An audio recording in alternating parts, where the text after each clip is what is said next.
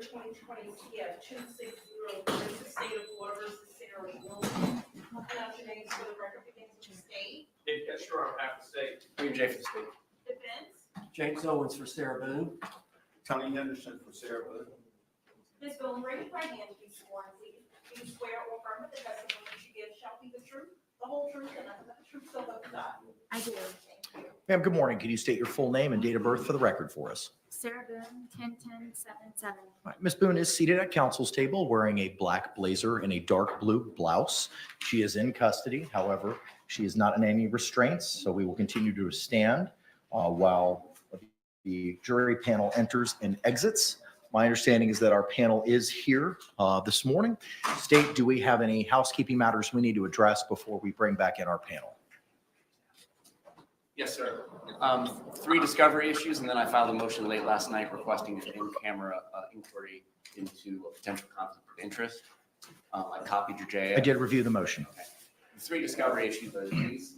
One, on October 5th or October 4th, I believe the defense was provided with the body-worn camera and 911 calls from the prior incidents, and there was a request made to tell us what, if anything, should be redacted from their point of view so that we could either reach an agreement or use the court's resources to decide any conflicts in those issues. Yesterday morning was the first actual response I got from the defense team, and it was incomplete. It was about 3 of the 5 incidents. I do agree with 2 of the redactions, and we're getting those taken care of. But obviously, just like connecting to the court screen, it takes time, and I'm not the person that's going to be doing it. Somebody else in the office has to do it.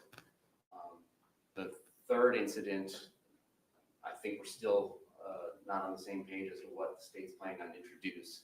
So I resent the email with the screenshots of what files the state plans on introducing to the defense team again this morning.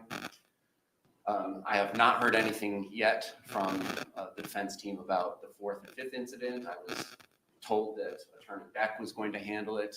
It is now Tuesday, day 7 of trial, and he has not handled it. The second discovery issue is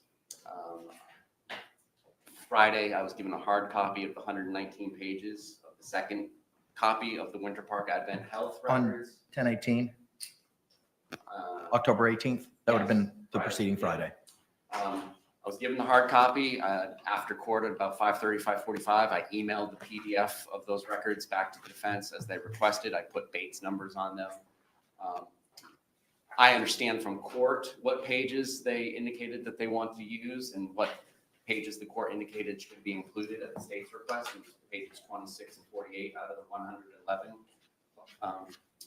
I would just appreciate if I could get a copy of the intended exhibit as it shall be introduced into court so I can confirm those things ahead of time and not in court. And then the third thing is, I believe we had a discussion about the plethora of pages regarding the victims' hospital records, and that there was some sort of discussion we had that they were to narrow it down. And I have not been given any narrowed down version of that so that we can confirm we're on the same page or use the court's time if there's a conflict. Thank you. Okay. Responses to the first discovery issue regarding body-worn camera and 911 calls is to my understanding, 5 prior incidents. Defense. Judge, I can speak to 3 of them. There were 3 of them that I reviewed, and I believe I reviewed them on Sunday. I had made the decision for what I thought needed to be redacted. I think the first 2, if I remember correctly, I said that was fine. We didn't even have any redactions to it. I think it's one that I said redactions to, and I think the state agrees with that. The specific one that I didn't quite know, and I think that has to do with a body cam where it comes to, and I believe it's Mr. Torres's mother. I can't quite be for sure, but she's been asking questions and all, and I think it's about, if I can recall correctly, about Mr. Torres's whereabouts at that time. I didn't know the relevance of that at that time. But that was the only part of that, to let the state know. I just don't really know the relevance. It could come in at a different point and become relevant. But as to the other two, I think we were on page with. I had been out to the jail that day, it was late. Then I asked Mr. Beck to do the other two redactions, but I hadn't had the opportunity to talk to him about that since, so that's where we are there. So is the third incident that the state has identified for which there's seemingly no responses to redaction, is that the body worn camera purportedly between law enforcement and Mr. Torres's mother? That's what I believe it to be. Mr. J? We're just Bless not, you. we're just not on the same page. On that third incident, which I believe was June 15th of 2019, the state only indicated to them that we were intending to introduce one video file. It is not of the victim's mother. It is of them at Sarah Boone's house. And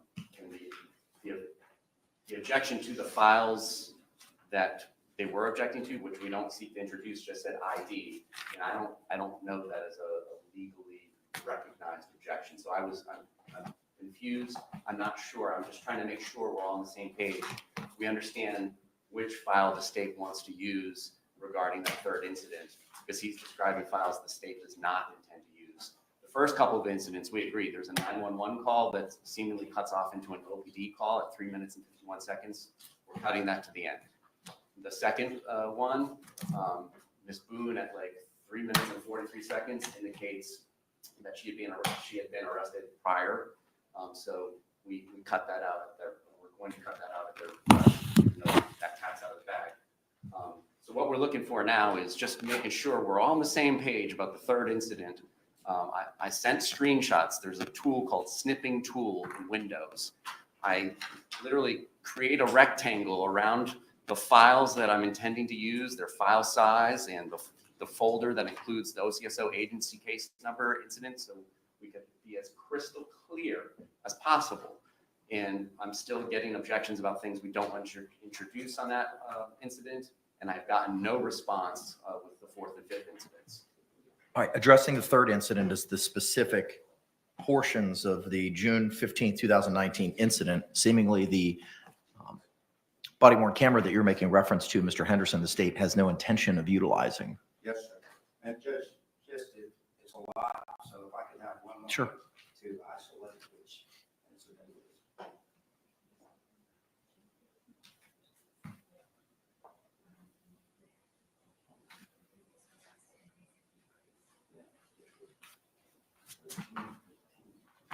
That's not the one. My understanding is the state is talking about the third incident. That would be June 18th. Here's the problem. I sent these pictures over with the OCSO case number, and then I get a response based on incident dates. So we have to kind of cross-reference.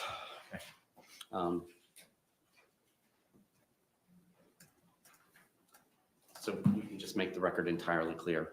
OCSO incident 18-067501. There was no 911 calls and apparently no objection.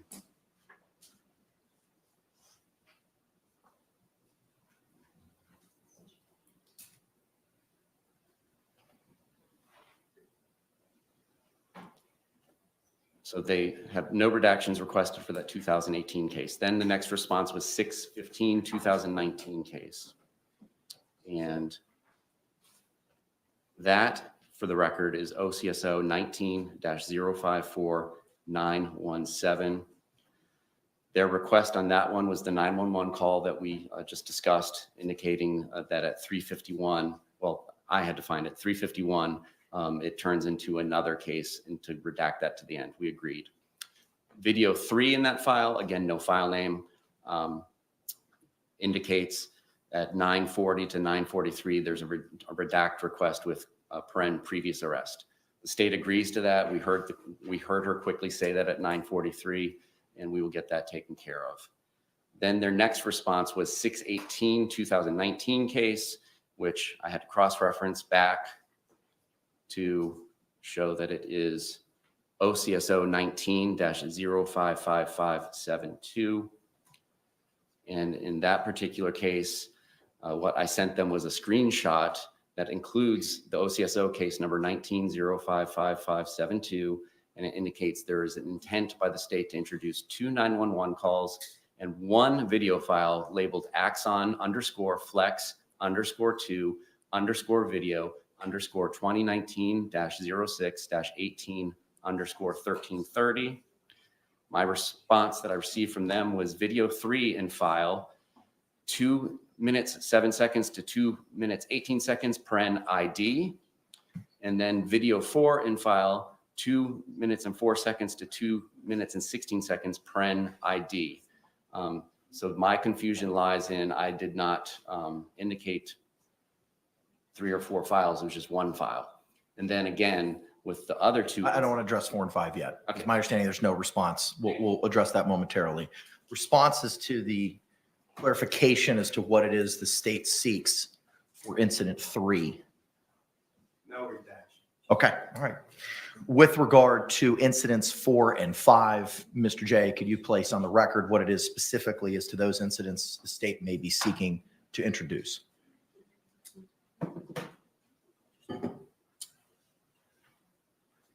Yes, sir. So what we're calling incident number 4 should be OCSO 19-078009, August 28th, 2019.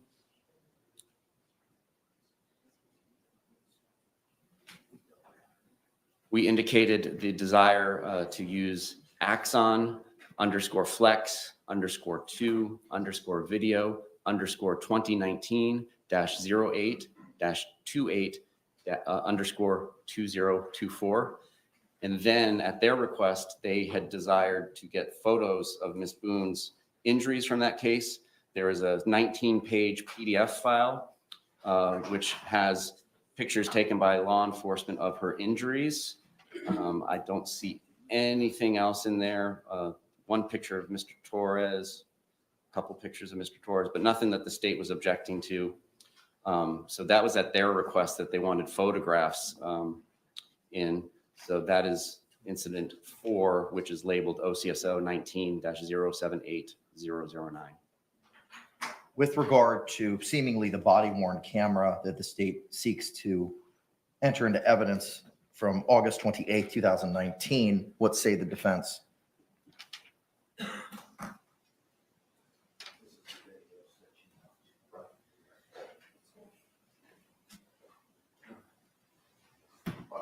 John, I don't know about the state's position on this. There's a portion of this video at the very end that's very personal to a investigating officer that they may want to redact. We're not asking anything to redact. Is the state seeking any redactions?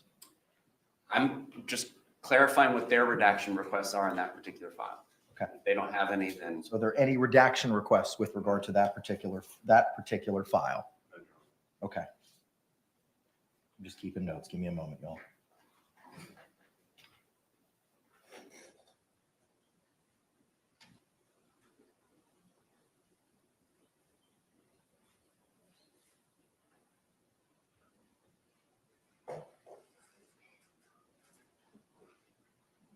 As to the 5th incident, Mr. J. No redaction request, Your Honor. I do want to point out that we were apparently advised yesterday that the state was only going to use the 3rd video possibly. And so we haven't really spent a whole lot of time worrying about it since then. Let me clarify as to what the 5th incident is, just so that we're all on the same playing field. Okay. Judge, the 5th incident is OCSO 19-079759, and that was on September 4th of 2019. Within that screenshot that I sent to them,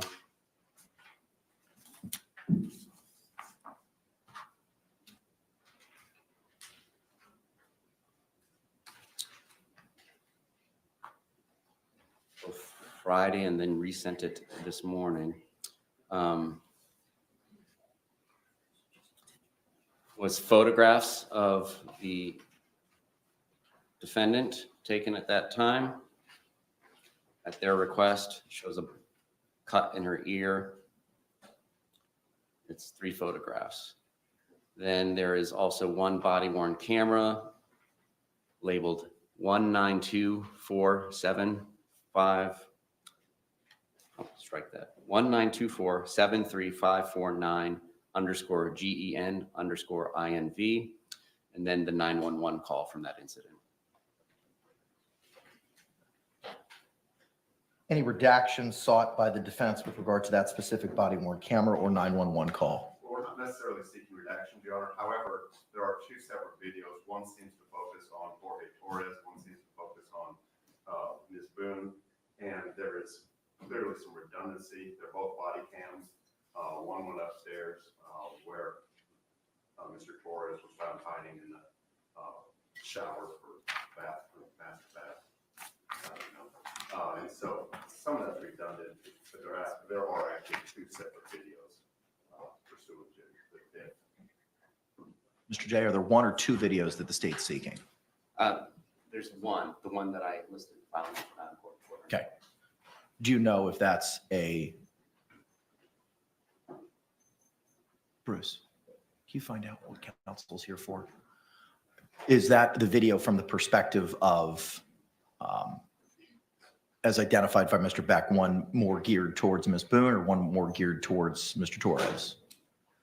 My interpretation of both of them is there's interactions with Ms. Boone, and then there's interactions with Mr. Torres upstairs after he's located.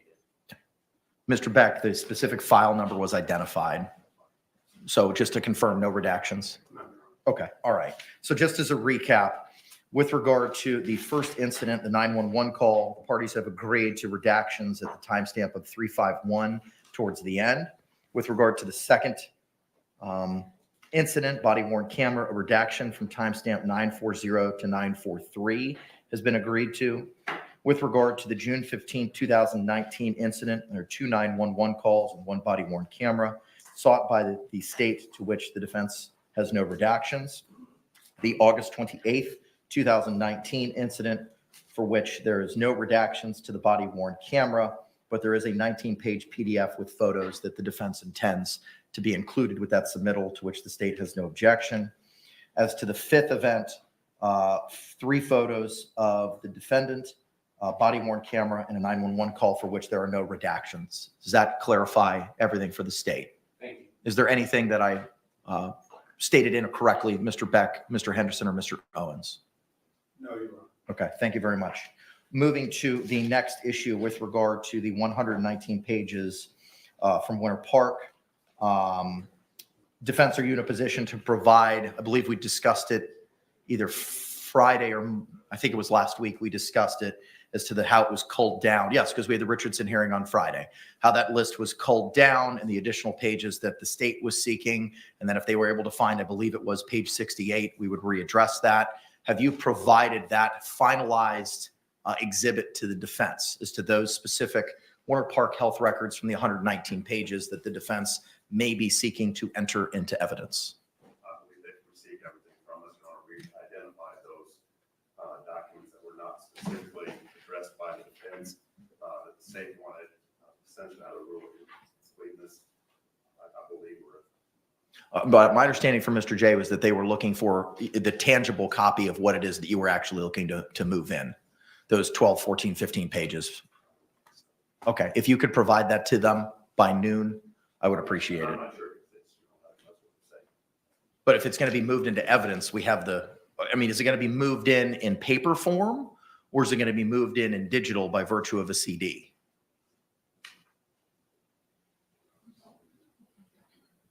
We can get it, Judge. We'll work on it. Okay, perfect. Just get it to the state. It doesn't have to be intangible. Just get them what it is that if it's an electronic format, that's fine. Just the state should be entitled to know what it is that y'all are intending to move out of those pages, just to confirm it. Lastly, with regard to hospital records of the victim, I know there were conversations and discussions about that list being narrowed down. The state has advised that details as to those narrowed down records has not yet been provided. What say the defense? hospital records for the victim, Jorge Torres. It's my understanding.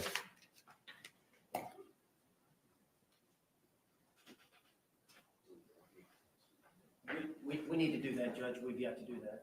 Okay. My understanding is that the experts are potentially teed up to testify tomorrow. I don't recall if those records are a basis of the experts' opinions. The second expert is not likely to testify until Thursday. She's testifying in Bay County tomorrow. I will be here Thursday. I spoke with Dr. Brandon last night. He will be present tomorrow morning as soon as he gets here from Coral Gables. Did either Doctors Brannon or Harper rely on those medical records? Dr. Harper did. It's in her deposition that was taken a couple of weeks ago. I think the question was posed. Ms. Perez, good morning. If you're here for pretrial, 19 Alpha, Judge Myers is covering. Okay, thank you. You may continue. Dr. Julie Harper, I know she considered the records of George Torres, and we took Dr. Harper's deposition, I believe, a couple of weeks ago. She was asked by the state about everything that she relied upon, and she did indicate that. Are we going to use or attempt to introduce those records? We'll pare it down if we are. Okay, you've got till 5 p.m. today to advise the state as to what of those culled down records you're going to be utilizing. So they have the opportunity to review those in advance of Dr. Harper testifying. I apologize to Madam Court Reporter for speaking on top of each other. Dr. Brandon is testifying as a subject matter expert. He would have specific familiarity with this case. And so there are no medical records or any other records that he has relied upon other than his knowledge and expertise. Okay, all right. State, any other issues we need to address with regard to the discovery issues that you brought to the court's attention this morning? No, sir. Okay, all right. Moving now to the motion. I have reviewed that motion. Judge, we were not aware of the motion until he made mention of it, so we need some time for the lawyers to review it, for us to discuss it, and to see whether or not it has merit or not. Okay. It was e-filed last night, looks like 9:37, and then sent courtesy copy to myself through Ms. Barrios and you, Mr. Owens, at 9:38 last night. I'll give the opportunity to review that. We can address it after the lunch hour. And that'll give the court the opportunity to do any research during the lunch hour on it as well. All right. Anything else, Mr. J? I looked at it briefly. I'm not for sure exactly what the allegation is. I don't know if we need to talk about that. So excuse me? I'm not. Can we approach the bench? Sure. Come on up, yo.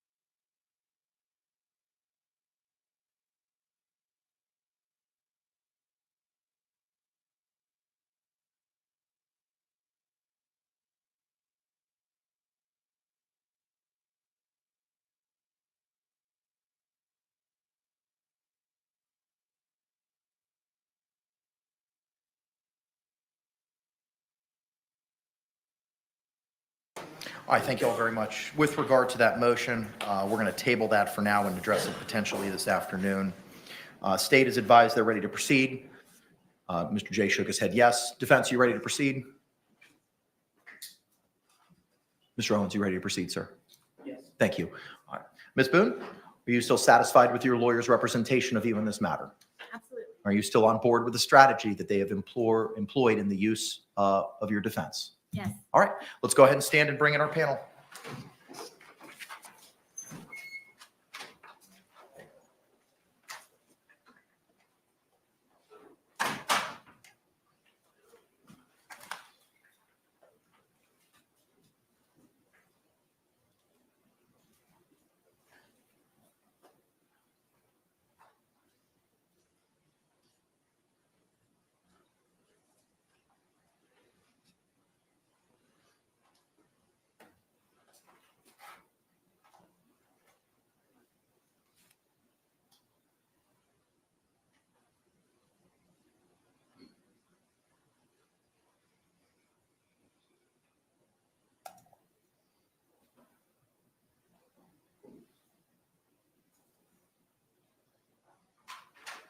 Jury entering.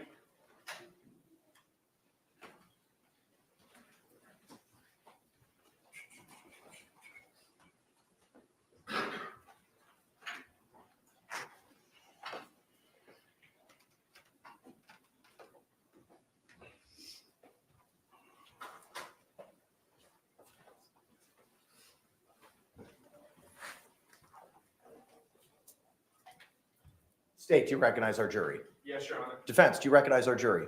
Yes. All right, everyone would be seated. Thank you. Members of our jury, good morning. Welcome back to 12 Alpha of the Orange County Courthouse. Thank you again for your time, your attention, and your sacrifice in this matter. Just by a show of hands, if you could confer that you complied with the court's instructions last night. The record will reflect all juror members have raised their hands.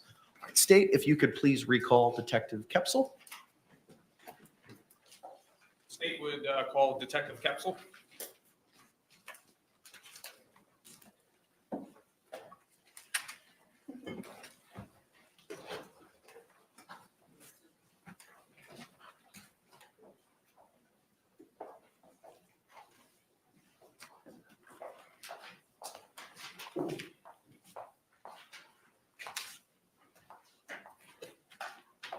He swear or affirm the testimony you should give shall be the truth, the whole truth, and nothing but the truth, so help you God. Yes, ma'am. Ma'am, good morning. Again, could you state and spell your name for the record? Yes. My name is Chelsea Kepsel, Chelsey, Koepsel. Mr. Cacciatore, you may proceed.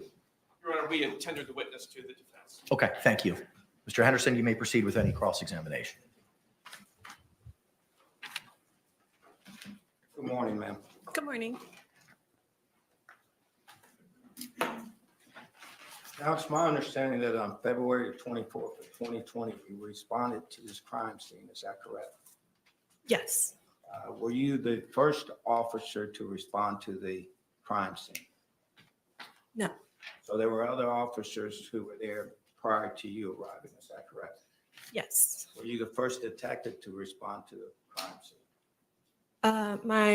Myself and my partner, we all arrived at the same time because we left from the same location at the same time. Okay, and who is your partner then? Detective Scott Lowen?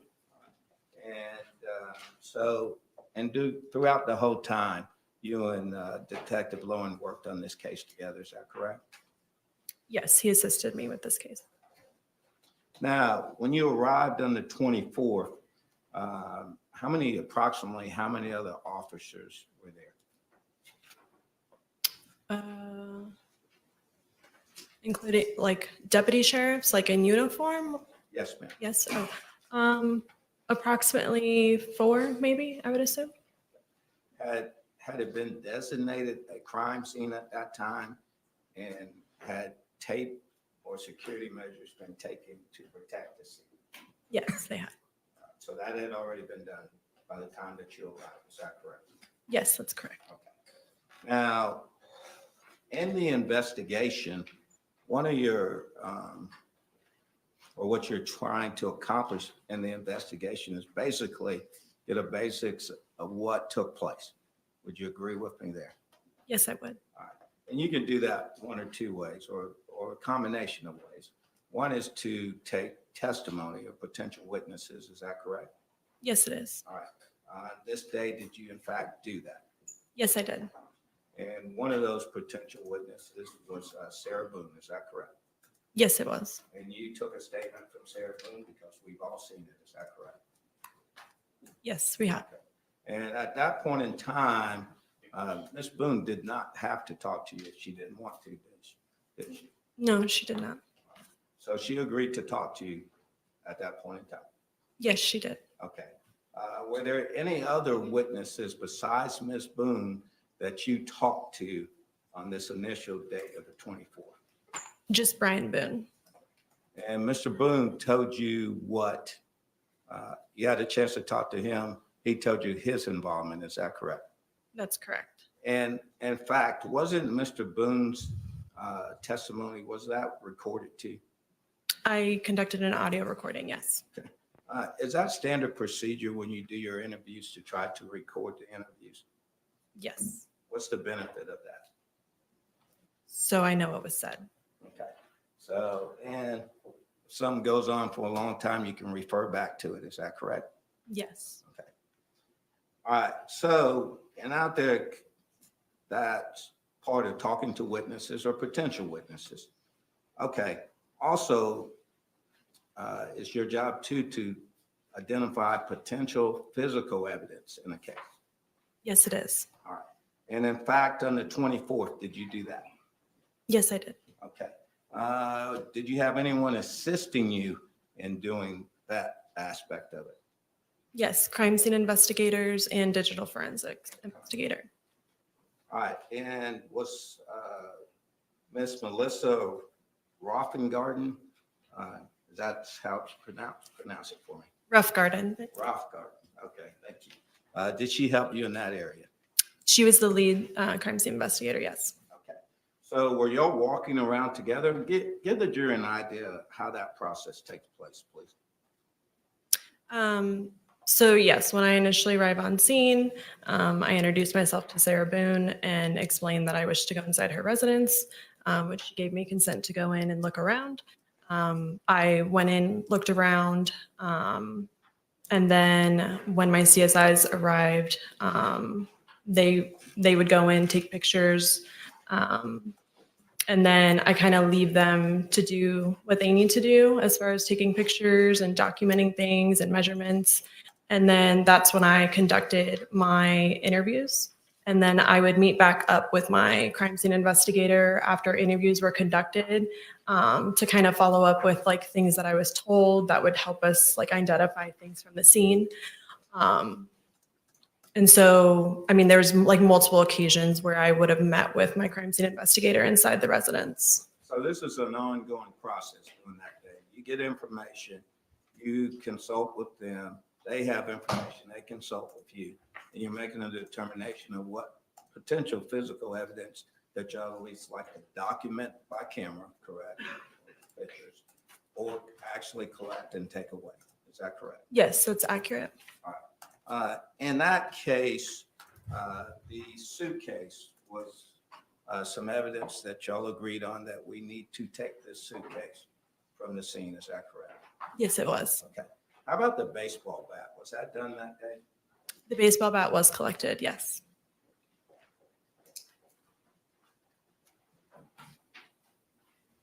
All right. In your viewing of the suitcase, did you view the suitcase while it was unseen? Yes, I did. All right. Did you notice that if there was any items, other independent loose items in the suitcase? There were, yes. Were those items collected? Some of them were, yes. Who made the determination what items of that suitcase would be taken or collected and what would not be collected? I would say that I have the final say on what is to be collected or not collected, but we do discuss it together to make that determination for me to give the final yes or no. Do you recall which items you decided to collect from the suitcase? Do you have the property form that I can refer to? No, I'll try to find it. I know some of them, but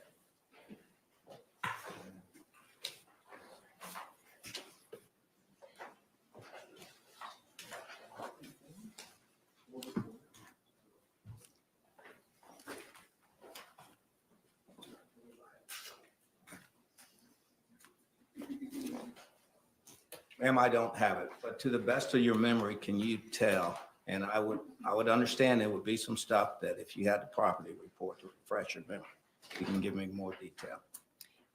yes, to my understanding and to my recollection, we collected things that had blood left over on it. I want to say there was like a necktie potentially. I do recall there being a small amount of clothing and miscellaneous paperwork, but I do not think that we collected the paperwork. There was also a cell phone in there. It was not, it was dead, the cell phone. And then, like I said, there might be one, I think we collected 5 to 6 items from the suitcase itself, but obviously the property form would tell you specifically, but that is what I recall. Correct, and I understand, and that's fair. Okay, so potentially you collect these items because you believe they're evidence for the case potentially, is that correct? Yes, And some of these items you actually collect with the potential that you might need to have them examined in greater detail, is that correct? yes. An example of something like that would be in this case, if you found blood on something, you might want to potentially examine that. Is that correct? Yes.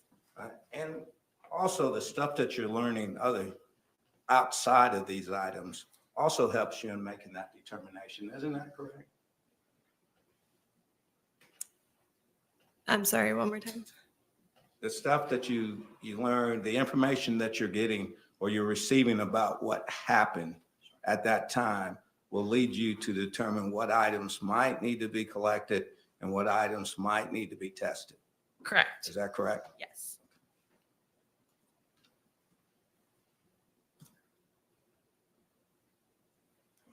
All right. So out of the items that were collected at the house or the apartment, at those items, was anything to your knowledge sent off for further examination? I believe so, but if it was, there would be, they would be sent to the Florida Department of Law Enforcement for further testing. And do you have an independent memory of what items that were collected from the house that were sent to FDLE for further examination? I don't recall specifically without looking. Okay.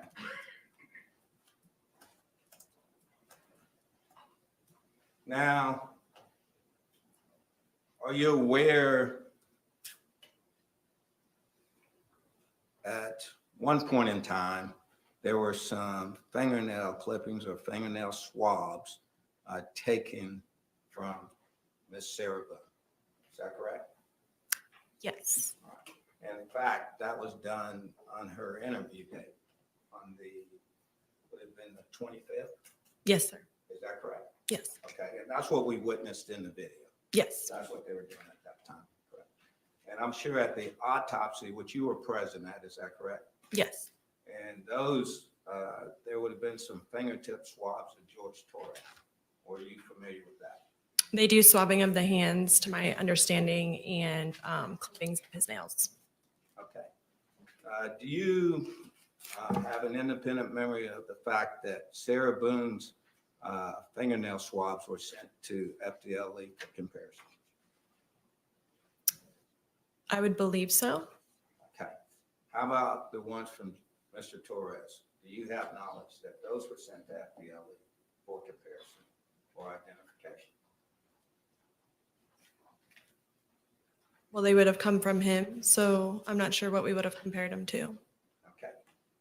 Were they there to see, or at least they're sent there to see if they can extract DNA.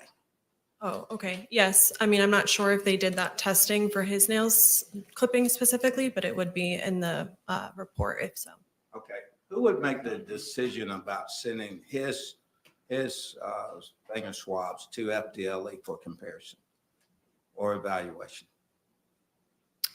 I would request it I would request it to the crime scene investigator, and she would like author the,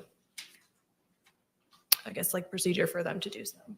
Okay, and then as to Sarah Boone's swabbings, who requested that those be sent to FDLE for evaluation?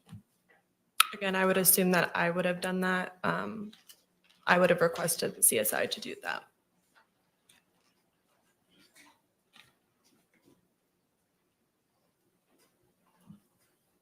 Are you aware of the results from those evaluations?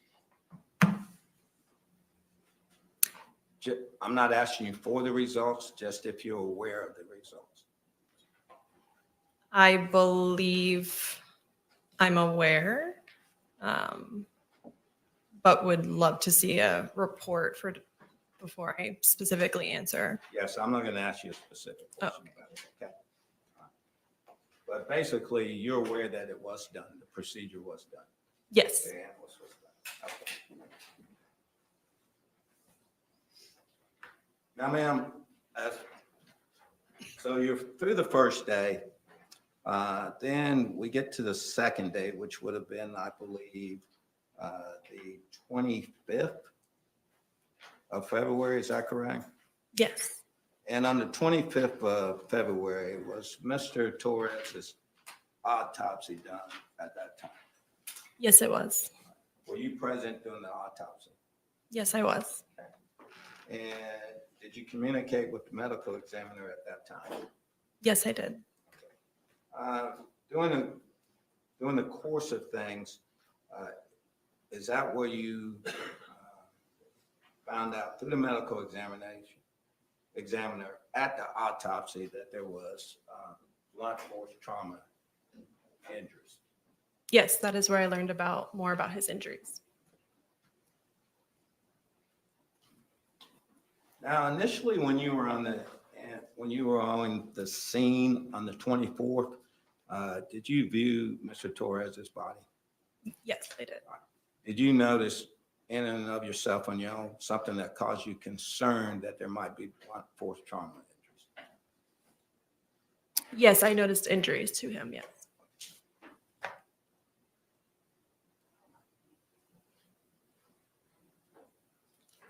Okay, so after the autopsy, you had additional information, is that correct? Yes, I did. Now, there was an interview, well, I don't know if it was an interview. There was a meeting set up for Sarah Boone, is that correct? Yes. On the 25th? Is Yeah. that correct? Yes. Can you tell me how that meeting was arranged or how that meeting was set up, please? So either before I left the scene, the night of the incident, I obviously met with Sarah and told her that we were leaving. We had to go make next of kin notification.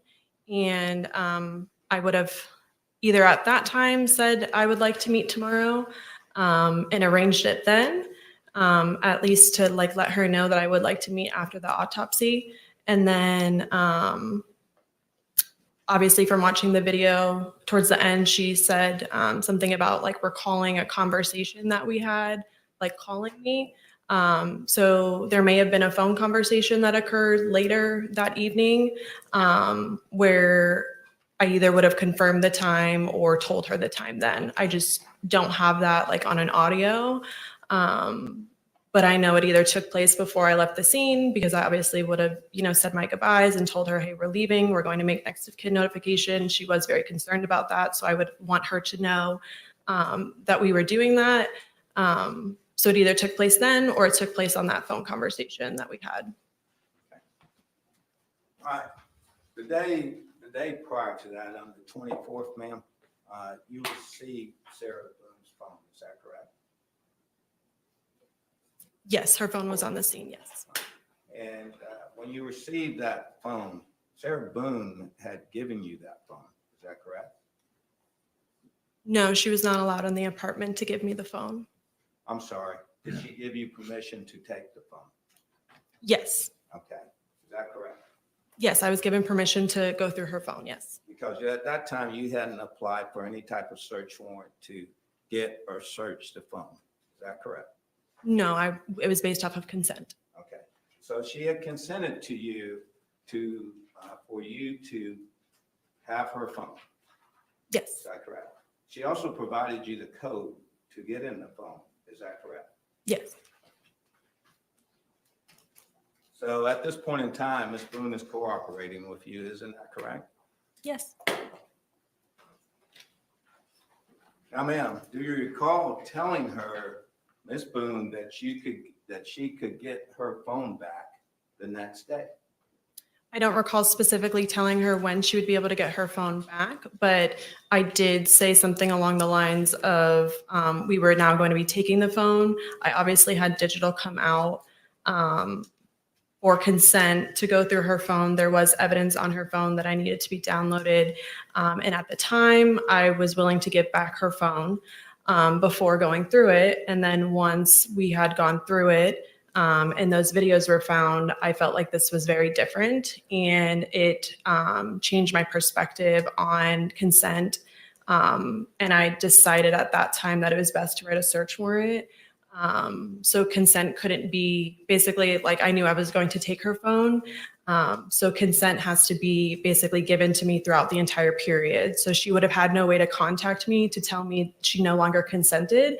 So therefore, because there was evidence on the phone, I took the phone. Basically, I potentially told her, maybe we didn't get a full download. I may have said something along the lines of that. As far as me taking the phone, and then I wrote a search warrant. I either started writing the search warrant the night of, but it wasn't signed until I didn't submit it until the next day. And then it was signed the next day on the 25th. So basically what you're telling us is that she could have withdrawn her consent at any time prior to that search warrant being received. Is that correct? Well, while I was on scene, but at the end of the day, there was evidence on the phone. So I knew I could go through I knew I could get a search warrant to go through the phone based off there being evidence, like the 911 calls, and her explaining to me that they had spoken to family members. Please silence your cell phones. Since they had explained to me that they spoke with family members the night prior. So I wanted to obviously corroborate her statement. So I knew that I would be able to get into the phone through a search warrant. But yes, she could have not consented, and she could have not signed the paper consenting while we were on scene.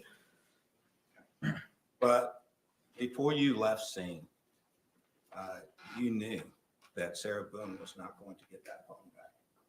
Is that correct? Yes, that is correct. Okay. So when Sarah Boone called you the next day, asking you about bringing her phone back, did you just tell her, Ms. Boone, you're not getting your phone back? There was not a conversation about her not getting her phone back. She may have inquired about her phone, and I would have explained that we will talk about it when we meet that afternoon.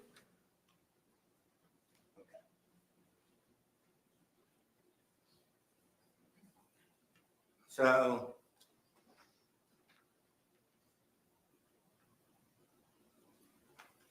did you reach out to Ms. Boone that next day, or did Ms. Boone reach out to you?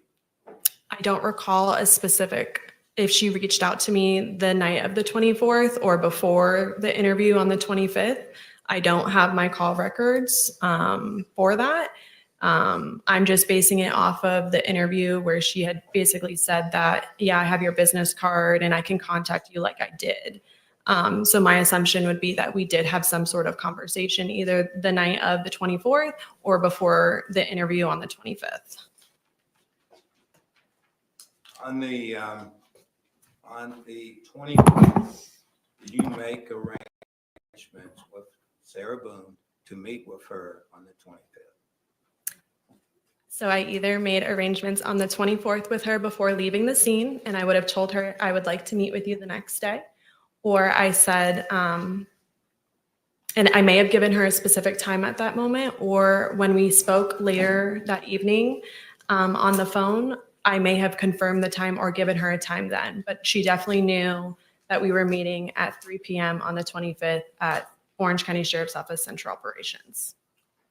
And ma'am, you just don't remember at what point in time you informed her to set up this meeting with her. Is that correct? It's one or the other that One I'm. or the other? Yes. Okay. As it to it being one or the other, you did you prepared the investigative report in this case, is that correct? Yes, I did.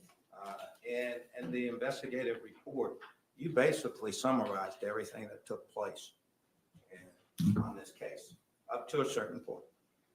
Yes, Is that correct? it was a summary. Yes. All right, as far as evidence, as far as witnesses who were talked to and synopsis of what they said to you at that time, is that correct? Yes, things that I did specifically. It was a summary of that. I found your investigative report to be in great detail because it helped me track this case from basically beginning to not to the end, but to the point where the report stops. And it seems like in your investigative report, you are very thorough about details. Is that correct? I would say I'm a detailed person. Yes, thank you. Okay.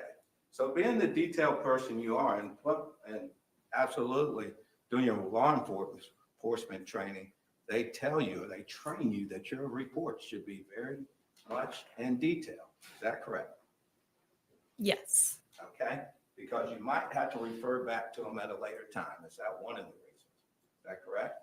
Yes, and to prepare myself for depositions and trials. Okay, and just to give an accurate picture of what you did and what took place and what people told you. Is that correct? Yes.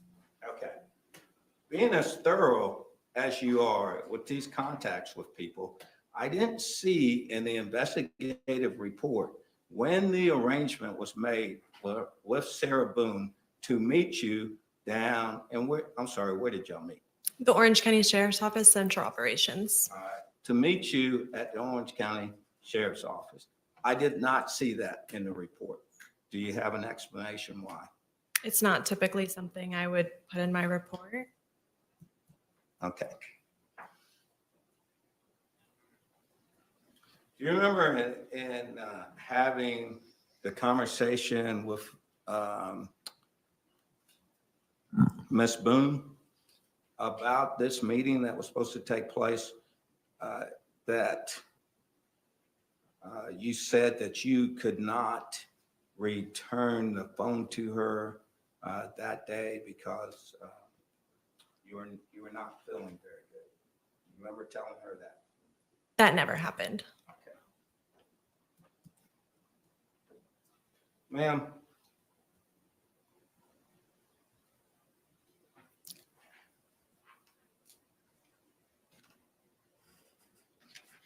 Judge, if I could have a moment. Yes, sir, of course.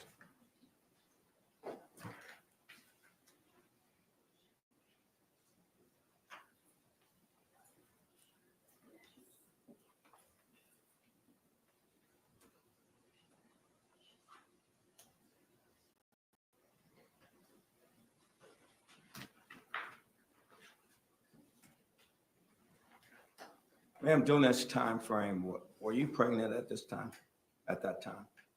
Yes, I was. Okay. All right. Well, anyway, Ms. Boone, there was a meeting arranged. Is that correct? For the 25th at 3 p.m., yes. Yes, and Ms. Boone showed up for that meeting. She on did. the 25th. Yes. That we saw. Okay. Now, ma'am, I'd like to talk to you about some other investigation.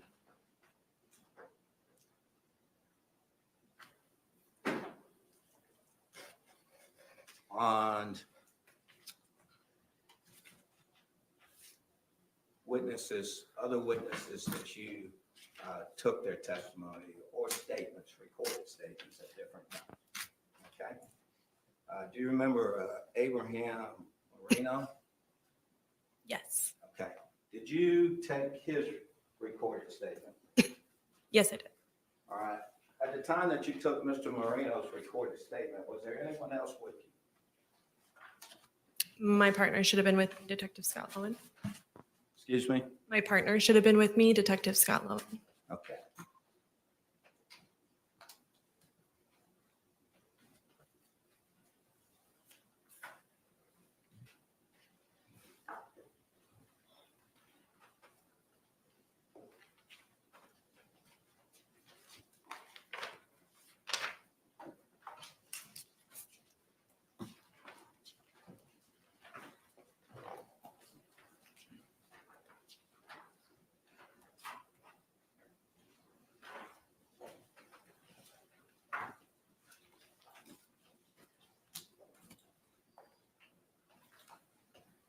Ma'am, as to who was with you, would it help refresh your memory if you were to see your investigative report as to that interview? Your Honor, I would object. She hasn't said that she needs any aid in refreshing her memory. Objection sustained.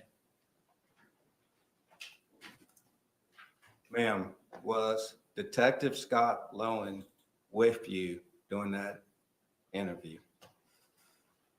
Yes, I believe so.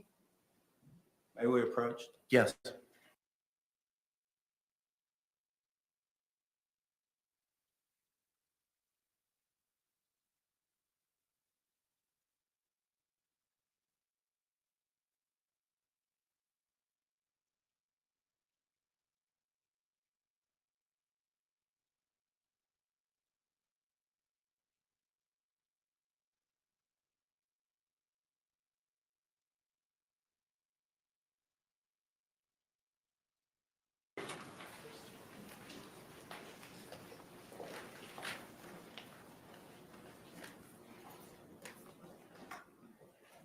Ma'am, do you have an independent memory of Detective Scott Lowen being with you at that interview?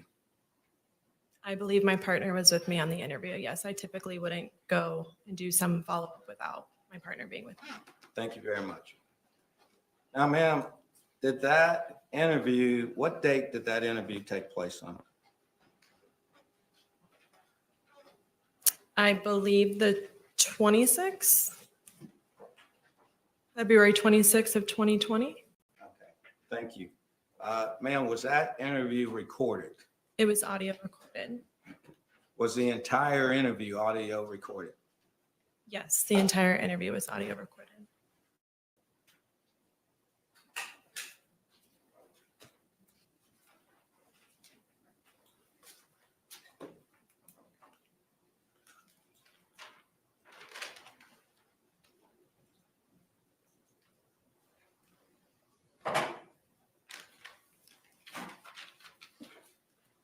Ma'am, are you familiar with a witness by the name of Brandon Moats? Yes, I am. On February the 27th of 2020, did you take, interview Brandon Moats? I believe so. It was either the 26th or 27th, yes.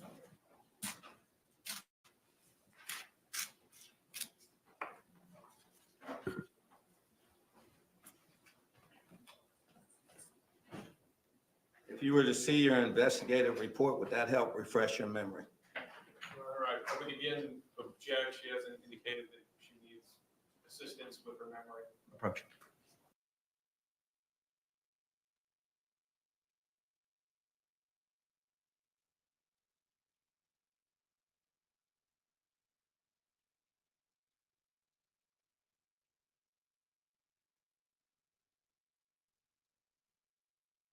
Objection sustained.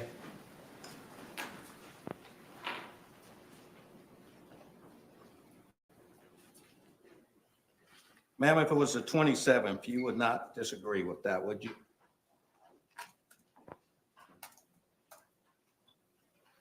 Well, I just stated that it was either the 26th or 27th.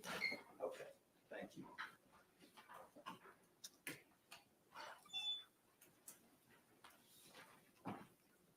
Ma'am, Mr. Moats, he was the neighbor living in the apartment or the connecting apartment, wall apartment with Ms. Boone and Mr. Torres, is that correct? Yes. And he's the one who told you about the loud noise, is that correct? Yes. Did you interview anyone else in reference to that loud noise? So I was interviewing Brandon, and then my partner was interviewing Vincent, the other witness, and I came in at the end of the interview with Detective Lowen. Okay, so that's Vincent. Do you know his last name? I would butcher it. Me too, but Taglione, something like that. We're talking about the same person? Yes, sir. Okay. And did that interview take place on February the 27th of 2020? I believe so. I interviewed witnesses after I interviewed Sarah. The 26th or 27th would be my memory. Okay, thank you. And then,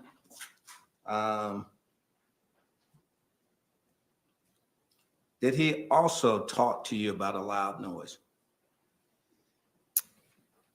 I believe that I was refreshed on the conversation. And yes, he expressed hearing a loud noise as well. Okay, thank you. Now,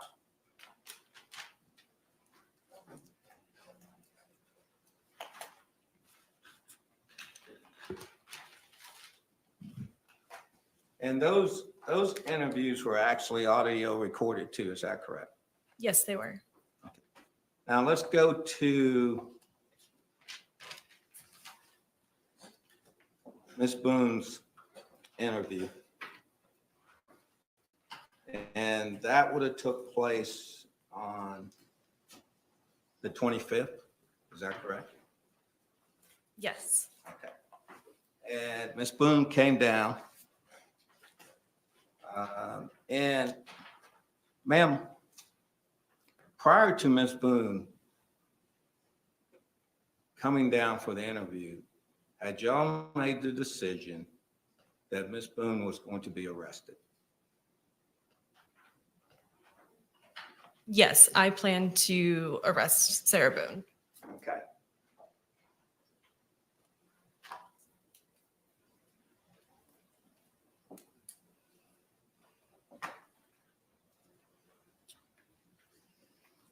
Did you tell Ms. Boone in arranging the meeting that when she came down there, she was going to be arrested?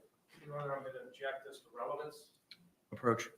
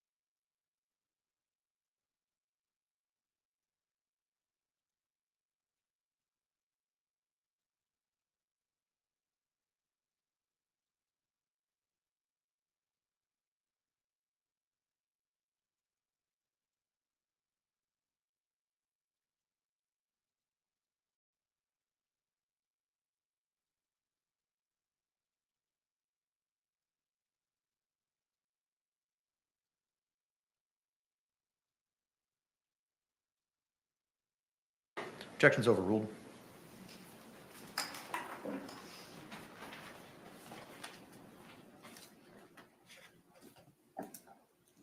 So ma'am, at that time, you did not tell Ms. Boone prior to coming down there that she was going to be arrested. Is that correct? No, I did not. Okay. Why did you not tell Ms. Boone that she was going to be arrested? We plan to meet at 3 p.m. and go over the autopsy and have another interview. So, I mean, I'm not sure why I would tell her that she's going to be arrested. That would potentially cause her to flee, not come, and then we have to go find her and make it more difficult for everyone. Or potentially get an attorney to come with her? She was read her rights that said that she has a right to an attorney, and if one cannot be provided for her, she will be appointed one. I understand that. You read her those rights when she got there. Is that correct? Yes, I did. You didn't read those rights to her before she got there, though, did she? I wasn't in contact with her, like physical contact with her. Okay. So, but you said potentially for fleeing. My question was, potentially she could have got an attorney too to come with her. Is that not correct? I misunderstood your question. I didn't hear potentially bring an attorney with her, but yes, I guess she potentially brought an attorney with her.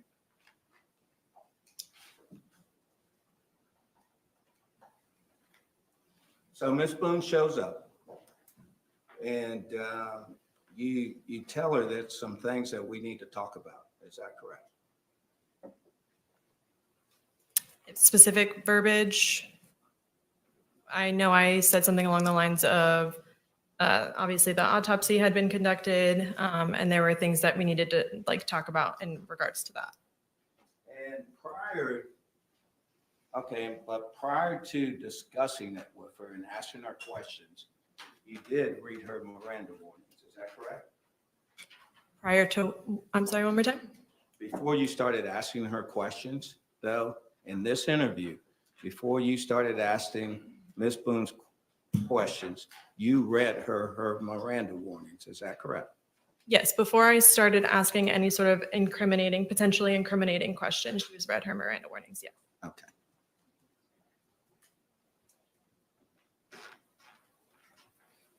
Ma'am, do you remember as part of the Miranda warnings that you read to Ms. Boone, did you read her the one that states that if you decide to answer questions but want to stop answering and consult with an attorney, you may do so? Do you independently remember reading Ms. Boone that instruction? I don't recall that specific, but I do have my Miranda card on me, but I don't recall that that's what that says. But it is on audio and video recording. Okay, thank you. You're welcome.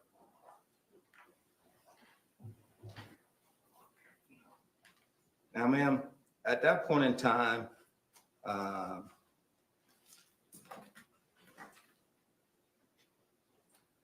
Ms. Boone wasn't under arrest. Is that correct?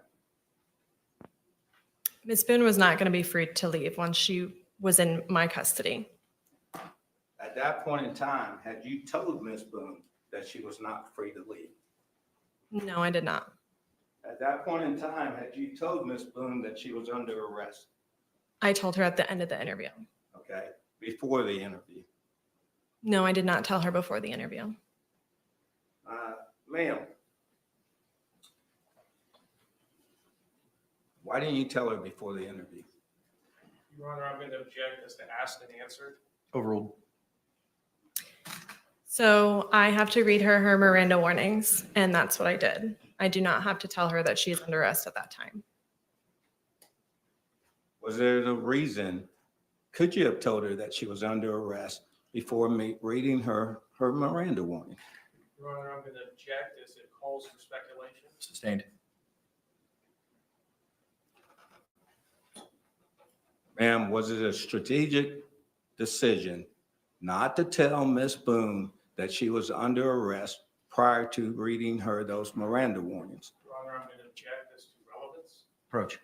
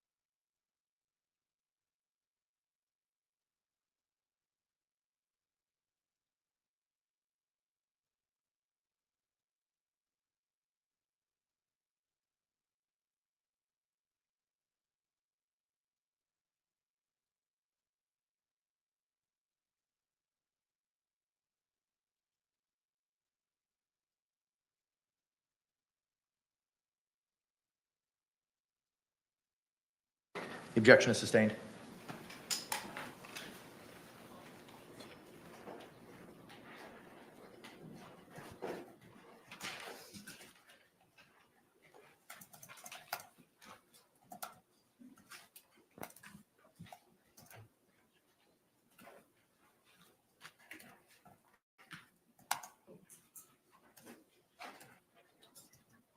Ma'am, and we were able to see the video of the interview.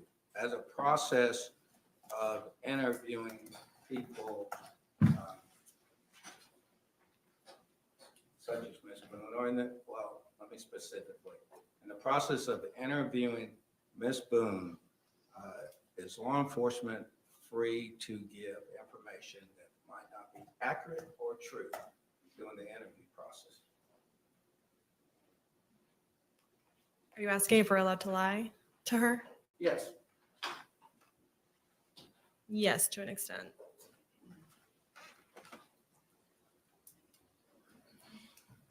Was that done at any time in this interview? Did I lie to her? I don't recall lying to her, no.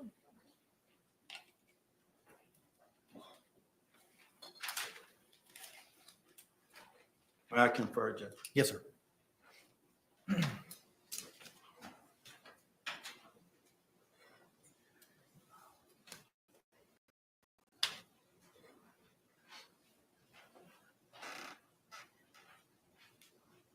Thank you, ma'am. I have no further questions. Any redirect examination? No, Your Honor. Can this witness be released? State. We have her subject to recall. Okay. Subject to recall. All right, ma'am, you're released subject to recall. Thank you. Great, thank you. State, any other witnesses, evidence, or testimony to be produced? All right, this time the state would rest. Okay. Members of the jury, it is 10:22 a.m. I have some matters with counsel that I need to address. So we're going to excuse you for a short while. It's a great opportunity for us to take our morning break as well. Similar instruction that I've given to you over the last couple of days. Please do not discuss this case amongst yourselves or anyone else. Do not conduct any independent research or investigation as to the person, places, things, or charge involved in this case. We'll bring you back in as promptly as possible. Thank you. Jury exiting.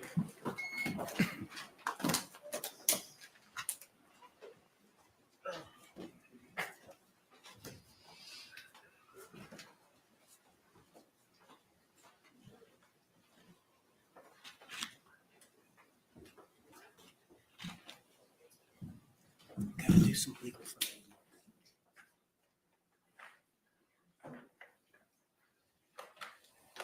Go, may be seated. Thank you.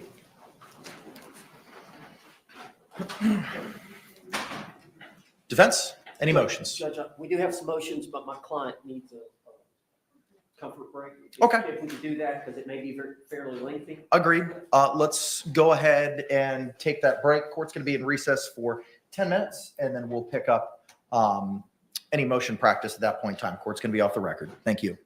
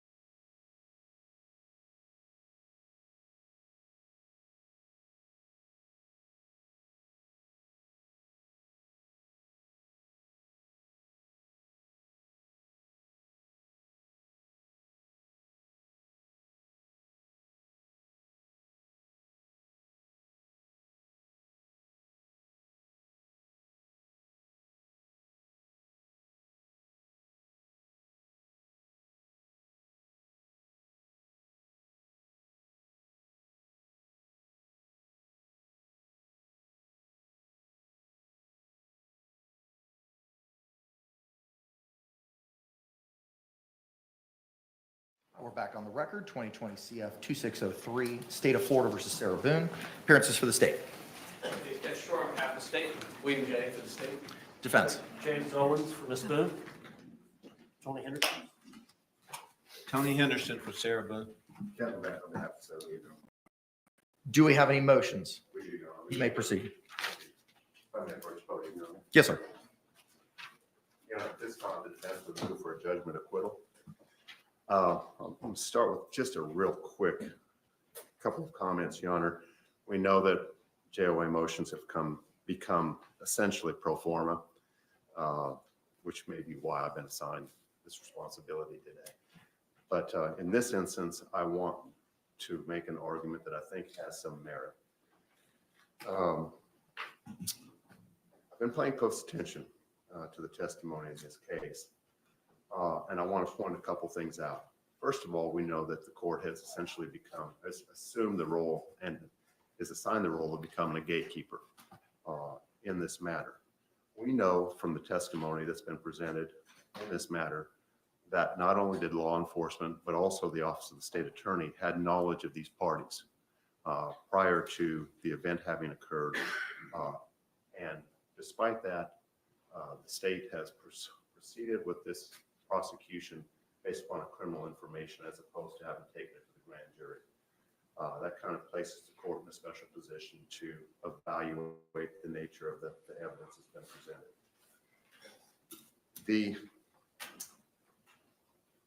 I want to focus on the second-degree murder allegation. And one thing that occurred to me while watching the evidence as it was presented, watching the videos, particularly of the interrogation, was part of the dialogue between Ms. Boone as well as Detective Scott Lowen at the end of the interrogation. And I'm going to paraphrase. I apologize. I should have written this down verbatim. I did not. But she's advised that she is being placed under arrest. Something to that effect. And her response is, "Why are you doing this?" The detective's response to Ms. Boone is, "Because George is dead." I'm sorry. Because George is dead. That's not enough. It's not enough to support a second-degree murder, prosecution, conviction, or should it even be enough to allow this matter to go to the jury? Now, there are three elements of the second-degree murder information. The first is that the victim is dead, that Mr. Torres is dead. We stipulated to his identity. There has been no argument to the fact or the idea that he died in this incident. However, the state also has to show that it was caused by a criminal act and that the act was imminently dangerous and demonstrated a depraved mind. Now, the fact that it was imminently dangerous, I think, is belied by the fact that Jorge Torres voluntarily entered the suitcase, albeit under the influence of alcohol. But the perception of dangerousness that's attributable to the victim, apparently he did not perceive it to be a dangerous or an imminently dangerous situation in having entered the suitcase, possibly because of the influence of alcohol on his capacity to make decisions, should necessarily be attributed to the defendant as well. But I also want to focus on the depravity issue, which the state must prove, and pursuant to the jury instruction in this matter, depravity is is made the equivalent of ill will, hatred, spite, or evil intent. And that's not enough.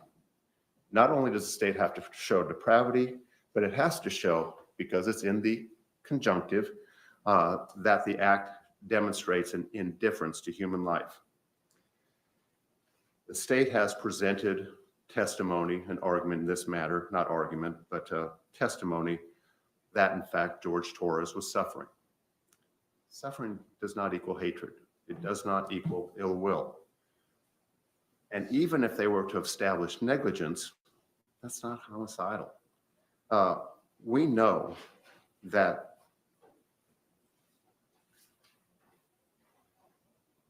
suffering is something that the courts have been very, very cognizant of and very sensitive to. We know it from the field of capital punishment and incarceration. The idea that somebody suffers is not in and of itself homicidal, nor should it support the idea that there was indifference to the life of George Torres by Sarah Boone.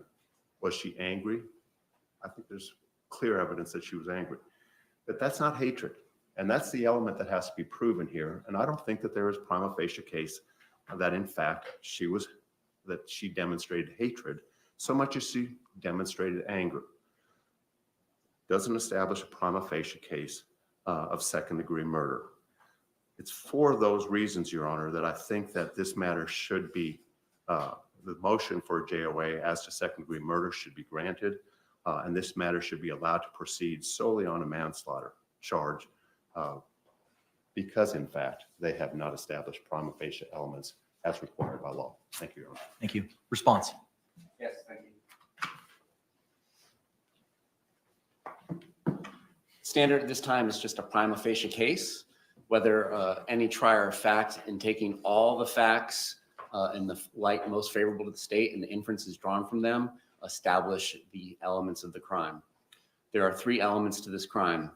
George Torres is dead has been established by a prima facie case. The death was caused by the criminal act of Sarah Boone that has been established. There was an unlawful killing of George Torres by an act imminently dangerous to another and demonstrating a depraved mind without regard for human life.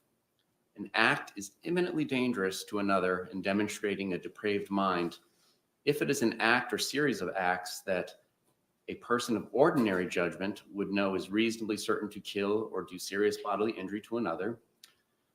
It's not Ms. Boone's subjective statements on February 25th. I had no idea you could die from being zipped into a suitcase for 13, 15 minutes before she goes to bed. 2, is done from ill will, hatred, spite, or an evil intent. We heard what she said. The 2-minute video starting at 11:12 p.m. 45 seconds should be linked in Merriam-Webster's digital dictionary for the definition of depraved mind.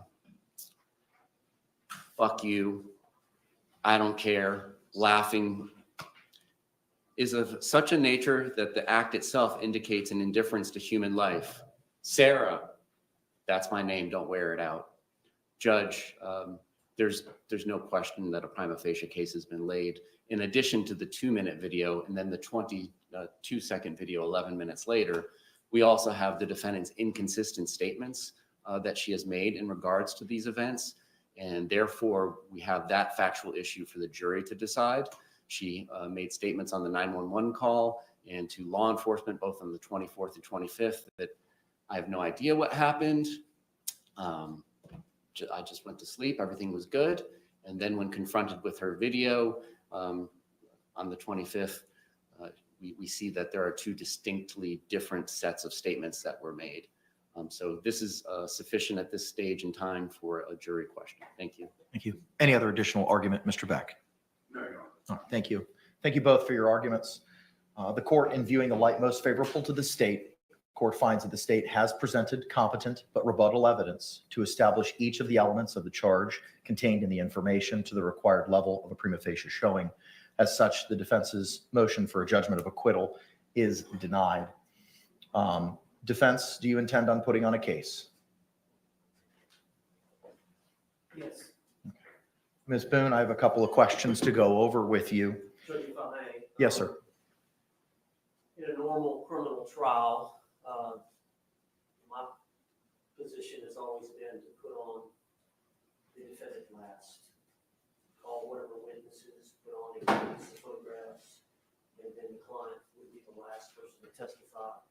Because of the nature of discharge and our defense, self-defense and bad spouse, we understand that we have to put on her first, Sarah first, and for the court to then consider whether or not we've established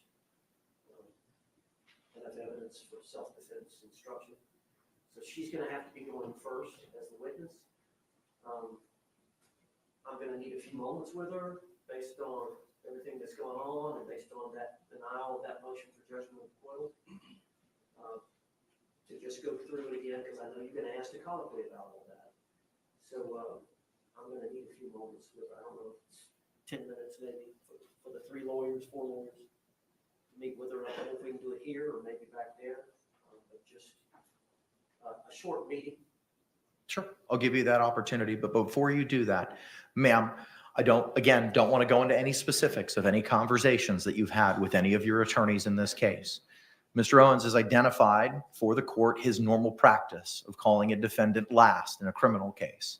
In this case, he has advised that he wants to call you first. Without going into any discussions of any strategy that you've had with your attorneys, do you understand the strategy that Mr. Owens and your team will be utilizing in your defense? Yes. And are you in agreement with that strategy? Yes. All right. Counselor, you can have that opportunity to speak to her. The court will remain here. I don't know if they can, Officer Jones, can we let them back to have that conversation? Okay. All right. You can go back and have that conversation. The court will remain here. We'll be in a short recess for approximately 10 minutes. Thank you.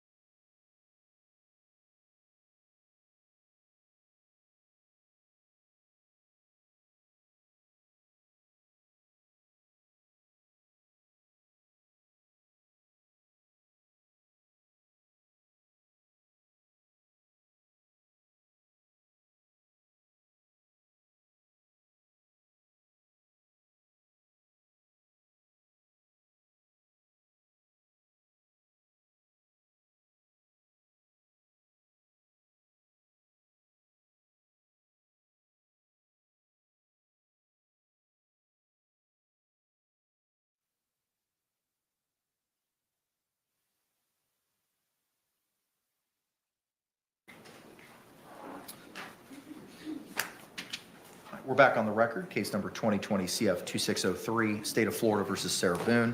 State appearances for the record. Dave Kester on behalf of the state. William J. for the state. Defense? James Owens from Miss Boone. Tony Henderson for Sarah Boone. Kevin Beck on behalf of Sarah. Ms. Boone is seated at counsel's table wearing the same black blazer and dark blue blouse from this morning. She is in custody, however, not wearing any restraints, so she'll be able to stand when our jury enters. And if she is called to testify in this matter, she will be able to walk to the witness stand.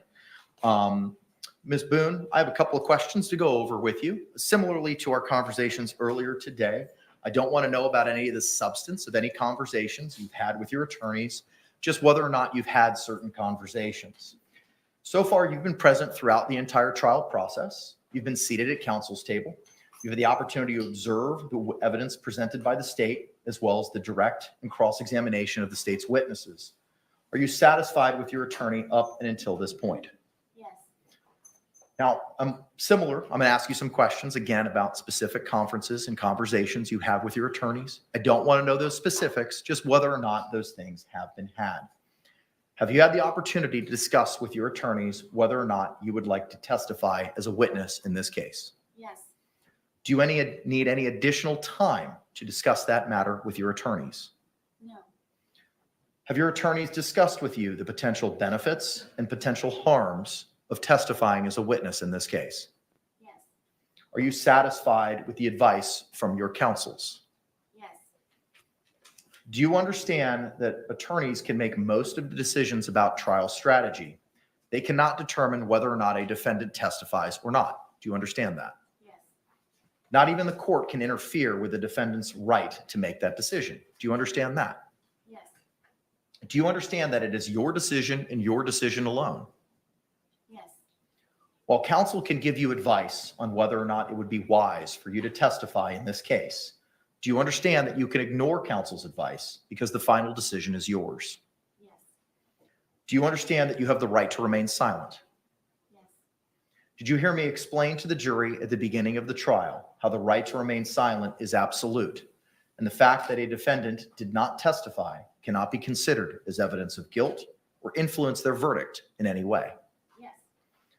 Before a jury begins its deliberations, the court will read another jury instruction if you decide not to testify.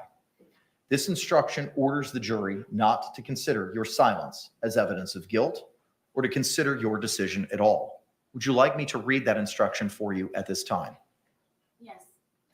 It is instruction 3.9a, entitled Defendant Not Testifying. The Constitution requires the state to prove its accusations against the defendant. It is not necessary for the defendant to disprove anything, nor is the defendant required to prove her innocence. It is up to the state to prove the defendant's guilt by evidence. The defendant exercised a fundamental right by choosing not to be a witness in this case.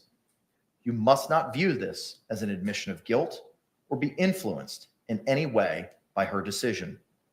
No juror should ever be concerned that a defendant did or did not take the witness stand to give testimony in the case. Do you have any questions about this instruction? No, Your Honor. Do you understand that if you choose to testify, you are waiving your right to remain silent? Yes. That means once you begin to answer questions, you have to answer all questions unless I instruct you not to answer a question. Do you understand that? Yes. You cannot pick and choose which questions you want to answer and not answer. Do you understand that? Yes.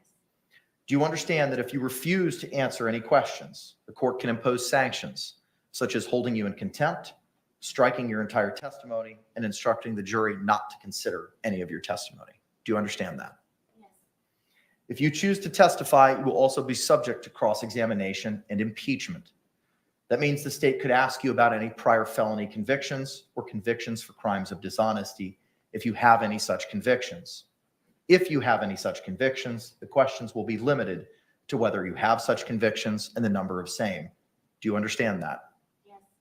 Are you aware if you have any such convictions? Yes. State? Are you aware of any felony convictions or convictions for crimes of dishonesty? No, I believe she's answering in the affirmative. She's Okay, so you have no such convictions. Okay, thank you for that clarifications, ma'am. As there are no convictions, and that number is not in dispute, the state will not be permitted to inquire into those matters. Have you had enough time to discuss your decision to testify or not testify with your attorneys? Yes. Again, do you need any additional time? No. Has anyone forced you, threatened you to get you to testify or not testify in this case? No. Has anyone made any promises to you to get you to testify or not testify in this case? No. Are you satisfied with your counsel's advice so far in this case? Yes. Are you making this decision freely and voluntarily? I am. Did anyone force you, threaten you, or coerce you to testify in this case? No. Would you like to testify or not testify as a witness in this case? Testify. Okay. And ma'am, similarly, after you've had the opportunity to converse with your lawyers again, I want to confirm that you're on board with the strategy that they've utilized in your defense in this case, Yes, I understand. including calling you first. Yes. Okay. All right. I want to remind you, ma'am, that you can change your mind. You just have to let your lawyers know before the jury comes back in. Do you understand? Yes. State, anything else we need to address?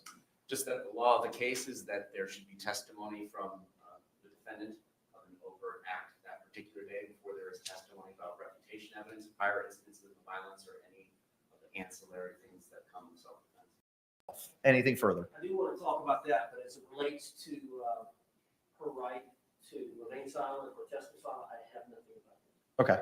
Then what do we need to address with regard to Holland? Well, I've got three issues. One is Holland. The other is I've got these gloves. My client and I would like to take a few moments to look at the suitcase and to look at the bag. And then the third thing is that the state had filed that motion for the in-camera hearing. I don't know. Maybe we need to hear that before she testifies. Court's not going to address that at this time. Okay. We'll address that later in the proceedings. So the two things, number one, of course, I've got a lot of photographs about the prior violence that George Torres committed on Sarah Boone, and there is a dispute about whether or not I have to establish an overt act that she responded to, that she considered an imminent threat, and that she took evidence or she took action to either block or physically restrain George Torres from committing an act of violence on her. But Judge, if you'll remember, during the 2-hour interrogation, the officers make mention that they are aware of the prior incidences of violence. So I believe the door has been open, that I can go into that based on those statements by the two detectives. If you remember, they introduced this 2-hour video. She says, he comes at me all the time. I think eventually Sarah Boone realized that they had her phone and they were going to see pictures. They were going to see videotapes of evidence that George Torres committed acts of violence on Sarah Boone. I think at that point she changed her tone about George. She was trying to protect George, but then she realized she would have to disclose some of the acts that had been committed on her by George Torres. And so she did talk about him coming at me, and we've had issues before. And the officers gave, I can't remember exactly what they said, but yeah, we're well aware of, I don't know if they said the prior acts or we're aware of the domestic violence, whatever the case may be. I submit that opens the door. That was during their case in chief. They chose to play that entire video. And so I think I can talk about the prior bad acts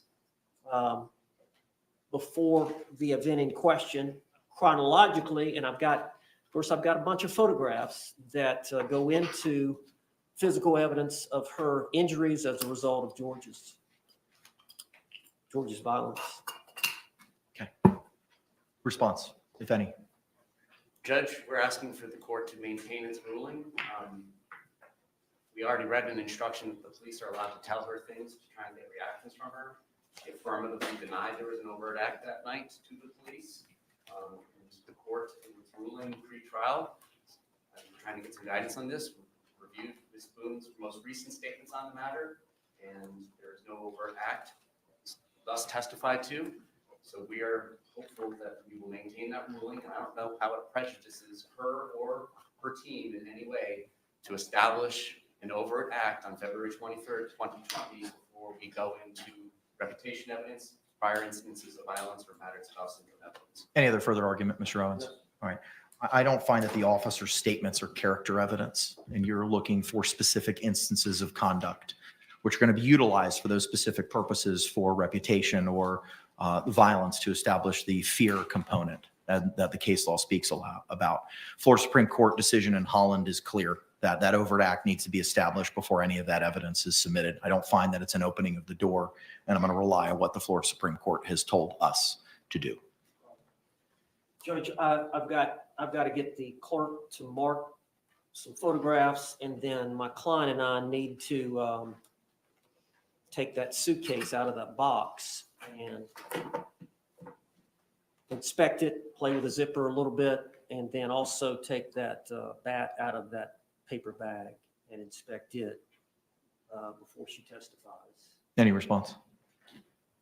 I'm just confused why we haven't utilized the nearly half an hour or more that the court has been off the bench to get these photographs marked. The defense team has been on board for quite some time. They did not request a second evidence view of the physical evidence that Ms. Boone already had an opportunity to do while she was pro se. It's 11:25. We need to try the case.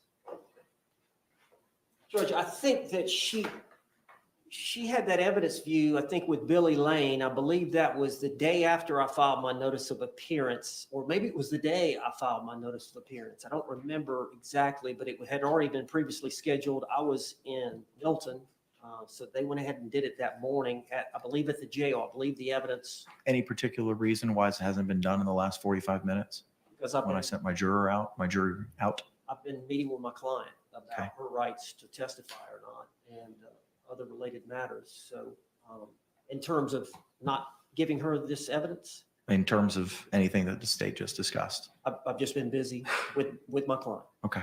How much time do you need in order to pre-mark these exhibits and look at the baseball bat and the suitcase, which have been entered into evidence?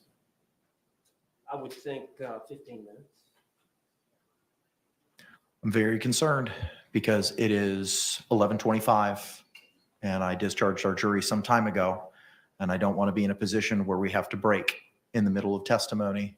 May I suggest that we just take an early lunch? It's 11:30. Let's take an early lunch. We've got witnesses coming this afternoon anyway.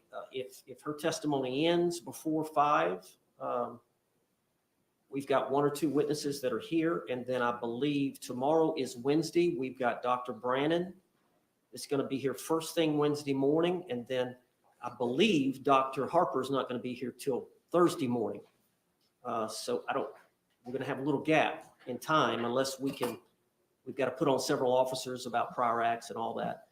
But I think for purposes of this, Judge, in the abundance of caution, I feel like I need to go over this evidence with my client before she testifies. And I have not had a chance to view that evidence other than seeing it here today. But I think I need to do that with her before she testifies. Okay, can the parties approach for a moment?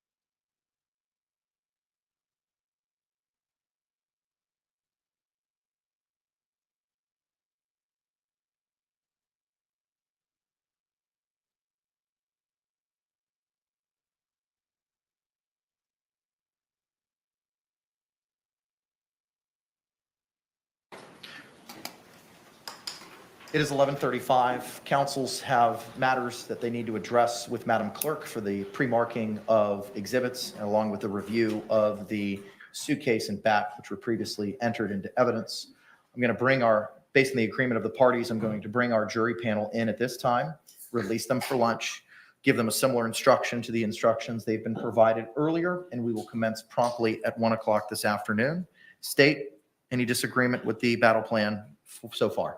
Yes, sir. Same question, Mr. Owens. So, sir, All right, let's go ahead and stand, bring it back in our panel.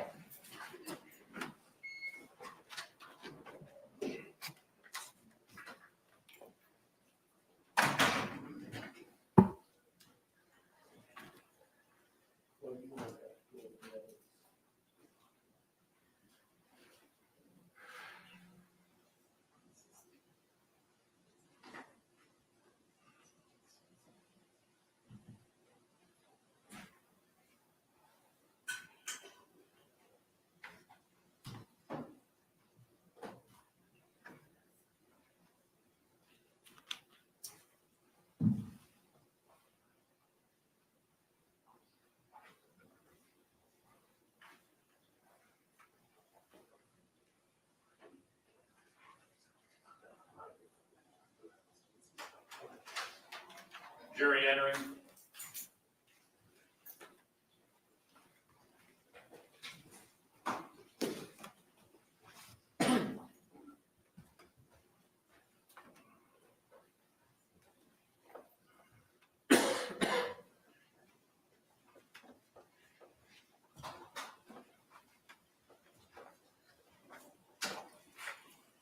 State, do you recognize our jury? Yes, sir. Defense, do you recognize our jury? Yes. I thank you all can be seated. Members of the jury, again, once you're seated and comfortable, if you could raise your hands to confirm that you complied with the court's instructions. All right, thank you very much. Thank you for your patience. Matters with counsel took a little bit longer than we anticipated. We're going to take an earlier break today. It's 11:35. We anticipate the defense putting on a case this afternoon, and we don't want to get into it and then have to break a half an hour into it. So we're going to go ahead and take that break at this time. I'm going to give you a similar instruction as I've read to you over the last couple of days. Jurors, you must not conduct any investigation on your own. This includes reading newspapers, watching television, or using a computer, cell phone, the internet, any electronic device, or any other means at all to get information related to this case or the people and places involved in this case. This applies whether you are in the courthouse, at home, or anywhere else. You must not visit places mentioned in the trial or use the internet to look at maps or pictures to see any place discussed during the trial. Jurors, do not watch local news or read local newspapers. Jurors must not have any discussions of any sort with friends, family members, or even your fellow jurors about the case or the people and places involved. So do not let anyone make comments to you or ask questions about the trial. I want to stress again that just as you must not talk about this case face-to-face, you must not talk about this case by using an electronic device. You must not use phones, computers, or other electronic devices to communicate. Do not send or accept any messages related to this case or your jury service.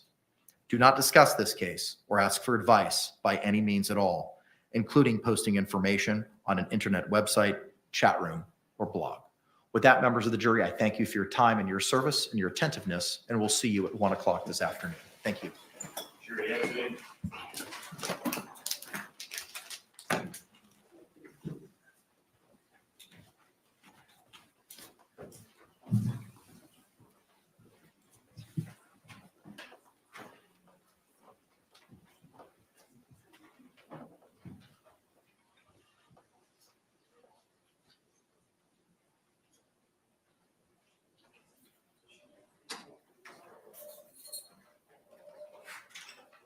Y'all may be seated. Thank you.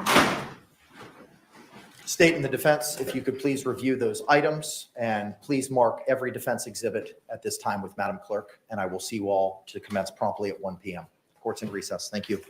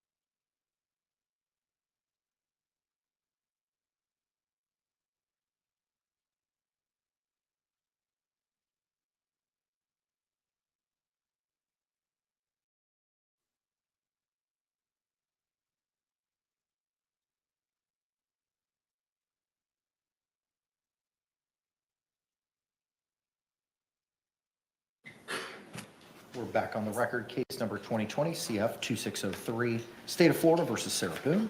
Let me get appearances for the state. Dave Castro on behalf of the state. William James for the state. Defense. James Owens for this Boone. County Henderson from Ms. Boone. Ms. Boone is seated at counsel's table wearing the same black jacket and blue blouse from this morning. We will be standing when our jury enters. She is in custody but out of any restraints. As she is testifying first, once we bring in our jury, she will walk to the jury box and be sworn in front of the jury. State, are we ready to bring in our panel? Yes, Your Honor. I was able to get the redactions done. I put a disc on Mr. Owens' notebook there, has the case number on it and 3 black dots in Sharpie, just so a random way of saying what it is. Excellent. Appreciate it. Thank you for getting that done over the lunch hour. Defense, are we ready to bring in our jury? I've got a couple of issues. Yes. Number one, Kevin Beck is working on. Let the record reflect that Mr. Beck has appeared. For the record, I'd like to make 2 points about this issue, about whether or not I can bring in evidence of prior acts, prior bad acts, prior to the overt act. And there's 2 reasons that I believe I should be allowed to do so. One is, Judge, in that 2-minute video, Sarah Boone makes a statement, "That's how I feel when you choke me." And then some moments later, "That's how I feel when you cheat on me." And she's angry at him, and she's talking to him. She's talking to him in an intoxicated state, and she's expressing her anger and why she is angry. And I ought to be able to elaborate on what that is that she's angry about as it relates to when you choke me. That's my first motion. Okay. The second one is, Judge, on this. Before you proceed with the second, is the second intertwined with the first? No, I mean, it's a similar argument, but related to something else. Okay, response. Judge, I don't disagree that they should be able to bring that in once they've established an overt act that is imminently dangerous to an objectively reasonable person. I believe that's the law. Any other further arguments, sir? Not on that issue. Motion's denied. Court, again, is going to rely on the Supreme Court's guidance in these situations based on Holland 916 7 2nd 750 at 1.760 through 761. My second argument ties into what he just said about what a reasonable person would do under the circumstances facing an imminent threat, whether a reasonable person would perceive the overt act on the part of Jorge Torres that was witnessed by Sarah Boone. Would that be perceived by someone as a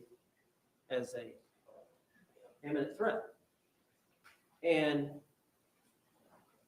to some degree, you have to understand the history of Jorge Torres and Sarah Boone. They were together 3.5 years. They were engaged, but there had been a history of violence. And from the evidence that's been presented,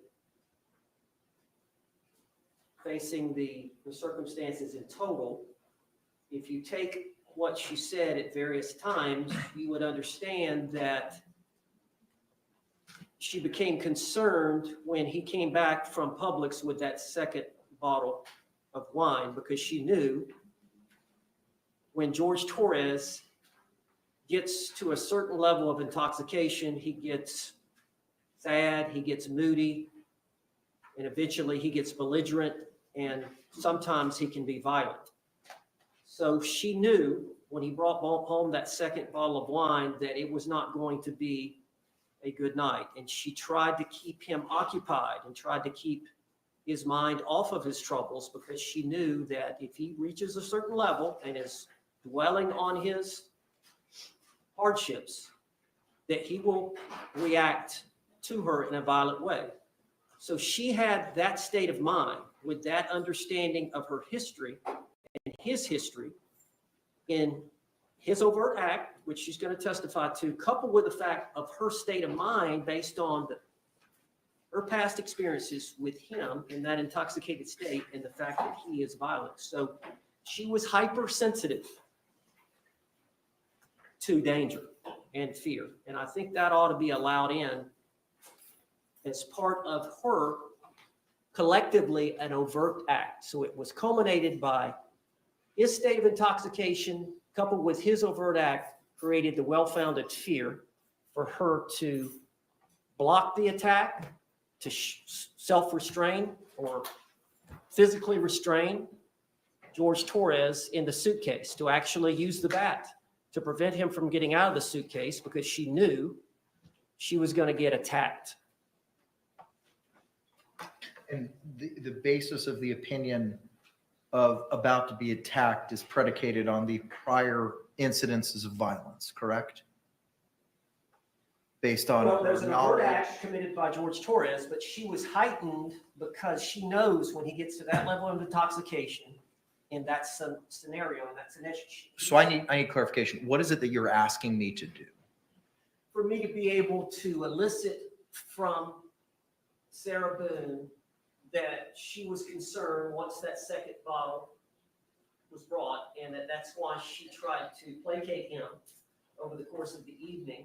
And that's why she had a heightened sense that he was capable, Judge, due to his degree of intoxication, that he may act violently towards her. And the problem is, a lot of the problem is, Judge, he doesn't remember battering her the next day. That's part of the reason that she videotapes him and photographs him. She starts to document what happens so that she can show him. She loves the man. She adores the man. She wants to marry him. She wants a life with him, but she's tired of being beat on. And so that all ties into her behavior, her sense of nervousness at that point. The reason she was so confident during that 2-minute video is because she knew, okay, this is my chance. He can't get to me.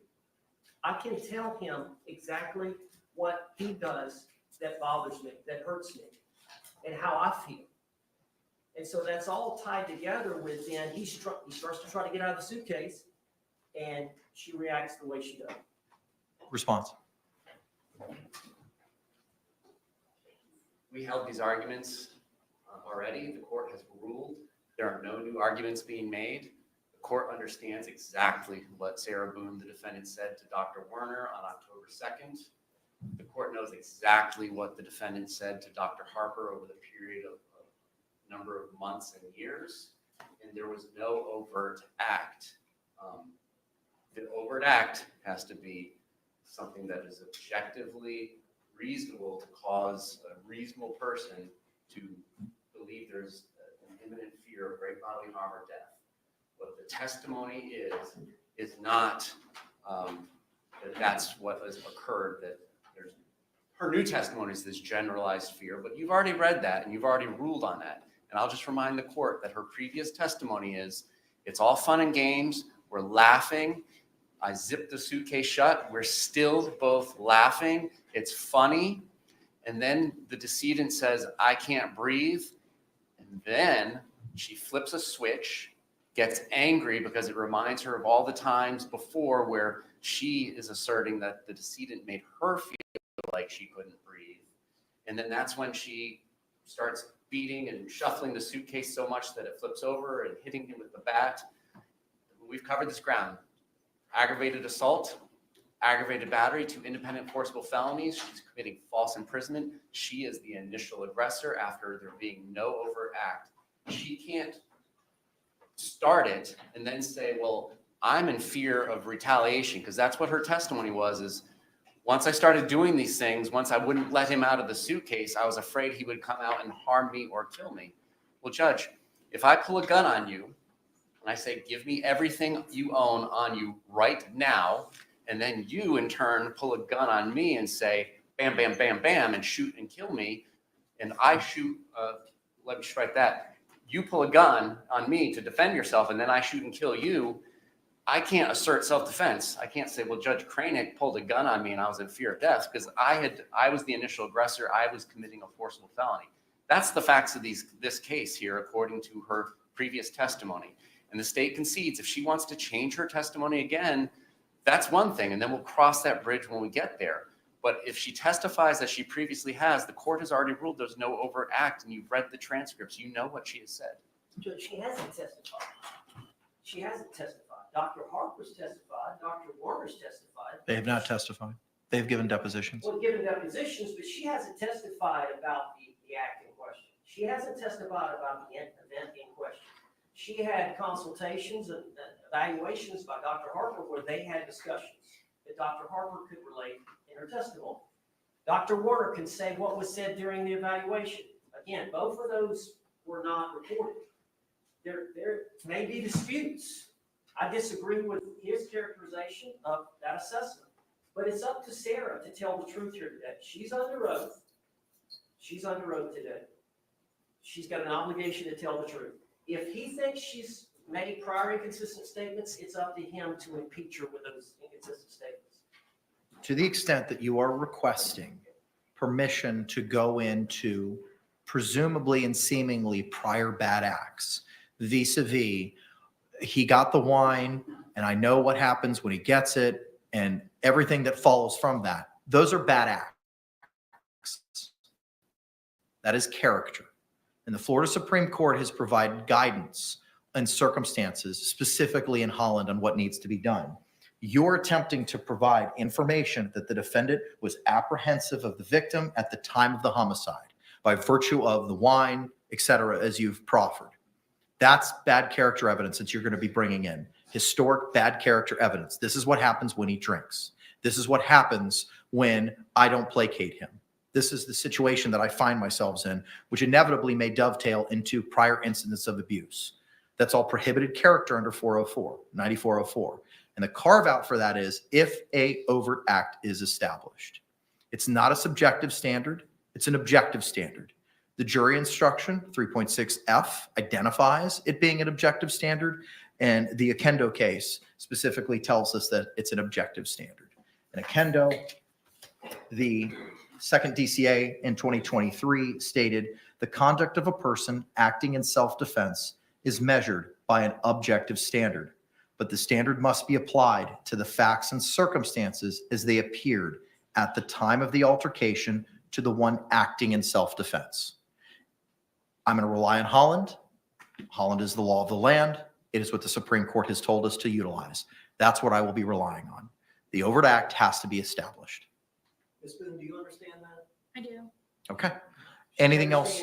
We cannot talk about any prior bad acts or anything of that nature until we talk about the actual event, the attack. Correct? You understand? Do you understand that? I do. Okay. Anything else, State? Nothing. Defense, anything else, sir? No, sir. All right, let's go ahead and stand and bring in our jury.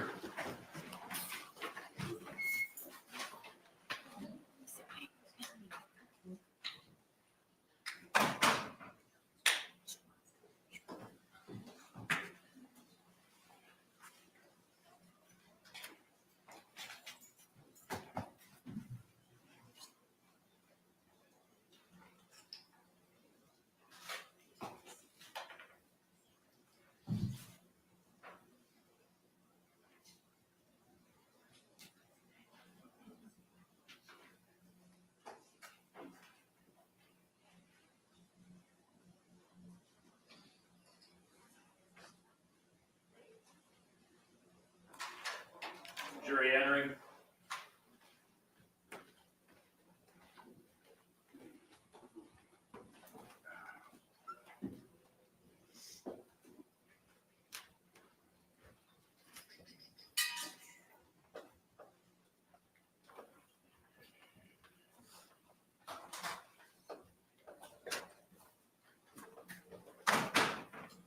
State, do you recognize our jury?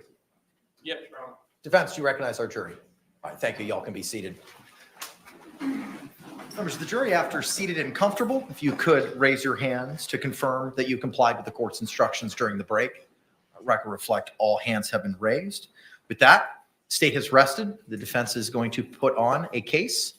Defense, Mr. Owens, you can call your first witness. The defense would call Sarah Boone.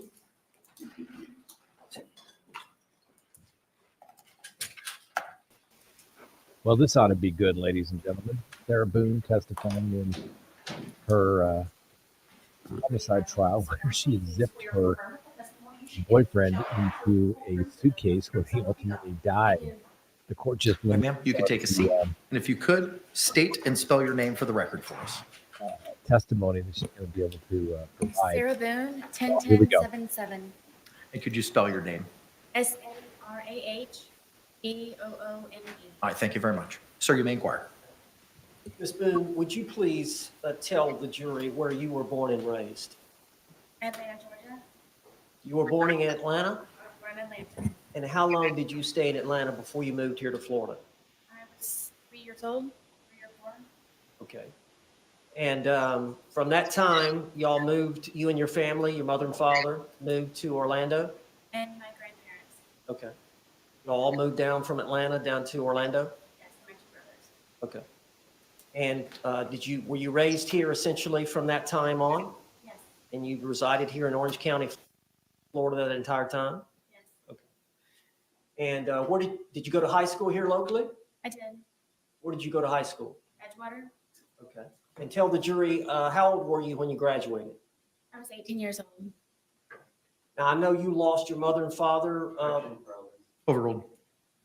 I know you lost your mother and father in your teens and in your 20s. Is that true?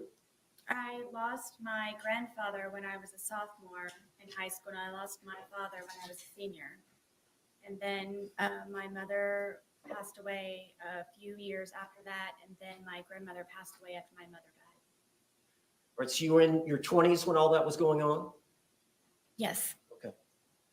And then at some point in your 20s, you met Brian Boone? I did, yes. All right. And how long did y'all date before you married? A good handful of years. I helped my family with paying mortgage and bills for the house since my father had passed away and my grandfather. So So you worked outside the home? I did. Okay. Can you tell the jury when you said you and Brian Boone dated for a while? Do you remember when y'all married? I do.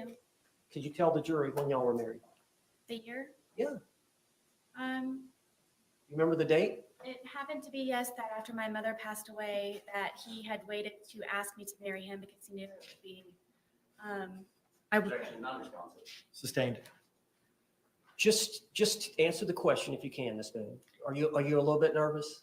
A little bit. Okay. Well, just tell the jury if you remember the date that you and Brian Boone married. August 21st, 2004. Okay. And had y'all lived with each other for a short time before that? Short time. Yes. Okay. After you married, how long was it before y'all had any children?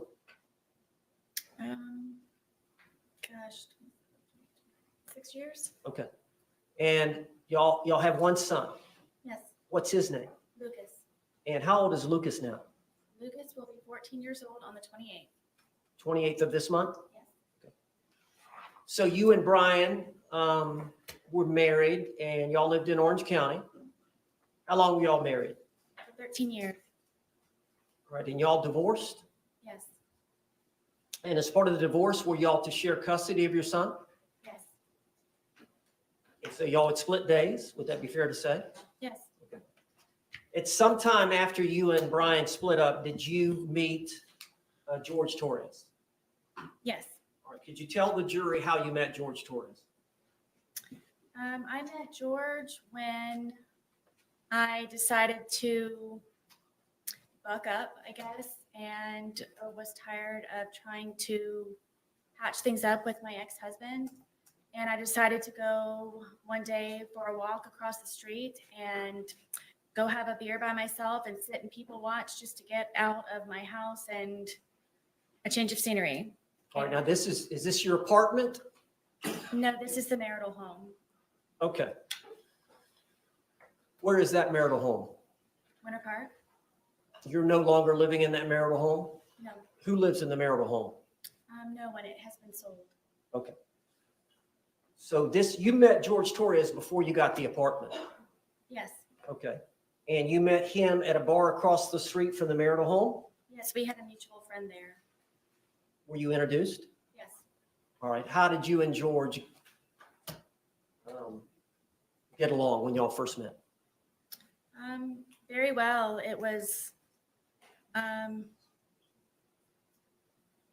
it was strange how quickly we hit things off and had so much in common. And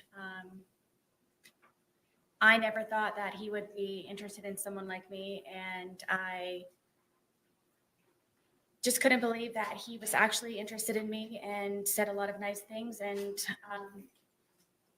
1 hour ended up being 4 hours from when we had first met. And then we would always have something to talk about. Why couldn't you believe that he would be interested in you? He was very handsome. He was very funny. He was smart, and I would show up in workout clothes and disheveled hair, and I guess I kind of felt broken from being in the process of the divorce that he knew about. But then one of the things that we could relate also was the fact that he was here in Florida because he had just been divorced from his second wife. So that was another topic that he and I could compare notes on.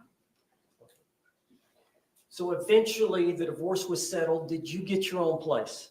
Yes. Is it fair to say that after you, at first you lived in your parents' home, correct? Yes, until I was married. And then you moved directly in with Brian, Yes. and then y'all lived in the marital home, correct? Yes. And then you got this apartment. Yes. So that was the first time in your life that you actually had your own place. Yes. And what was the address? 4748 France Court, apartment number 3. And what city is that in? It's in Water Park. How far is that from here? 20 minutes. Okay. So you got that apartment, and initially were you by yourself? No. All right, tell the jury. In the almost year, about 10 months of separation from Brian, my ex-husband, that is the time when I met George. And my ex-husband was trying to buy me out or force me out of our marital home, and I needed to find somewhere to live. And So did you and George agree to rent the apartment? yes, I needed extra income. We could not afford it just on my own. You were receiving some income from the marriage settlement, were you not? Yes. So you did have a consistent monthly income coming in from the marriage settlement, For the most part, yes. but you needed more to live. Yes, to pay the bills and for rent. So did you and George have some agreement? We did. All right, what was the agreement? The agreement was that if I decided for he and I to live with one another, because it would be under my name, that he would help with the monthly bills and on a regular basis where it wouldn't be something that I would have to argue with him about. It would just be an automatic, make sure that everything's paid first, and then from there, hopefully have some fun with it. Okay. So I understand from that point on, would it be fair to say that y'all saw each other on and off for about the next 3.5 years? No, I would consider us a couple. At some point, he asked me to marry him. Okay. But y'all did have times where he left and went to live with his parents. Yes, Is that fair? yes, And there were times where there was an understanding that y'all were going to break up. multiple times. Okay. All right. So again, on again, off again. Yes, this was actually before we had our apartment. That was, I guess, our dating phase. Okay. So y'all were together for 3.5 years. Is that fair? Yes, And y'all had actually agreed to marry? he had asked me yes a couple of times to marry him, and one time I agreed to yes. Okay. Now, I want to get directly to the date of this event so that the jury can hear your testimony. All right. So tell us, I believe the date is February the 23rd of 2020. Explain to the jury that whole day, from the time y'all got up, the whole thing. Approach. All right. So this is what you have to consider when you put your client on the stand. in any kind of a trial. Obviously, the defendant, in this case, Ms. Boone, has no right or has the absolute right not to testify, and nobody could force her to testify. This is ultimately her decision. It's a very personal decision. And I get that the attorney is trying to personalize her and create, let the jury know that she's a human being. No, get up, get down, get off the stand, keep it short, keep it simple. This is all completely irrelevant. Okay, you can literally, how did you meet your boyfriend? Oh, we met this way. How long did the relationship last? This long. And then just cut straight to the chase as it relates to the night in question. I get they're trying to do this whole spousal beating Objections overruled thing, for now. but I don't. Just get to it. Just get to it. The judge is limited in what Let's can be just, brought in. instead of one long speech, let me break you up over the course of the day. So do you remember the date of February 23rd, 2020? Yes, Do you remember getting up? yes. All right, just tell the jury about the morning, what y'all did that morning, what you and George spent the night together at the apartment. Yes, at that point, he was living there. Yes.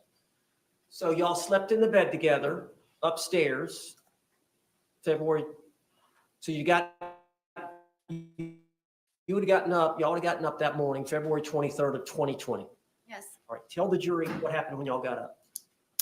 He was already downstairs and I went downstairs and he wanted to start the day off by drinking because it was a day off from his job. And I talked him into cleaning and tidying up the house for a sense of accomplishment. So that is what we did for however long that it took. So we did tidy up the house and got everything in order, and it was kind of a reward, I guess, to be able to sit and enjoy ourselves and sit on the back porch. All right, what do you mean by cleaning up the house? What did y'all do? We swept and mopped. We folded some of the laundry. I know that we did the dishes, emptied the dishwasher, just general run-of-the-mill tidying up. And did you have your son coming the next day? Yes, that was one of the reasons why we were able to do that. What was the arrangement you had in terms of the next day would have been your day to pick up your son from school? Yes, What time would you pick Lucas up from school the next day? I believe his school ended at 3 o'clock. So you would have been responsible to pick him up and he would be spending the night with you that night.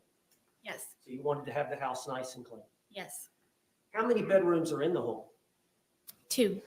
And you and George had one bedroom? Yes. And who had the other? Lucas. All right. Is that exclusively his bedroom? Yes. All right. So how long would it have taken y'all that morning to clean? I don't really remember what time we woke up, but maybe a good 2, maybe 3 hours. Okay. And would it be fair to say that you and George both smoked cigarettes? Yes, And would it be fair to say that you and George both drink alcohol? yes, So at some point, y'all finished your chores, right? And then y'all were going to enjoy the day. yes. All right. What was the plan? It was just kind of, we've got the day to ourselves. Let's just kind of relax and go with the flow. Did y'all make a decision that y'all were going to start drinking? Yes, we had a half of a bottle that was already in the refrigerator, and I did not want to go out afterwards. I, again, had Lucas coming the next day, so we went over to Publix to purchase another bottle of wine so we could not have to go out later on that evening. Now, you were here in court when the state played the video of you two and the Publix purchasing the bottle of wine. Yes, Is that what you're referring to here with the jury right now? yes, Okay. And that was around noonish? I believe so, yes. Okay. Had y'all started drinking the leftover bottle before going to the Publix? No. Okay. So y'all bought a bottle of wine? Yes, All right. And how did y'all get to Publix? my car, How far is Publix from your apartment? 5 minutes. How would you get there from your apartment? What do you mean? Did you have to go across any major highways or is it right there? You just come out of our apartment complex and you do a little U-turn and then you come up and it's right in that complex. But it's easier to drive than to walk. Yes. I know at sometimes y'all would simply need cigarettes and it was in walking distance. Can you tell the jury about that? Yes, there was a AutoZone convenience store with, in the same, I guess, parking lot of our townhome, our complex.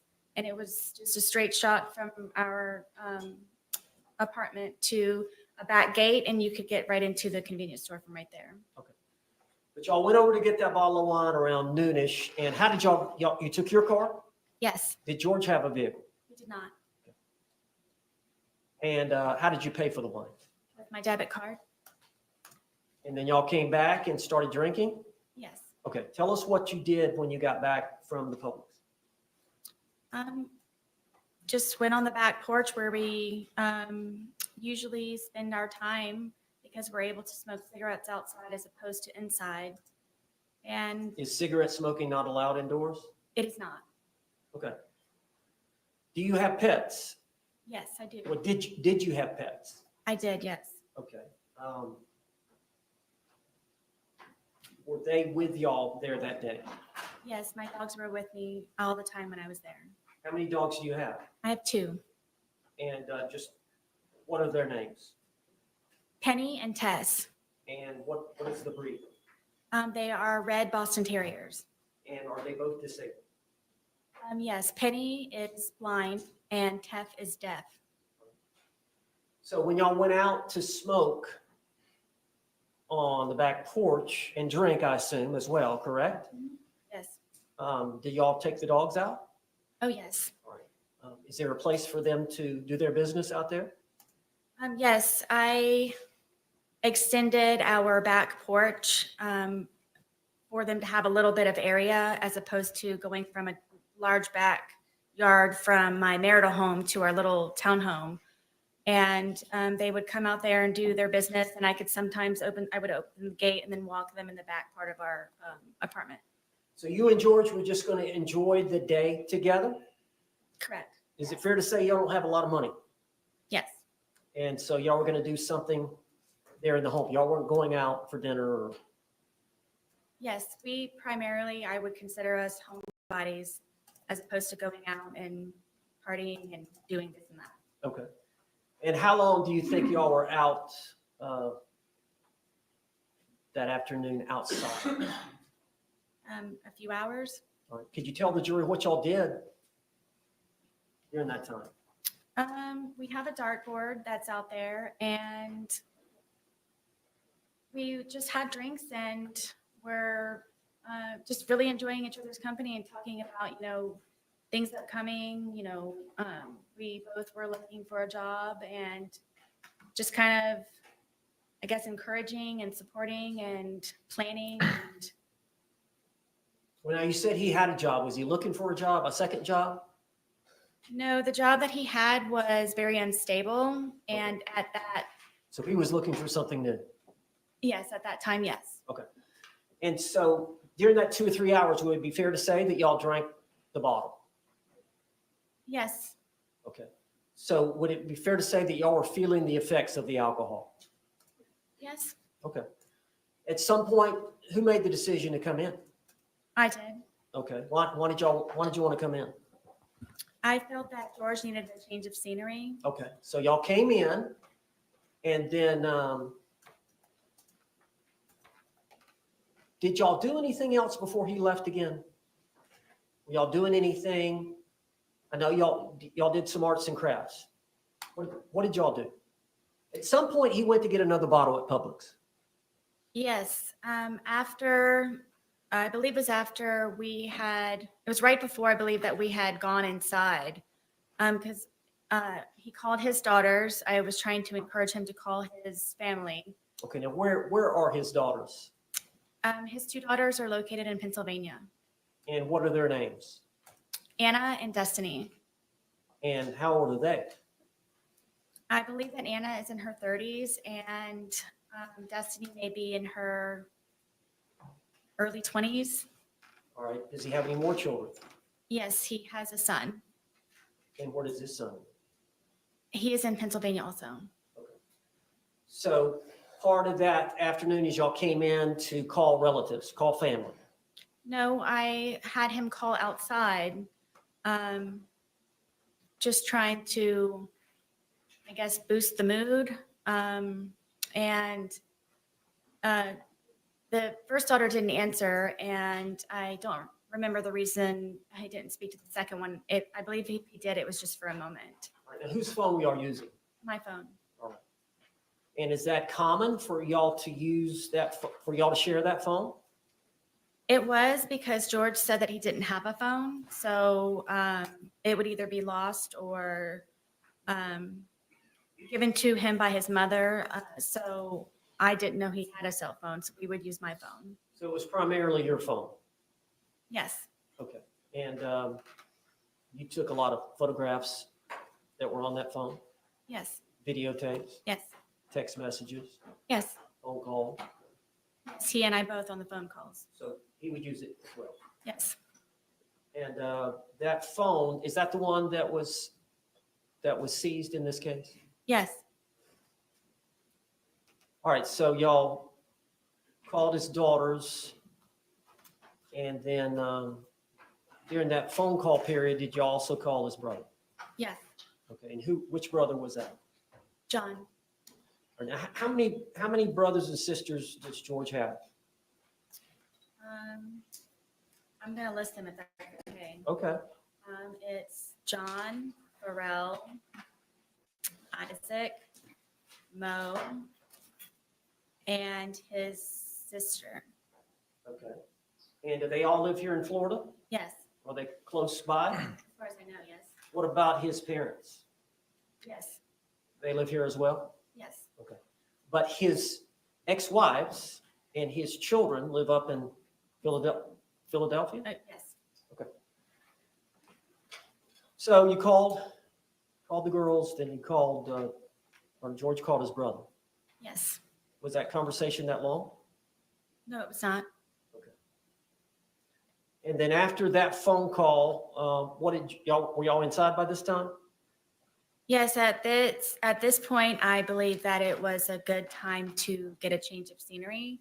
So I thought George would be better off inside, and frankly, I didn't want to be outside any longer either. Okay. So just to get an idea, about this time is when he went to get the second bottle, or did y'all stay inside for a while before he left? No, from what I recall, I thought the day was over and it was going to be, get ready for the evening, for the day. What do you want for dinner? You know, do you have an extra load of laundry that you need to throw in, kind of thing? And that was my understanding. And This was about 5-ish or something? I don't remember the time. Okay. At some point during that time period, did George go to Publix again? Yes, I thought he was going to be walking to the convenience store, but apparently when he returned, he had gone across the street with my car and my debit card to buy another bottle of wine. What was your understanding of where he was going? To the convenience store, walking, For what? cigarettes. Okay.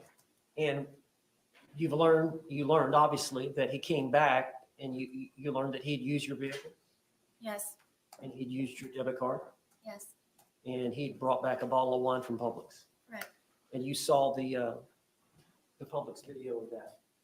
yes, So he comes back with the other bottle of wine, and did he want you to drink with him? it was expected, yes, Yes.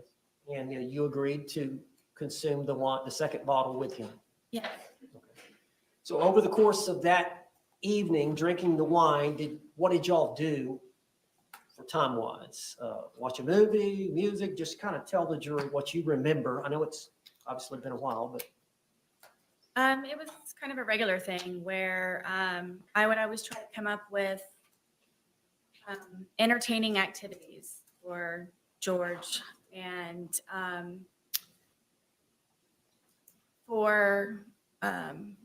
I bought a puzzle. We started off at one point doing a smaller puzzle, and then we did that very quickly. So then I purchased a larger puzzle, and I believe it was 1,000 pieces.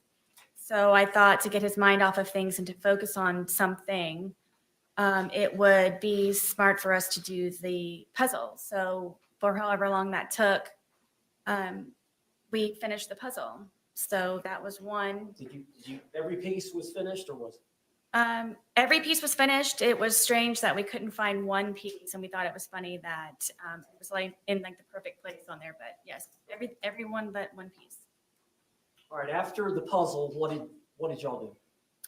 I decided to continue to maintain and focus him, and I have a bunch of paints that I used of my son's that his grandmother bought him. It's a very big art wooden box, and it's got pastels, pencils, paint, any kind of whatever.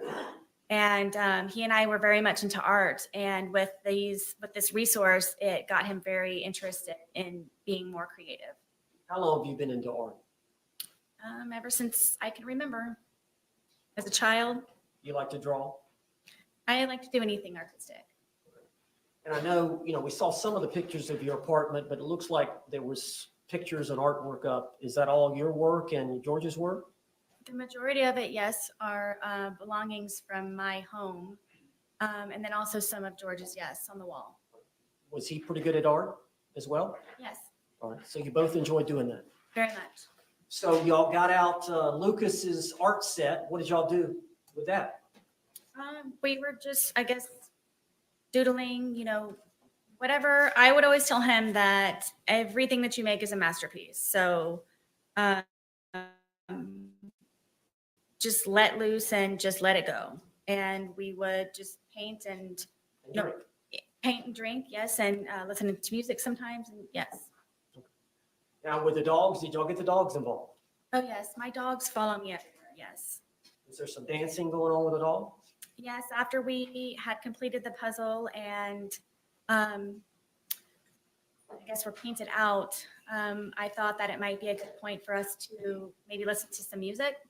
And the music that George listens to is it's very fractious to me, and it was definitely not going to lighten the mood. So we ended up finding some channel on the radio, and he was feeling it. And then we ended up, my one dog gets very active and was dancing with us, and we were just having a good time listening to music. And I guess it's getting pretty late in the evening. Yes, Anything else I've missed? I don't believe so. All right. So tell us where y'all ended up before you started the game of hide and seek. We were there. I couldn't think of anything else possibly that I had to continue entertainment. But I remember sitting at the end of the couch and him sitting in one of my son's chairs that was in the living room, and just kind of doing this. Like, what are we going to do now? Like, I very much would like to go to sleep. Had y'all finished off the that bottle that he had bought? I don't remember, to be honest with you. Bless you. Would it be fair to say that as the day wore on, the more y'all consumed? Yes, All right. And would it be fair to say that as the day wore on, the more you consumed, the more effects you felt from the alcohol? of course, yes, Both of you. yes. So you would agree, would you not, that at the time y'all were trying to figure out something to do and you put your head on the couch, that would it be fair to say that y'all were intoxicated? Yes. Tell the jury what happened. At one point, I guess he knew that I couldn't come up with anything else, tapped me on my knee and said, "You're it." So from there, I ran up the stairs and hid into our shower, just waiting for him to find me so we could hopefully go to sleep soon at some point. And Your shower, is it a tub or just a walk-in? it's a tub, but it's in the master bedroom, and you have to go all the way upstairs. You have to go in the bedroom, and then you have to go into the bathroom part, and then there's the shower part. So did you lay down in the tub? At one point, yes, I was. So you were hiding? I was trying, Okay.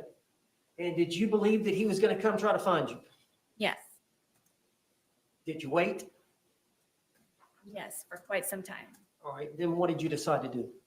That I decided that I need to go to sleep. I'm picking my son up the next day and we need to start wrapping up the evening. And I went downstairs to find where he was. And what, I think the jury has seen pictures of your, would you call it an apartment or It's considered a townhome. a townhome? So you walk down the stairs, right? Mhm. And at the bottom of the stairs is a bookshelf here? Yes, at the very end of it, yes. Okay. So you walk down the stairs and you turn and look in the living room. What did you see? I don't even think I made it all the way down the stairwell because I was just looking for him as soon as I could to hopefully go upstairs as soon as we could. And I looked over and I saw him settling himself in the suitcase. All right, tell us about the suitcase. How long, is it an older suitcase? Yes, Whose suitcase was it? this is George's suitcase. All right, and did he use it for traveling back and forth to Philly? Yes, I had recently taken him on a trip to go see his children in Pennsylvania, who he hasn't seen in years. And we took that with us. And because of how dilapidated it was, how broken it was, in the end, after that trip, we decided that we would donate it. All right, and I understand y'all kept the suitcase upstairs. Yes, How long did y'all keep it upstairs? since we had moved in. Is there a closet up there you kept it in? Yes, it was in the master closet, the master bedroom closet, all the way in the back because of the size of it, and there was nowhere to put it, so it's all the way in the back. So when did y'all decide to move it down from upstairs to downstairs? Was it that day or sometime earlier? No, it was maybe a week or so prior. And so what, y'all were gonna donate that to Goodwill or? Yes, we were going to do, I guess, a spring cleaning. Anyone who has children understands that they grow quickly, and there was a lot of clothes that I needed to go through of my sons, and then also from George and I moving in and just kind of putting everything in there, at one point where we just needed to actually go through it and organize it and get things more in order. So is that the reason it was downstairs? You were gonna donate it and a bunch of things that you're gonna put inside of it? Correct, yes. Okay. So it'd been down there a week, so it was already down there? Yes, George brought it down. Okay. So you said that you got down there, you're looking for him, you see him settling into the suitcase. Yes. What did you do? In my head, I said, oh man, we're obviously not going to be going to sleep anytime soon. And I walked over and he was trying to get himself flat, so I couldn't tell that he was in there. And then, Now, let me stop you there. The suitcase, is it the suitcase over here in the yes, box? You've seen it, you saw it. yes, It's a pretty big suitcase. yes. How big is George? George was my height. How And tall are you? I'm 5'3". Okay. And how much did George weigh? I thought it was 100 pounds. Okay. And how much did you weigh? I was 98 pounds. All right. Do you agree you put on some weight? Since I've been incarcerated, yes. Well, at the time, though, y'all were pretty skinny. Yes, So from the pictures, it looks like y'all were both pretty thin. yes, All right. So because of his thinness, is that how? And he's a small man. yes, Okay. So he was able to get in the suitcase on his own. yes. Did he willingly get in the suitcase? He was already in there. Okay. When you got to him, did he see you? Yes. All right. Tell us what happened. I mean, I just I zipped him up. We thought it was funny. And we're joking about how he was, I guess, small enough to fit inside of the suitcase. All right. So what happened then? From there, it was just, we were laughing about it, and it was just strange that he was small enough to fit in there. And then I kind of moved it around a little bit with him in the suitcase still. It was still funny that he was still in the suitcase. Just, I think he and I were just kind of couldn't believe that he could fit in the suitcase. Did you eventually close the top? Yes, well, the top was already closed. As he was settling himself in there, that's how I knew he was in there, was because the top was kind of flopping a little bit. Okay. So he had got in there to hide, and he pulled the top Yes, on top of it, but you could tell he was in there. yes, You saw him right away. yes, So at some point, did you zip him up? Did yes. you? And what was he saying or doing when you were zipping him up? We just thought it was funny. Were you both laughing? Yes, And so you zipped him up. Were y'all still laughing once you zipped him up? yes. Tell the jury what happened then. From there, I moved the suitcase around a couple of times, just kind of on the wheels, and moved it around. And at that point, it was funny. We were joking and laughing about it. All right, now eventually, did you go sit down on the couch and get your phone? Yes, Did I miss something? Well, the suitcase had, for me moving it around, was flopped over. So while it was like that, I thought at that point I had a moment to, I guess, take the time to talk to him while I guess he was not able to get out for a moment. So you flipped it. You got it on the top, right? Yeah. It gets in, but at some point you flip it over so the zipper is on the bottom. Well, it was just kind of how I was moving it around, and it ended up kind of flopping. So It was upside down. yes, So after you did that, what did you do? that's when I went over and decided to videotape to just see the, I guess the gist in it, for him to understand that right now I feel safe, and right now I have the ability to actually speak to you in a manner that normally I would not have the ability to do. And you were intoxicated, Yes. and you would agree that you said some things you should not have, Yes. but you realized he could not get out and get at you. Is that fair? At that moment, yes. So it goes on for about 10 minutes. Yes. You heard it here today, did you not? Yes. You heard his voice as he was speaking from the suitcase. Yes. That was his voice on the video and audio. Yes. And you heard your voice on the video and audio. Yes. That was your voice. Yes. All those things said by the man were said by George in that 2-minute video. Correct. All the words said by the female were said by you in that 2-minute video. Correct. Were you intending on showing him the video the next day? Yes. At the time or the next day, is it fair to say you don't even remember videotaping? I do not.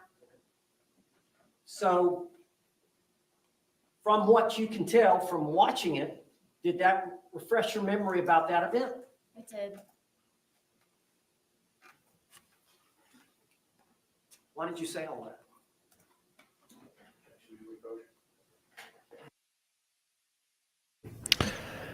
Okay, we're finally getting to it, but all this other stuff of, her dog and her kids and her painting, who cares? This story is just seems a little weird to me. The video at the time that she made, the recording at the time, is what is probably going to get her convicted. This is just weird. I mean, this lady, obviously, they probably had a drinking problem. This is what they do in their spare time is sit around and drink and come up with ways to have games. Like, this is just weird. I just, maybe it's just me. Let me know in the comments what you think, but she is not striking me as someone that's particularly likable on the stand. The first, I don't know, 15, 20 minutes of her testimony was completely irrelevant. How they met, how they moved in the apartment. Who cares? Doesn't go to the elements of the offense. It's not relevant. I know the attorney's trying to make her look like a human being. And you know what? Emotion, all that kind of stuff should not come in at court. The jury needs to make their decision with neither passion nor prejudice based upon the facts alone. So let's get to the facts and see if, the judge is not going to allow in a lot of bad conduct, basically reverse 404B evidence of the deceased boyfriend here. So see if they're even able to get in the battered spouse syndrome. All right, I'm talking about just the 2-minute video part that was recorded. Could you just tell the jury what you were feeling, what your feelings were at the time, and then explain that to the jury? You mentioned, you talked about it before. You said he was in that confined space and it was my chance, but you want to elaborate on that, or? Sure. I want you all to know that the majority of the time, am always afraid and always scared. All right, well, I understand that. Okay, I understand that. But would it be fair to say that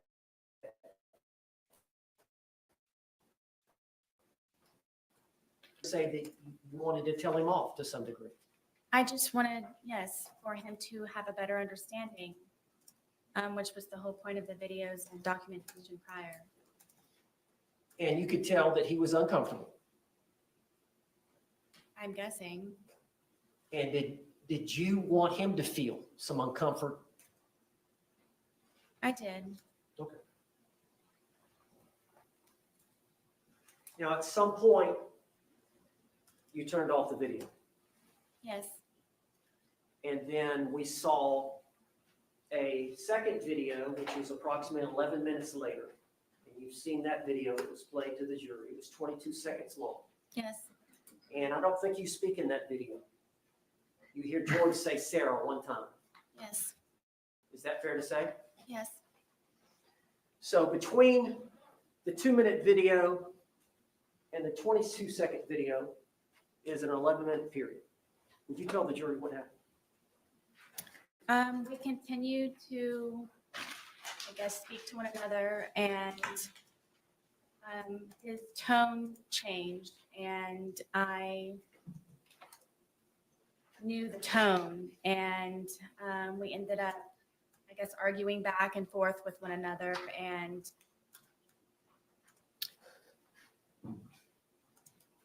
it was the things that he was saying very much frightened me, and cursing at me and threatening me. And Did he want you to let him out of the suitcase? I'm sure so. Okay. Go ahead, tell the jury.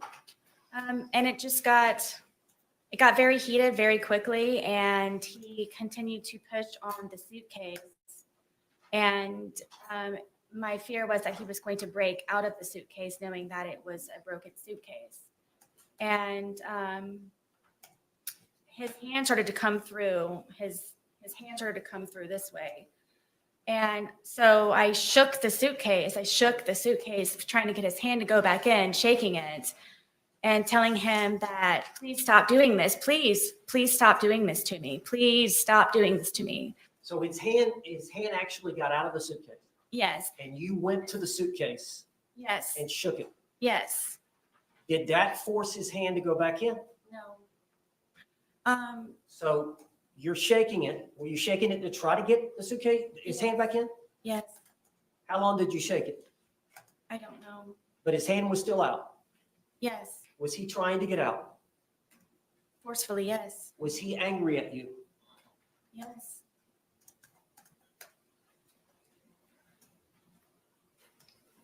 Were you in fear? always. If he would have gotten out of the suitcase, what would he have done to you? Like he used to tell me, he probably would have made me unrecognizable, or I would have lost my life. Did you lose the grip on the suitcase? Yes, Where was the bat in relation to the suitcase? it was leaning up against the dining room table, right there. How far was the bat from the suitcase? 3 feet, 2 feet. Was his hand still out of the suitcase? Yes, And was he getting out of the suitcase? he very much was trying. Yes, And so what did you do? for the split second reaction that I had, I happened to see that, and I grabbed the baseball bat and was trying to poke his hand to go back in to please don't break through, please. So I hit his hand. Did you hit the outside part of his hand? Yes, We've seen the photographs of his left hand. Did you cause the bruising there? I'm guessing yes. Now, you've seen the bat. It's a youth bat. Yes, I bought it for my son. Is this the bat you used? Yes, And you said you poked him with it? yes, I kind of pushed, like I held it with the skinny part here and then So the grip here, prodded at it. Yes, you grabbed it with both hands here, yes, and then the barrel of the bat, the big part of the bat is here. correct. And you thrusted it into the different areas of the suitcase?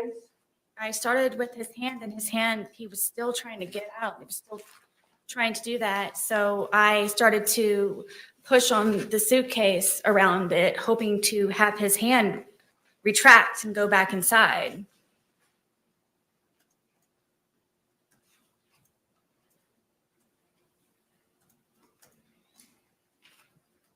You made those injuries. I did, We've seen the photographs. yes, We see the bruising. Is that from that bat? yes. Eventually, did his hand go back inside from you doing? Yes, finally, he had subsided and retracted his hand. So in your mind, did you prevent him from attacking you? Absolutely. Split second decision. Now, once he retracted his hand, do you remember zipping it up some, or what did you do in relation? Because he was upside down, was he not, at that point?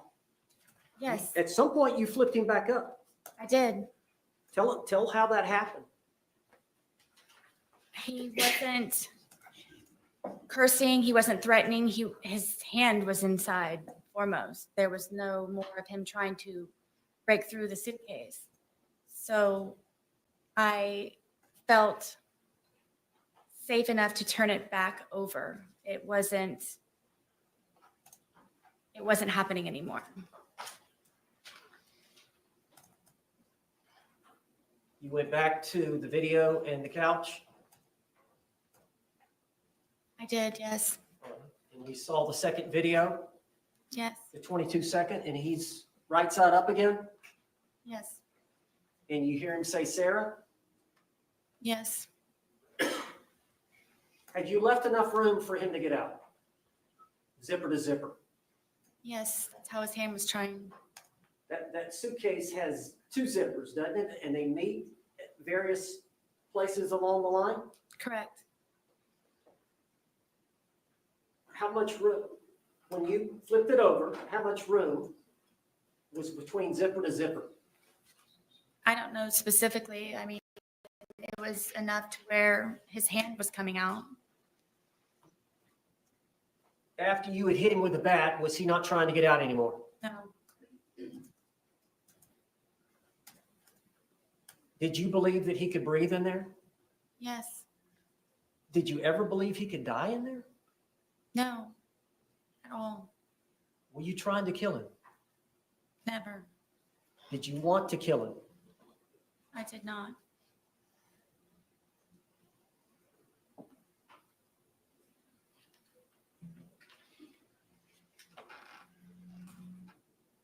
Did you walk upstairs? I did, yes. Why didn't you let him out before you walked upstairs? Were you afraid? Terrified is more of the word. As long as he was in the suitcase, he couldn't harm you. Correct.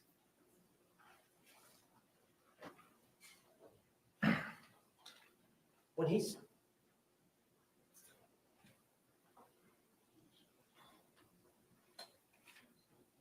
Did you want him to calm down? Yes, I wanted him to stop being angry because I know what it is for him to be angry.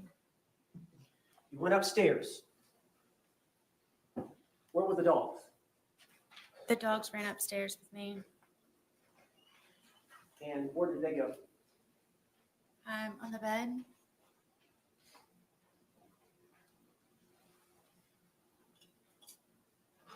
Did you have the phone with you? Yes, I know at some point you called your husband Brian, did you not? I did. Do you recall how long that conversation was? Not very long. Can you recall what was said? I don't remember exactly. No, I don't.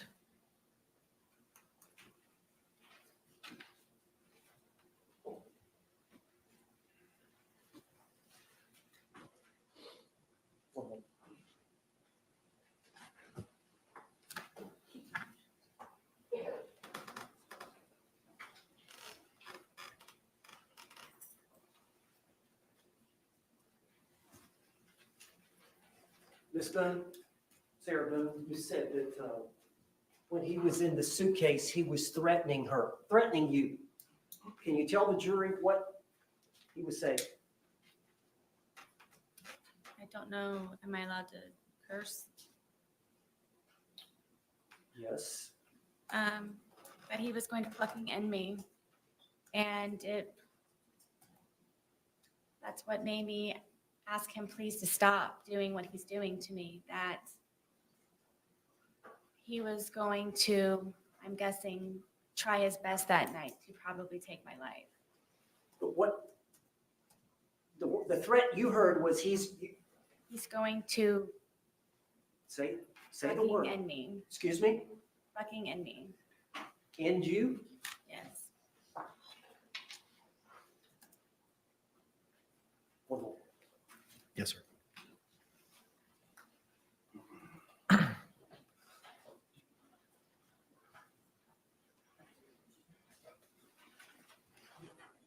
Judge, can we approach your bench? Yes. Okay. Who's buying it? Who is buying what she is selling? They're bored. They're drunk. Hey, I got an idea. Let's put you in the suitcase. And then when you try to get out, you start pushing his hand in, and then you start using a bat because you are afraid that when he gets out, he's going to harm you, but she is always afraid. Yeah, I think you can tell by the look on her face. She can see the jury. She can see the jury's reaction. Now, obviously, I can't see the jury's, but she can. And, you know, I'm just looking at her face. She's not looking like this is going well. Boy, do you think she's thinking back, I should have taken that offer? Because now the, judge, when it comes to sentencing, can basically sit there and say, she got up and lied, right? Do you really think, I mean, if this is some sort of self-defense case that she's arguing now. All right, members of the jury, it is 2:14. I have a matter that I have to discuss with counsel at this point in time outside of your presence. So I'm going to ask you to retire to the deliberation room. We'll bring you back in as promptly as possible. Again, similar instruction that I've given you. Please do not conduct any independent investigation or research as the person, places, things, or charge involved, and do not have any discussions amongst yourselves or anyone else about those things. We'll bring you back in as promptly as possible. Thank you.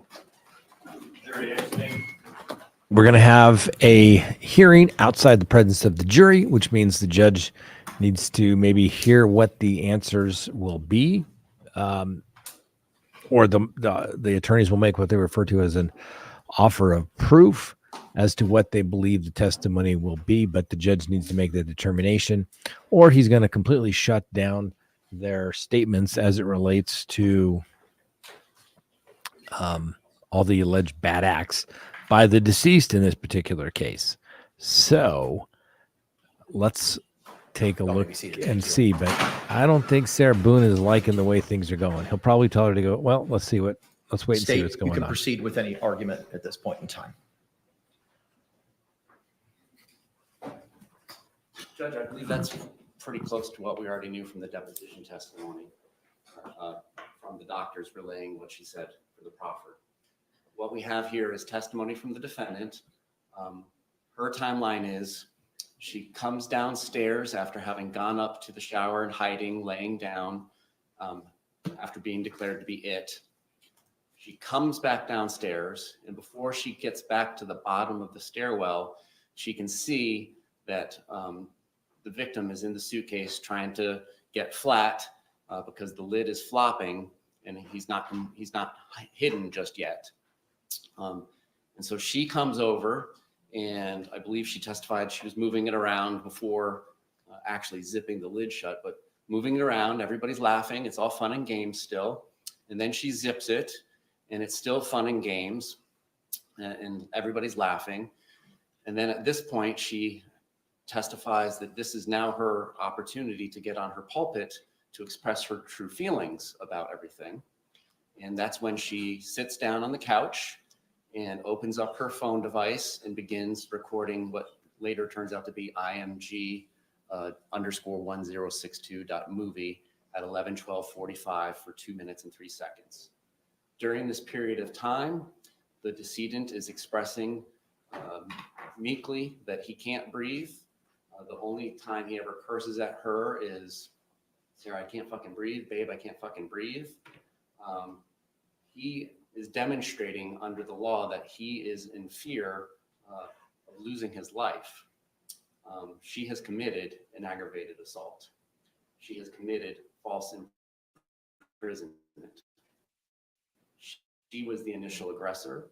There was no overt act to justify these actions that she took against her boyfriend. She then goes on to say that during this period of time between the end of the movie at 11:14:48 seconds and before the next one starts at 11:23, that it's now at this time, while he's still constrained and clearly unable to get out under his own power despite having his hand out, she begins beating him with a bat, poking his hands, poking the suitcase with a deadly weapon. A bat is used for baseball, but it can also be used to harm another person. And according to the medical examiner's testimony, there was great harm caused to him, deep ecchymosis bruises. She can't start to do this out of fear, like the analogy I gave earlier. If I pull a gun to rob you, Judge, and you pull a gun, I can't shoot you in self-defense. She started this. She started this. There was no overt act, and therefore, we're asking for you to prevent, under the case law, any prior instances of violence, any reputation evidence, and any battered spouse syndrome evidence, because that's simply just what the case ended up being. Thank you. Response.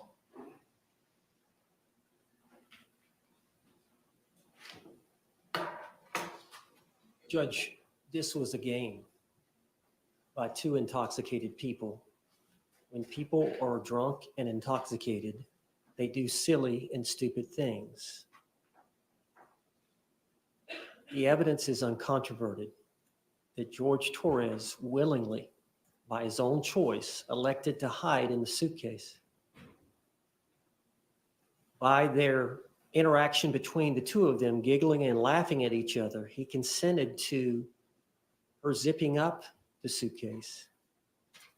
And the playful nature of what was going on during those few minutes prior to the video. When the video is turned on, there's a 2-minute period where they're talking.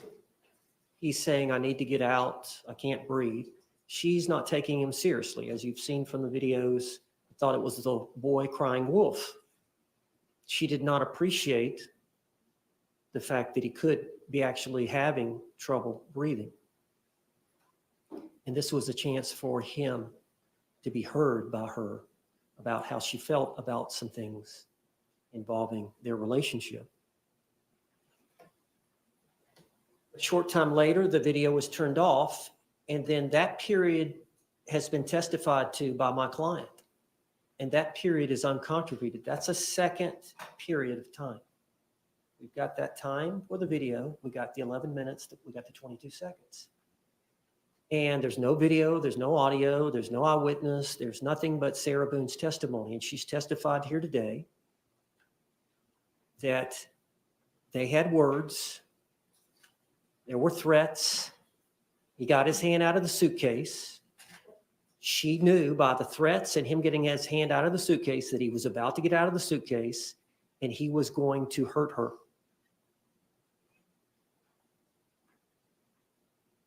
A reasonable person under that scenario would believe she was about to be harmed. She was an imminent threat of harm.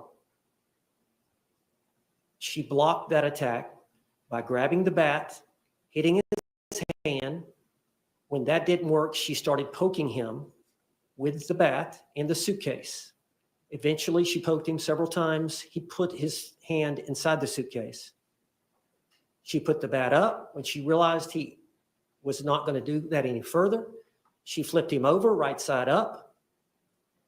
She still had a fear, knowing that if he got out, she would be harmed.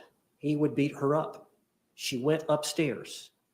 That is an overt act based on the discussions, coupled with the fact that he threatened her, using the word, I'm going to fucking end it for you, or some words to that effect. I don't remember her exact words, just before she went upstairs while he was still in the suitcase. If she would have let him out, and this is a crime, now this is an event involving an omission, failure to act, failure to unzip him at that point before she went upstairs. The failure to act, the failure to unzip, which would have let him out, which would have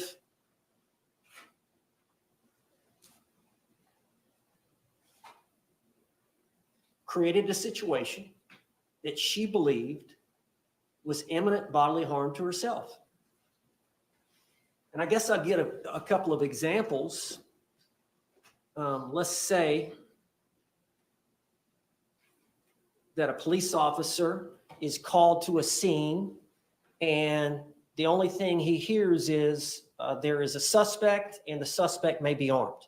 So of course the officer pulls out his revolver and he's walking around. Well, then eventually he finds the suspect and the suspect reaches for his waist.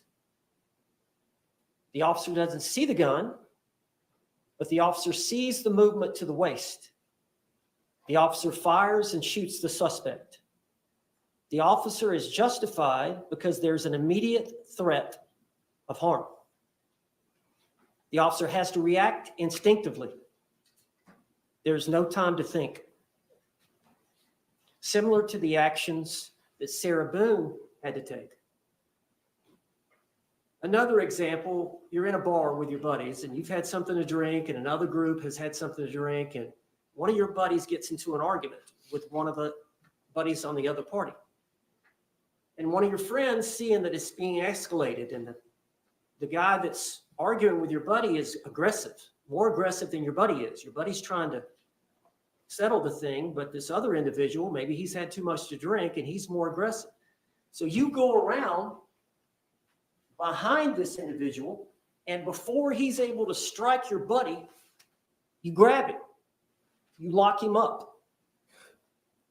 That's physical restraint to block an attack. Or you grab him by the neck and you choke him. Physical restraint to block an attack. That's what she was doing with the suitcase. If she let him out of the suitcase, she was going to be harmed based on him trying to get out with his hand, based on the threats he made while he had his hand out, and based on the threats he made while he had his hand inside just before she went upstairs. Thank you.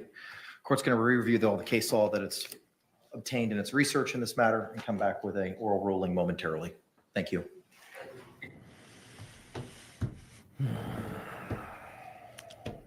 All right. What can I say?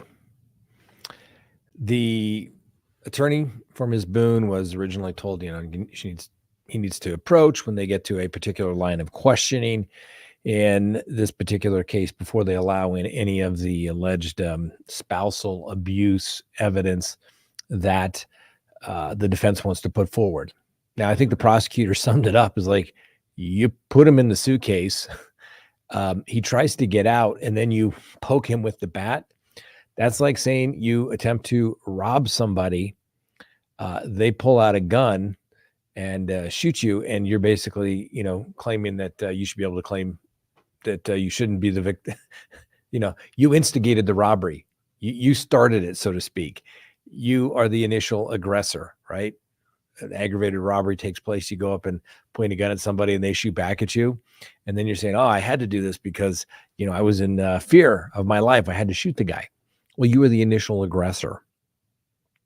And so that doesn't fly. In this particular case, the testimony is that Sarah Boone says that they're playing this game and somehow she is going to put the boyfriend into the suitcase. He, is trying to get out, and she somehow feels all this fear of death that she's going to, I think her words were, end her or mess her up, something to her face, something along those lines. And then she starts poking at him with a baseball bat to basically put him back in there. And then when he stops resisting, basically goes to bed. Now, the judge, he's in a tight spot, right? Does he allow the evidence in, let the jury decide based upon this evidence whether they're buying this particular story, and let the jury decide now? Or do you keep it out and then it goes up on appeal, and then you got some appellate judge that says, well, it could have made a difference. Maybe you should have let it in, judge. And so that's what they were talking about, before we can get to the, predicate act. I mean, I think it's a stretch. I think it's a stretch. I mean, really what the battered, spousal syndrome is, it was all self-defense, right? I had to do it. I wanted to do it. I just couldn't do it until this appropriate time. And then this was it.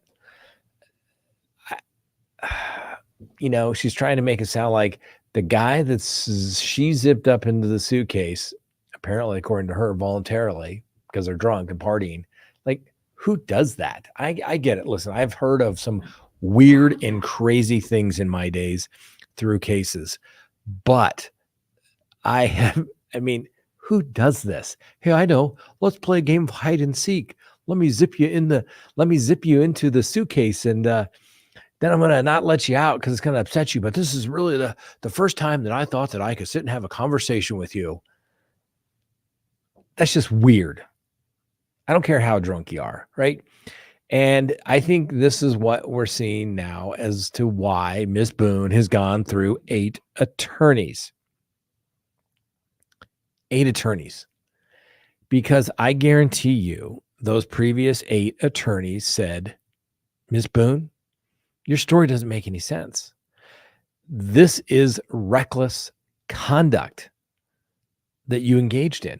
Zipping somebody up into the suitcase, pushing them in with the baseball bat when he tries to get his hand out, like some sort of, almost like a, horror movie or something. The wild animals is trying to get out of the suitcase. That's just weird as well. And then she goes to bed. That's reckless. I mean, if that was this is what she's waited, what, 4 years for? 4 years, 3 years, I guess is what it is, to tell this story and to think that she's going to get a complete walk on this. I don't think that's going to fly. And the reason, like I said, she went through 8 attorneys, is those previous 8 attorneys said, this isn't a defense. You're not going to get some self-defense instruction based upon these facts. Oh, I was afraid. I was afraid of him. Really? That threat has to be imminent. You felt that you were in immediate fear of death or serious bodily harm. And he was probably saying, get me the fuck out of here. Excuse my French. I can't breathe. But that's what they said the testimony was. You know, like I said, and I don't think she presents well on the stand. She's, you know, and you know, that comes down to every time you put a client on the stand, you have to consider their likability. And sometimes you have to have a tough conversation with clients and say, I don't know, you're just not that likable. I hate to break it to you, but you come across as, you know, not very believable, untrustworthy. You got an attitude, you know, she just kind of has this smugness about her, which is why I said, or I can see why the judge had said that she forfeited her right to an attorney after firing the last 8, because she couldn't get along with anybody. So this attorney comes in, volunteers, thinking he's going to have his 15 minutes of fame. I don't know how he thinks he's going to get paid. You know, maybe signing over some book royalties, some book rights or something like that. But there's some ethics rules on that. So I'm not sure he gets to profit off of that. But even then, I mean, I just don't see where he's going from. I mean, I think it's weak. Like I said, but the judge has a tough decision to make. I mean, he basically says, hey, I'm going to follow the case law that the, you know, higher courts, the appellate courts have told me that he has to follow. And that's what a good judge does. It's like, this is the case law. Apply the case law to those particular facts. And, you know, the defense attorney tried really hard to say, you know, there was this fear, this harm. It was real. It was imminent. Whereas the prosecutor is like, you can't be the initial aggressor. You can't start the fight and then claim, you know, the guy shouldn't have punched you in the nose. And that's really what happened here, right? She tricks him, or he voluntarily goes into the suitcase. Because once again, that's normal, right?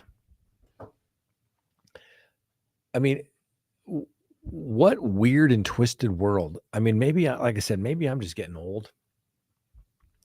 But some of the bizarre, crazy things, and I'm telling you, I just when I think you've heard it all, seen it all, somebody comes up with something crazy and bizarre. Like, I don't know, let's play hide and seek in the suitcase, you know, and the attorney was trying to make, oh, we went to see his kids that we hadn't seen in 2 years, and he knew I was, you know, vulnerable because of the divorce and this and that. I mean, who cares? Frankly, I don't know. It just made me like her less because she was trying to be likable. Just get up there and say what happened. What happened on the night of question? You know what? We were doing some stupid stuff. Like, we were totally drunk. And somehow, I don't know how it became this thing to hide in a suitcase. What happened? He put me in there. Did he get upset? Yeah, he got really upset. What did he say he was going to do? Oh, he threatened he was going to, you know, hurt me when I got out of here. Because, you know, it's all fun and games until somebody won't unzip the suitcase, right? And then next thing you know, everybody's upset. And I don't know. I just don't think that the jury was buying what we're selling just based upon what I saw on her face. And I'm not one of those, body language experts. Oh, look, they twitch their cheeks so they're lying kind of thing. No, you can just tell kind of this deflated look on her face. She stopped looking at the jury because they probably weren't looking at her, right? I know when I get up and make an argument in front of a jury, I like to literally make eye contact with every juror as I'm moving along, making my statement, making that eye contact with them, saying, look at me. And the ones that won't look at you aren't buying what you're selling. And in this particular case, looks like they aren't buying what she's selling is either. And I'm not sure. I think the judge wants to keep this out, but the question then becomes, do I commit error and we wind up doing this trial all over again in 3 or 4 years if I don't let it in? And that's sometimes the argument that you have to make to the trial court judge. Judge, you can exclude it. I've made my offer of proof. And, we'll find out who is right and who is wrong in a couple of years when the appellate courts decide. I've made that argument many, many times when it comes to jury instructions. Judge, you can not give me a jury instruction. However, cases get reversed when you don't give me the jury instruction, not when you do, and the jury can consider it and reject it. And that's really kind of the argument that the defense was making here. It's like, well, Judge, there's this one case where the officer was doing this and therefore it was justified. So it's going to be really interesting to see how it works out here. Let's see here. The thought bubble. It sounded perfect when I said it to my head. Caroline. Yeah. That's true. Let's see here. Let's see here. Let me see if I can answer a couple. Wouldn't you know if you were locked in a suitcase? Wouldn't you if you were locked in a suitcase? Yes, you'd be upset. Yes. I don't know. Like I said, the whole thing is just weird. She didn't carry him up and kick him down, and there was a discrepancy there. Let's see here. Yeah, I got confused there. She didn't carry him up and kick him down. So there's no discrepancy there, I think. Okay, let's see here. Go back up here. Garbage can. What if we remove the suitcase and make it a box or garbage can or a tiny closet? Well, I don't know. I think the real question is, can he get out? That's the issue. When he's struggling at that point, is that a reckless disregard for the truth? She was offered 8 years in this particular case, of which she would probably serve less than half. She basically would probably be eligible. This case has gone on for 4 years, right? The case goes back to 2020, I believe. So, it would be done. She would basically be, by the time she got to prison, they would be processing her out of prison so that she could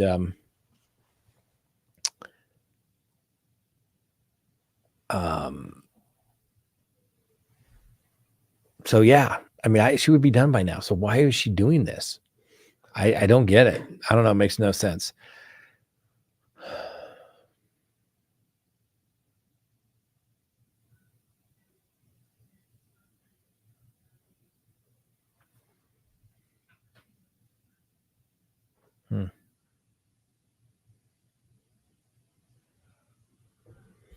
Sorry, I just saw an email come through.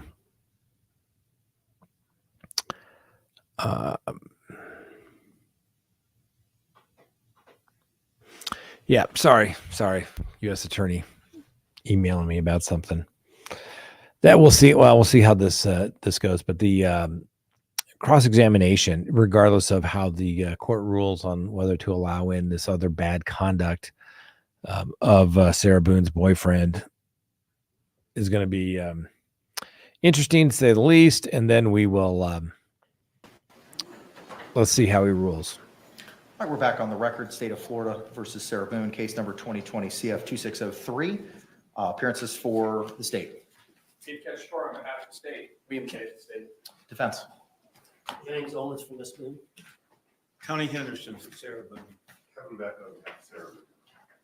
Ms. Boone is currently seated at counsel's table, wearing the same clothing from this morning. The court has had the opportunity to review the case law, review the arguments provided by both the state and the defense. The court finds that a overt act has been established. Case law is clear that a scintilla of the providing of an overt act is sufficient to provide the self-defense jury instruction. An overt act is not something that's specifically defined in Florida case law. It's something that's from the totality of the circumstances, seemingly under the authorities that the court has reviewed. As such, the court is going to find that under Holland, a overt act has been established and will allow the defense to proceed with evidence of reputation and specific instances of conduct and battered spouse evidence, so long as the necessary predicates are established for those items. Any questions or clarifications with regard to the court's order state? Defense. I think it would help if we went through my exhibits involving the blow-up photographs and these other photographs, because I think some of it was contingent on the court's ruling. So I don't know if you want to try to deal with all of them one at a time in front of the jury, or whether we want to just talk about them ahead of time so that we know. Are there any objections to those items? All right. So what the judge has said is, hey, they've presented a scintilla of evidence. That's enough to get the instruction. And he said, well, let's hear it. Let's have the jury consider it. And then if the jury does in fact convict, guess what? She had her day in court. She got to present her defense. I'd rather do it And now. So that it's Therefore, not up, down, in and out with the jury. there's no appellate issues. Go ahead, Mr. Owens. What do we got? So be careful what you wish for, I guess. We'll see. We'll see how this works out for the defense. Everything, some of it is a composite. Erica, yes, your comment is correct. Safe call. That's what he did. He made the safe call. Yep. And is this to avoid the issue again on an appeal? Yes. Like I was talking about kind of during that break there, the defense is going to say, hey, judge, we prevented some evidence. And if you're shutting us down, you just created a huge appellate issue for us. So therefore, the judge looked at it and said, all right, you've established enough. A scintilla of evidence, just some evidence, is enough to allow the judge to go forward, allow them to kind of get a self-defense instruction, so to speak. And so this is the safe course for the judge. And like I said, the jury, okay, fine. Let the jury consider it. If the jury rejects her position, her defense, her argument, it's one less appellate issue. But if the judge had denied it and then some appellate judge looked at it and said, well, it could have changed the results and you didn't let them have the evidence in, and there was a scintilla of evidence, reversible error, let's do it again. So I think the judge obviously is playing it safe, following the case law, not supposed to care, call who's winning. It's just simply, a situation where it's just better to let it all in and let the jury sort it out, I guess. So now they're going through various exhibits, trying to see if they can pre-admit them to save a little bit of time. And we'll see if Ms. Boone gets overly dramatic in this particular portion. She was very glum on the stand at first. Like I said, well, she seemed somewhat, I wouldn't say excited, maybe a little nervous. Everybody gets nervous when they testify. That's a given. And but then as the objection is overruled. Progressed, her testimony progressed, she got a little less enthusiastic and a little more difficult to take a look at it, the jury. But hey, never know what a jury will do, right, ladies and gentlemen? That's why we watch these things. It's like watching football on the weekend. On any given weekend, any team could win, any team could lose. Maybe there's somebody on the jury that had a similar experience, and you just never know. And they can bring the whole jury along their thinking. You just never know how that's going to turn out. Judge, this is where he took a bath. It's 5 photographs where he took a bath to Sarah's TV. My understanding, is this O? Yeah, Cheryl. She said apparently she's Yes. My gained understanding from the a stands, there's couple no of pounds objection so while long she's as the in foundation is custody, established. which is what she Thank you. testified We to. also intend to introduce the video. There's a short video. Why not show the jury all the stuff that she was beating on him? No Well, objection so long as foundation is established. You can, apparently the police were called to this particular location where she was the victim. Not nice guy, and she's going to say, "Oh, I was," But I mean, listen, I mean, these two were kind of two peas in a pod. You oftentimes see this very similar type of situation. You got a couple of drunks. This is what they No do. objection, so long as They appropriate argue, they predicate is drink, established. they fight. It's always everybody else's fault, right?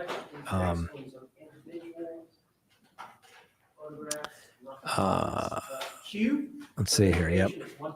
Poor Sarah's drinking took instant a-hole. Just add alcohol to a whole new level. She knew exactly what she was doing. Just didn't plan on the man dying. I can't disagree. Yeah. But at the time of the So long as the appropriate foundation offense, is she's probably not getting out doing her daily walks, I guess, that she said she was doing. No objection to R, so long as foundation is laid. Let's take a look. With regard to She S, never no objection, cried. so long as I saw the foundation is initial laid. interview when the police arrived at her house. She had no emotion, not at all. No objection by the state, so long as appropriate foundation is laid. Same for you. No objection from the state, so long as appropriate foundation is laid for you. Same for V.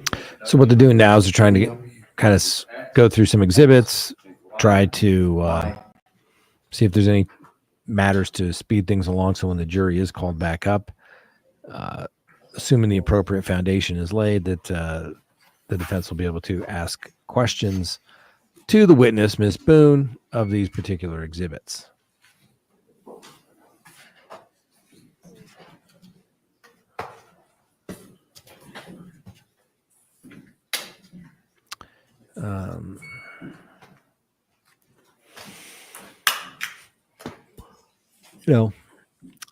Sarah Boone, I don't, did she intend to kill her? I don't know, but they don't have to prove that. This is a reckless, but certainly a reckless disregard. If somebody's trapped in a suitcase, I mean, my goodness. I mean, is it airtight? Probably not, but you can still, I don't know. It's just stupid. I used to have a law professor that said, Were these the ones that we addressed? the law pre-trial? protects the Okay, ignorant thank you. and punishes the stupid. And that's kind of what this case is. Now, she wasn't completely ignorant of the fact that, putting somebody in a small area like that Is it could contained potentially in K restrict through their Y? breathing. Then, You just never know. You take is that your accurate? victim as you find him, so to speak. So, I know the clerk probably doesn't want the blow up, but, If it's it's gonna be easier to handle, the clerk to handle the 8.5 by 11. if it's, allow you to use it for demonstrative purposes, but I'm not going to accept it into evidence as it is duplicative. What's already in evidence is X, defense pre-marked X. And then, identification C. Same thing. It's in the photographs. That was it was one of the earlier ones we addressed. M or N was the staircase. Okay, for the same reasons, you can utilize it for demonstrative purposes, but it's duplicative as the exhibit itself will be entered into evidence, presumably. So, like D, identification. Same thing. So what the defense attorney is trying to do is obviously he has a small photograph that he intends to admit, Okay, then same. but he wanted ruling, them to admit is the duplicative. blow You ups. can utilize The it judge's for like, no, demonstrative that's purposes. duplicative. Identification E. So therefore, we're just going to Is it included, sir, allow in K you through to. Y? Yes. Then for the it same can reasons, it's be used as duplicative. You can demonstrative utilize it for purposes. demonstrative purposes only. I'm not sure why he needs to do that when he's got an Elmo where he can project it up on the screen anyway. It's included in your submittals? Yes. All right, same ruling. It's duplicative. You can utilize it for demonstrative purposes, but it will not be accepted into evidence. Identification G. Same thing. Is it included in your submittals, This is all the sir? stuff that All right, for the goes same on reasons, trial I find that it's you duplicative. don't see can on the utilize it TV for shows. Demonstrative purposes. But it's just not as seeking important. it into Is there evidence. anything else going on? Same thing. Yes. Same ruling. You can use it for demonstrative purposes, but it will not be received into evidence by virtue of it being duplicative. Identification I. Same as T. Any disagreement with that, sir? No, sir. All right, same ruling. If a court finds it's duplicative, you can utilize it for demonstrative purposes. Identification. Madam Clerk. Hang on, is that the house? Is either Delta or B? I think that's Bravo. Is it the defendant on the porch with the two dogs? Yes? That was pre-marked before trial as Bravo. That'll be. Same. It was as defense M. Relevancy objection is overruled, but I'm not going to allow the enlargement as it's duplicative, as the native photo is in evidence. But you can use it for demonstrative Yeah, I purposes. probably want to use these in closing and just use this, use that for the. However you see fit, sir. Okay, this is not working today? I can't speak to that. I don't know that anybody today has utilized it. But that's not connected to the overhead. That's separate and apart from the overhead. Okay, oh, okay. Judge, what other evidence do we have? Body cams? Excuse me? Nothing else? Nothing else through Sarah. There may be some body cam footage to refresh. Hurts her. We've got two That cameras hurts her. operating. Okay. Um, Any other exhibits with regard to Ms. Boone at this point in time, Mr. Owens? also, State any reason why we cannot ask Ms. Owens or Mr. Owens to continue his inquiry of Ms. Boone and have her return to the witness stand. All right. Mr. Owens, anything else we need to discuss, sir? Sure.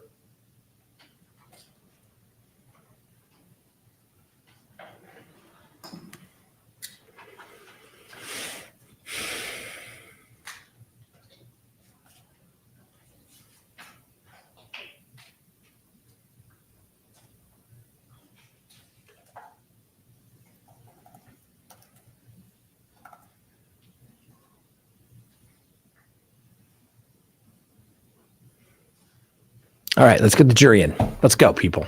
Let's go. Move along.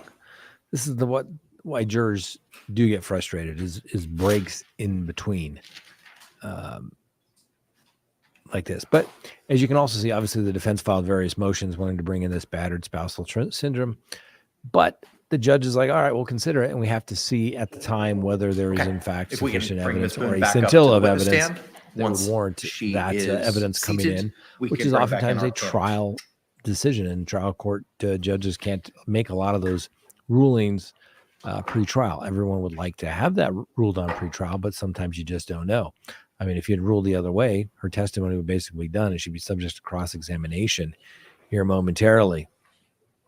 But now she's going to get to go through and talk about Let's go ahead and stand how the and bring back in our boyfriend was panel. a bad man, scared her, beat her, and therefore that was her way of getting back at him by putting him in the suitcase and letting him know who's in charge. We'll see. We'll see. But this is apparently what she wanted. She went through 8 attorneys for. 8 other attorneys, I'm sure, have told her this ain't going to work. Excuse my poor English there. Ain't a word. But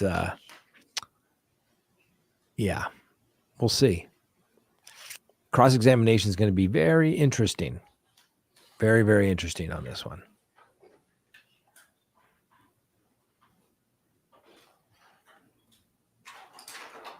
Jury entering.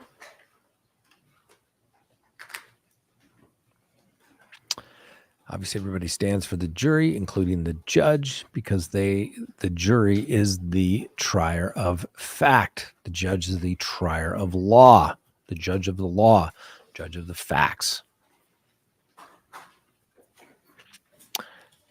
With the Joe, yes, trials cost small State, do you recognize employers our jury? Yes, sir. Defense, do you recognize our jury? yes. All right, thank you all. Can and you be seated? self-employed people Members of the jury, the again, most. if you could, once seated, raise your hands to confirm that you complied with the court's instructions during our last break. Record reflect all hands have been raised. Mr. Owens, you may continue with your inquiry, sir. Thank you, Judge.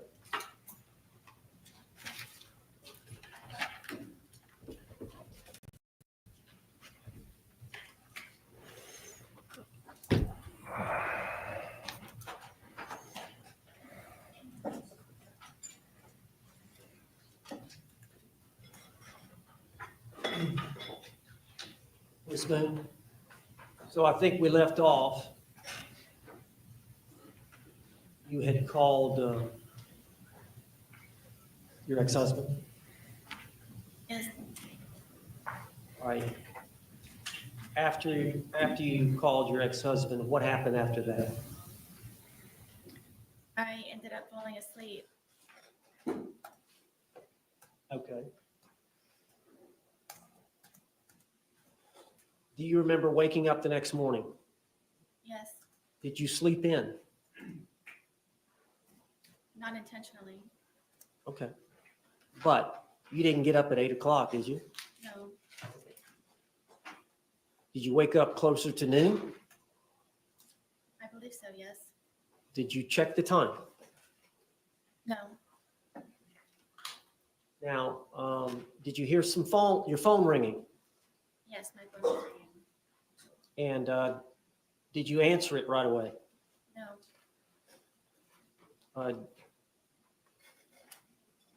Do you know approximately how many times it rang before you answered it? I believe the call was about 3 times. Did you know who was calling? I figured it was my ex-husband. And why would he be calling? To make sure that I was still on schedule to pick up our son. At 3 that afternoon? Correct. And he goes to school there close by? Yes.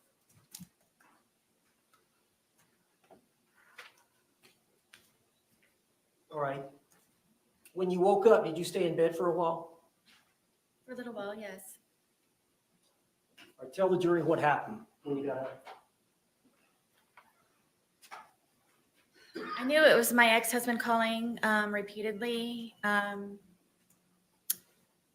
I didn't answer right away because one of our problems is that he doesn't understand that I'm doing things around the apartment and looking for jobs and so on and so forth. So I inevitably just let it ring, and I laid in the bed, and I figured that George was downstairs either drinking or looking for jobs, or may have just left.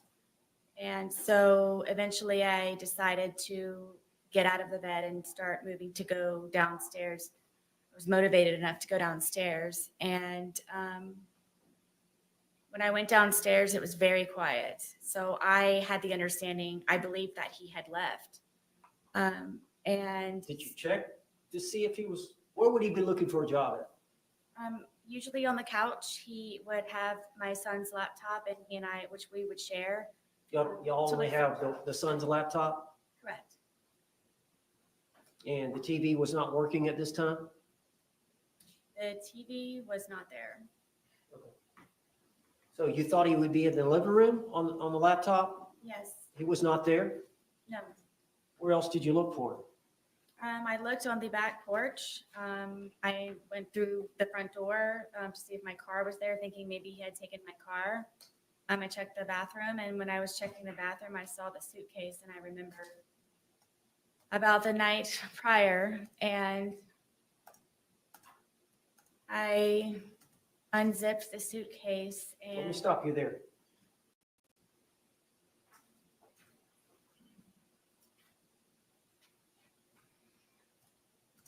You said you were in the bathroom when you saw the suitcase, or coming out of the bathroom?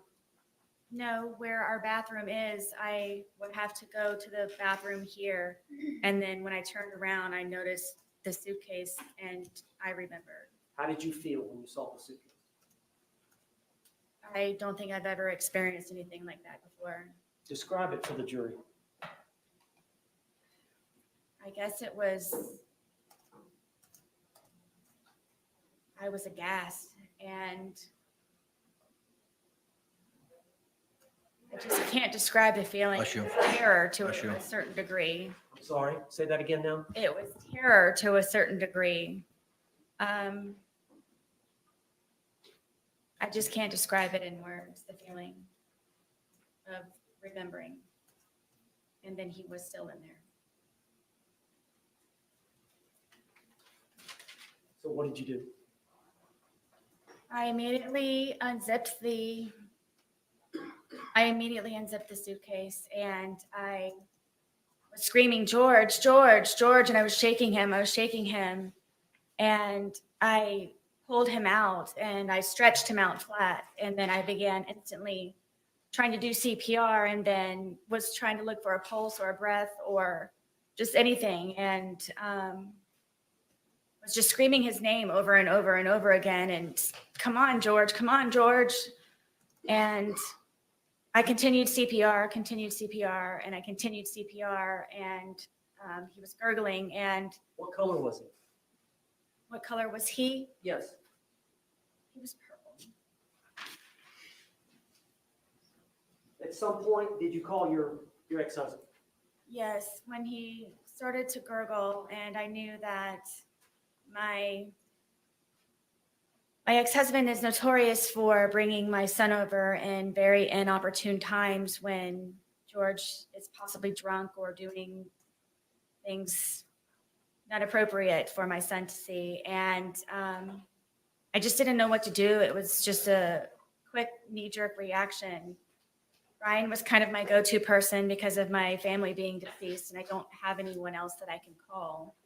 And I just wanted to ensure that he would not bring my son over in the process of all of this at some point. So you called him. I called him. Did you ask him what to do? Or did you just tell him to come over? I just told him to come over. Did you tell him that you felt like George was dead? Yes, I did. And how far? You said it's 5 minutes from house to house? Yes. Did you call him back? Yes, because he was taking so long. It felt seconds were hours. Yes. I'm still doing CPR at the same time in the process of it. I'm Yeah. doing CPR, I don't know how many times. Did he get there? Yes, Did he walk in? yes, Did he walk out? yes. What did he tell you to do? Call 911. What did you do? I called 911. Is that the recording we've heard here in this trial? Yes.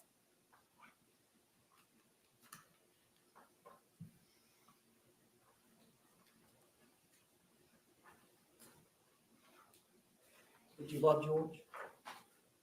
To this day. Why did you love him? George was very passionate. George was a very real person. George was nice to me on the good days. George complimented me. George and I were two bodies with one soul, he and I would always say. I don't believe that I've ever had a connection with anyone like I have with George. Did you have that connection with your ex-husband? I did not. Was it even close? No.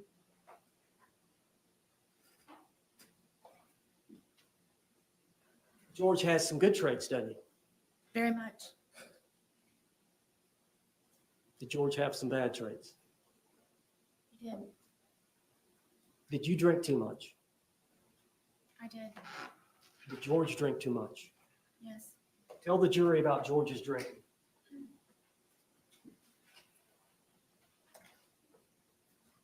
If George was able to, he would drink from sunup to sundown. And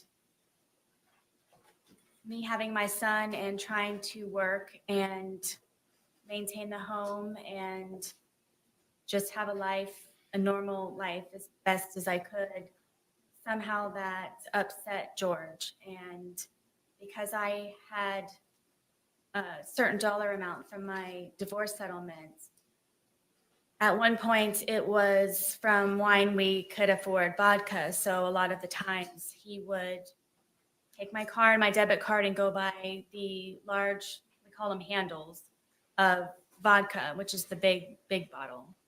And sometimes he would finish that all off on his own throughout an entire period of a day into an evening. That's honestly where I thought that he was going to be that morning when I came downstairs, because it's notorious for just automatically already being outside from drinking all the time. All right. And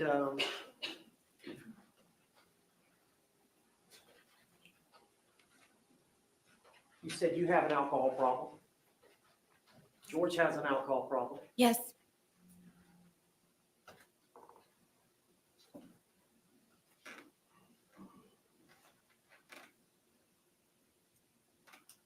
how did George's drinking adversely affect you?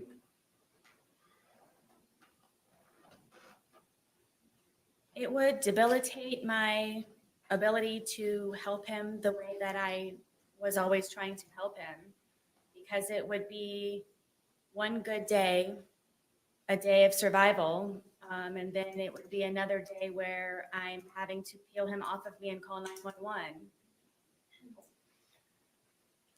Why would he get that way? Tell us his pattern as it relates to drinking and then. Approach.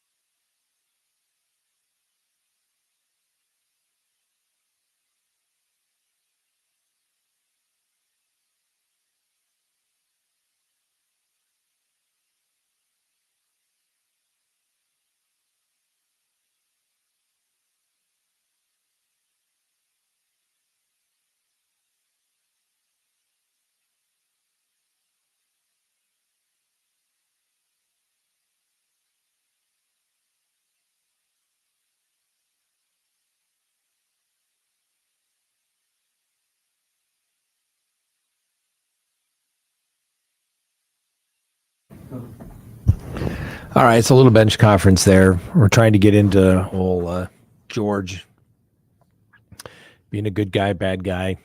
They're drinking too much. I mean, basically what they're testifying to is we got two alcoholics making very poor decisions. Shocking, right? I don't know.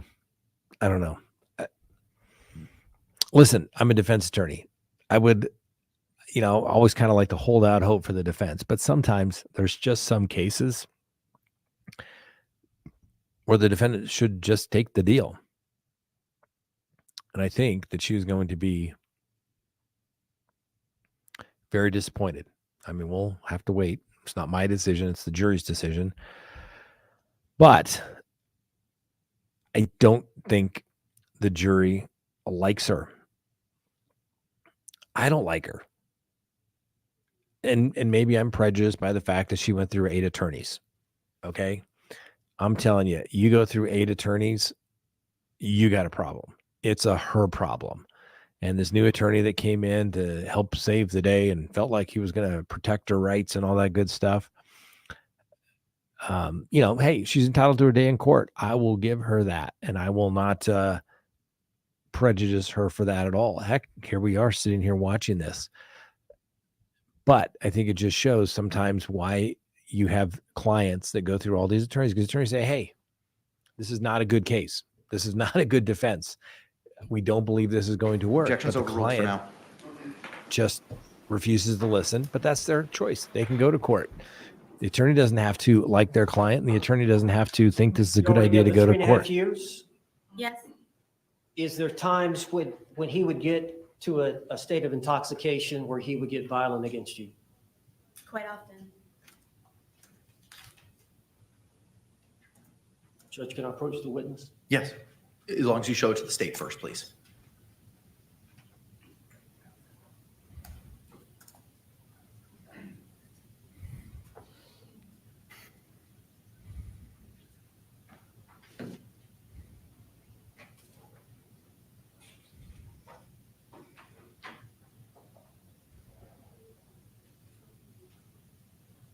I'm going to show you defense exhibit for identification P.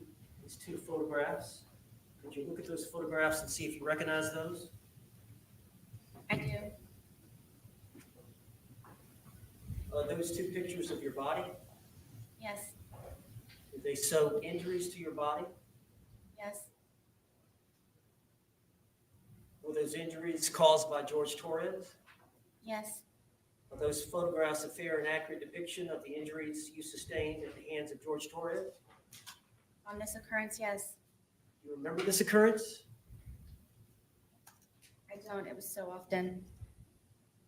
You don't remember a specific date, I don't. but you're sure that that's you? Yes. Is that the injuries that what's the injury to the rib cage? I don't remember specifically. These may be the pictures. So It may be the pictures. when we used to go over to his brother's house, one of his brothers and his, Non-responsive. Sustained. You don't have to answer. If she You know what can't, happened did George cause these injuries? yes, All right. Were y'all both drinking at that time? I don't remember on this instance. Judge, I'd like to move this exhibit into evidence. objection, lack of foundation. Pre-marked as P will be received into evidence without objection as Defense Exhibit 2.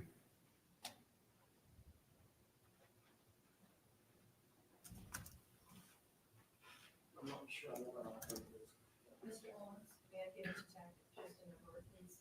Thank you. Mr. J, would you be so kind? Thank you.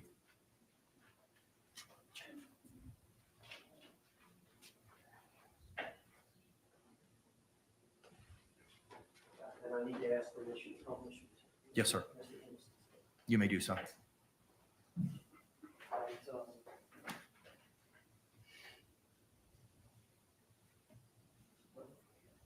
this is an acquittal, Judge. Looks like I think there's a wheel on the top where you can use to. There you go.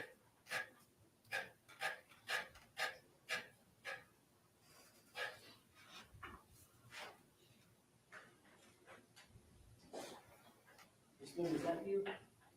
Yes, Are those injuries to your arm? yes, Were they caused by George Torres?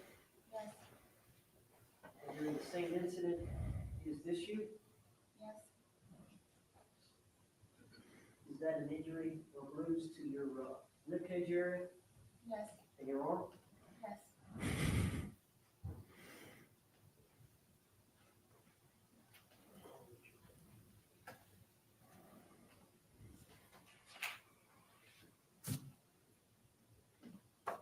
I'll show you identification, defense identification Q, see if you recognize that photograph. Yes, Is that your thigh? yes, Okay, do you remember this incident? yes. Can you tell the jury what happened? I wanted to take my dogs for a walk and get off of the back porch. Were y'all drinking? Yes. And he was upset that I would rather go walk my dogs than sit there and continue to drink. So he slapped my thigh as hard as he possibly could and said that you're not going anywhere. And it was a good smack on my thigh. Is that a fair and accurate depiction of the wound that you suffered as a result of George Torres slapping you on the thigh? Yes. Judge, I'd like to offer Q in evidence. Okay. What was pre-marked as Q will be received into evidence without objection as Defense 3.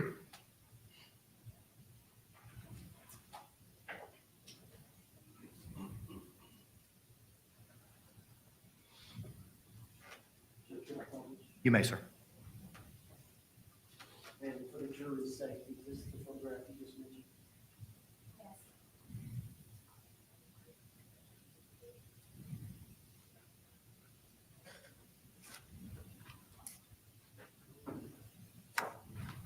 Let's show you identification, defense identification S.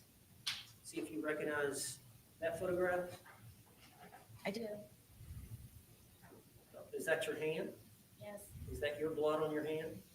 Yes, it is. Is that you standing, looks like in a room with flip-flops?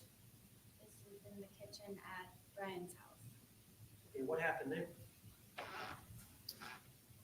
So George was very drunk, and I wanted to leave, and he's notorious for taking my car keys and putting them around his neck and my phone in his crotch area and telling me to come get them. And I really wanted to leave because of how drunk, and I knew the escalation of his anger. I didn't want to be there when it was at its peak.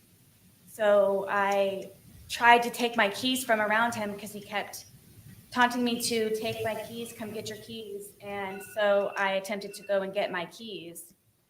And so he ended up getting a butcher knife. And I had an opportunity to call Brian to come and help me, to please come pick me up, to come get me. And of course, he brings my son with him. And so I'm in the parking lot asking Brian to please help me get my car keys away from him. And there's neighbors, and it's a scene at this point. And George comes to the doorway of my townhome wielding the butcher knife, saying that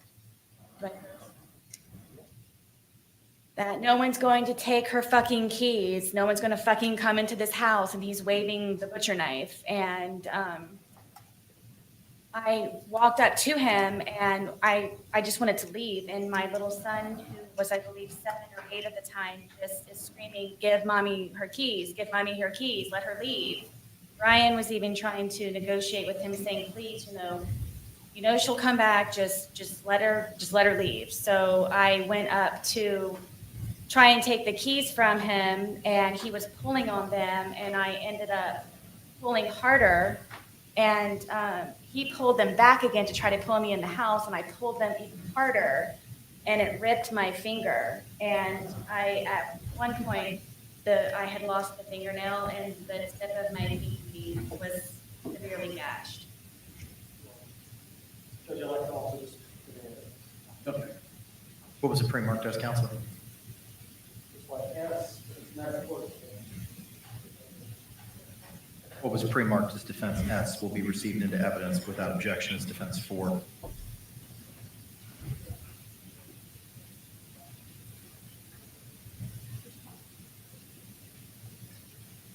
It's good. The jury say if you voted. Is that the nail or the dollar? I believe so, yes.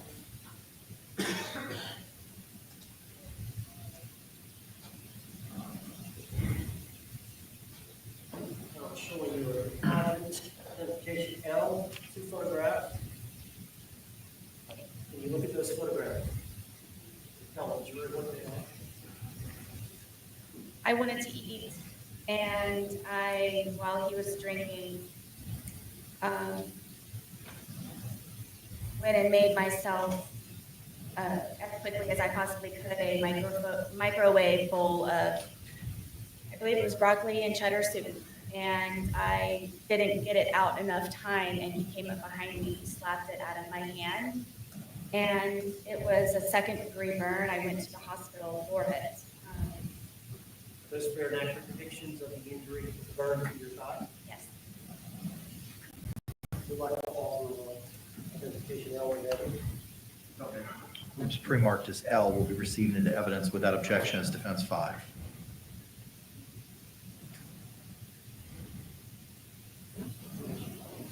Yes, sir. You had to go to the hospital as a result of these injuries to your thigh? Yes. Okay. Is that a depiction of the burn?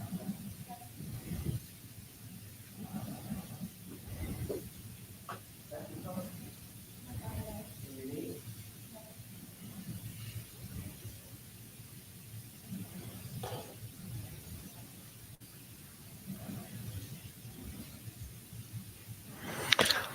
I'm gonna go watch My Office for a minute. All right, I'm showing you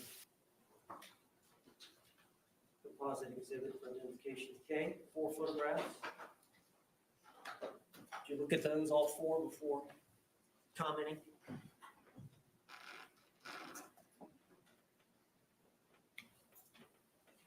This is a longer story, isn't it? Go ahead and tell.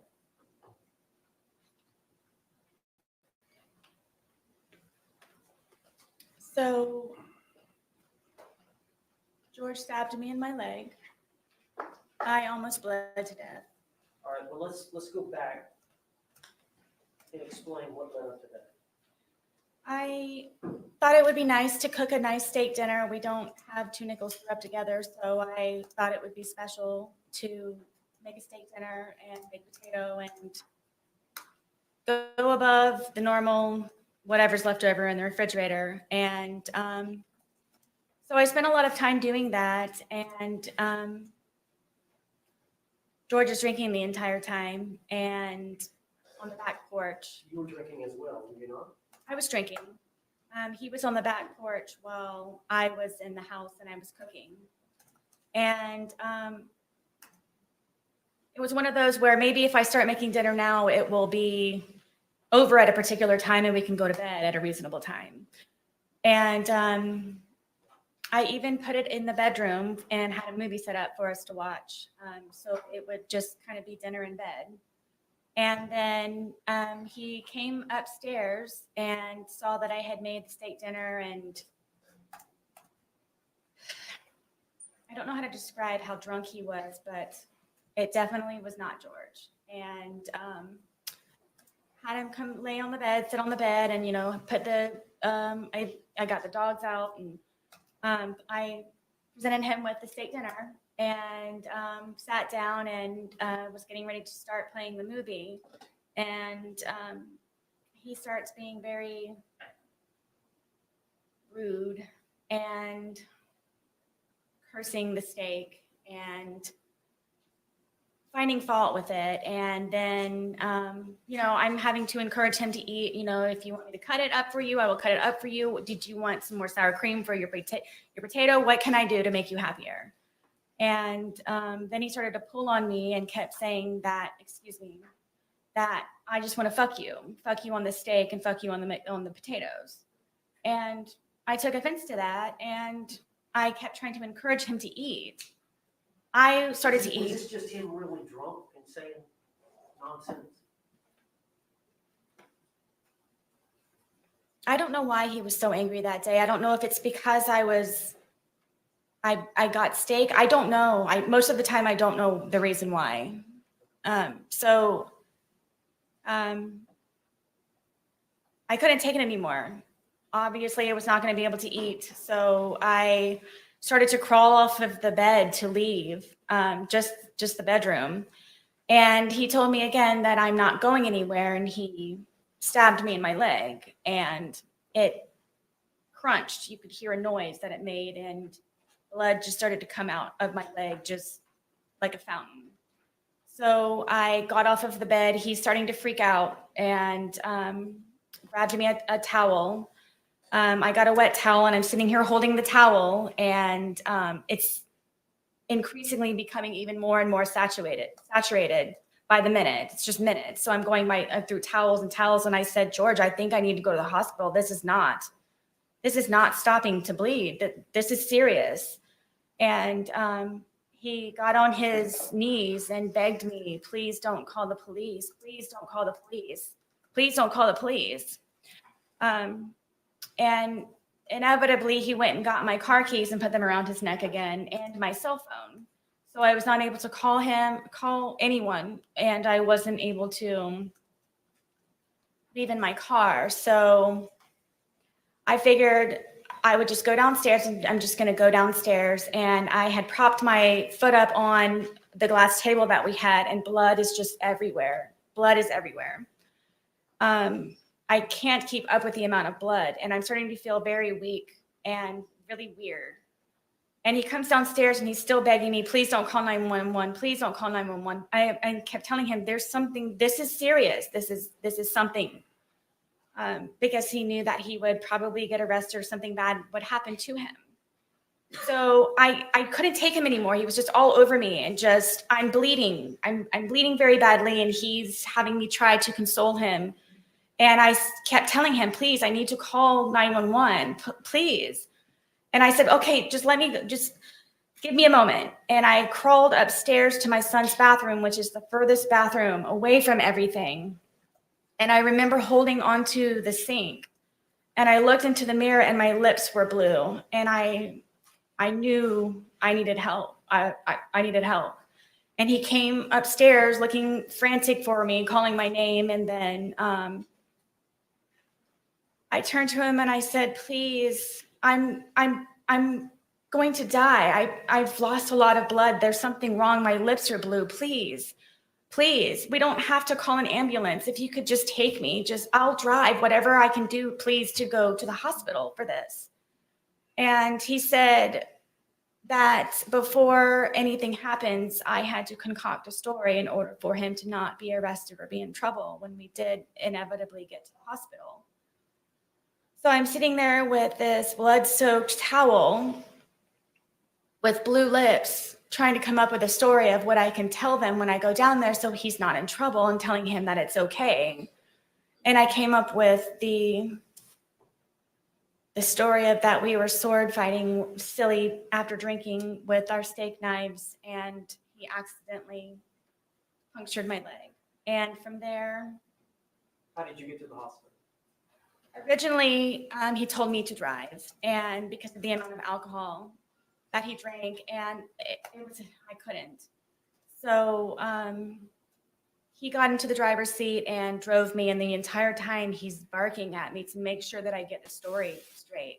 We're sword fighting, okay? We were drunk, Did you go to being the silly. emergency room? Yes, All right, and did you get treated there? yes. All right. I was bloody, and All right, let me show you the photograph. I'll show you these. All right, is this a fair and accurate depiction of the injury to your leg? yes, I had to go to 2 different hospitals for it. And you lied to medical personnel about how this happened? Yes, they brought in sheriffs and everything. Was it consistent with, they brought in sheriffs? Did you have to answer to the law enforcement officers? Yes, Did you stick with the story that you and George had agreed? I did. Judge, I'd like to offer this composite exhibit. What was pre-marked as K will be received into evidence without objection as Defendant 6.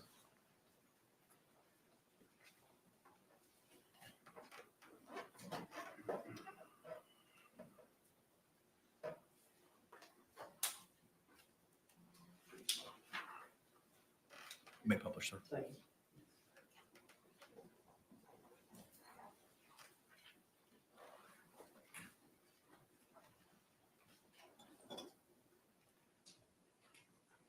And is this you at the hospital? Yes.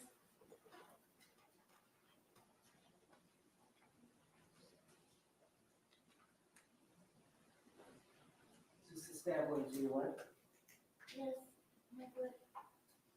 Is this a close-up of the stab wound? Yes. And was that, did you hurt your foot? No, due to the injury, I had other problems with the surgery. Okay. But you eventually recovered? Eventually, yes. Do you have a scar to that effect? I do.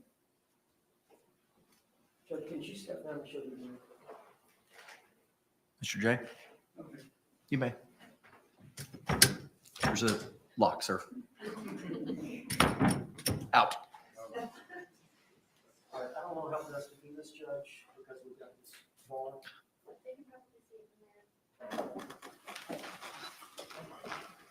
Is this the injury here? Looks like there's an admission.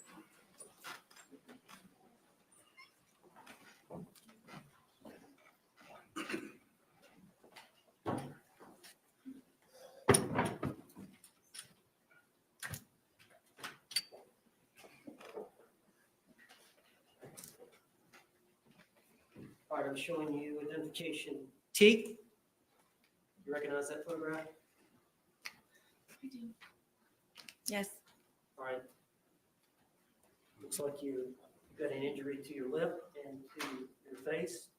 Do you recall this event? I was trying to sleep, and Have y'all been drinking? I'm sure.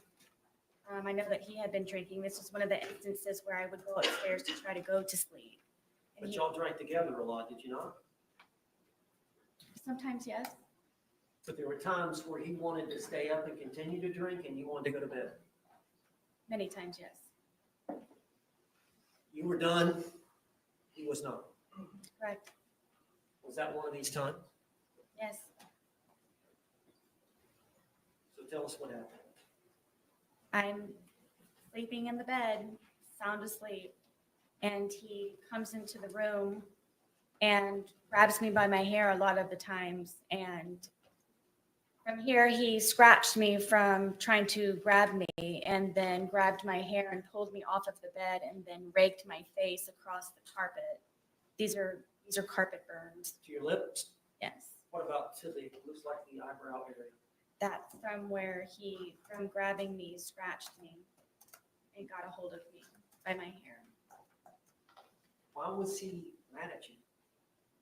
Because I wasn't downstairs with him He wanted you to be drinking with him? all the time.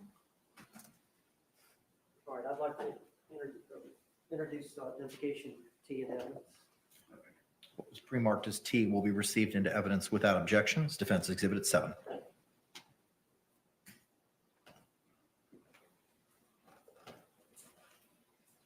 Oh, permission, Paul. You may, sir.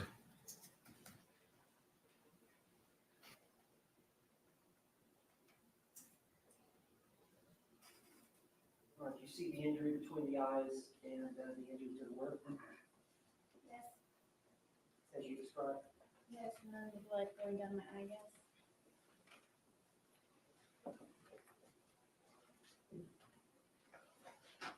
Showing you what has been marked as exhibit for identification, or defense exhibit. You, for identification, Yes, can you describe that photograph? I can. Go ahead. This was the first time that I ever called 911. George and I had gone to a bar across the street within walking distance, and at some point, I asked a guy, or he asked me, somehow or another, it was over a cigarette. And he left, and I didn't know where he went, and the bartender said, oh, he left. He took your car and he left. So, Why would he do that? well, I found out when I got home, it was because I spoke to another man. And so I paid the tab and I walked home, and he's sitting on the back porch with the handle of vodka. And I was walking on eggshells and terrified and kind of treaded lightly when I came in, and he acted all natural and fine. So I didn't know the reason why that he had just gotten up and left with my car. So then he calls me a whore, and then he calls me a slut, and then he calls me a cunt, and gets up and pushes me. And he pushed me with both of his hands so hard that we have this little area where our washer and dryer is, and there are metal doors that are on it. And he pushed me into the metal door. And then I fell back, and he got his knees on top of me on my arms here, so I was pinned down, and was starting to strangle me and hit my head up against the metal closet over and over and over and over and over it again, and calling me a fucking whore and you're such a slut and fuck you and everything. And my tongue was flopping out of my mouth, and I thought I was going to bite my tongue off. And because of the amount of noise, I guess, my head was making on the metal door, he slid me down and got back on me, and then started to strangle me again. And it was we have carpet, but it's like concrete. And I was able to get my arms out from underneath and grab his throat and get him off of me. So I got him off of me, and I pushed him off, and he came up and he goes, "You fucking bitch." And he stomped my face. And the next thing I know, I woke up. I obviously Did you get blacked knocked out. out? I'm obviously, I guess, yes. And he was passed out on the floor. And I woke up frantic, looking for my phone, and I immediately called 911. Okay. Police arrived on that incident. Yes, they did. Is this a fair and accurate depiction of the injury you sustained as a result of him kicking you? Stomping, yes. It was a stomp? With Stomp. his- with his All I heel? saw was his heel. This is, we ask that this be identification you be admitted today. What was pre-marked as U will be received without objection as defense 8.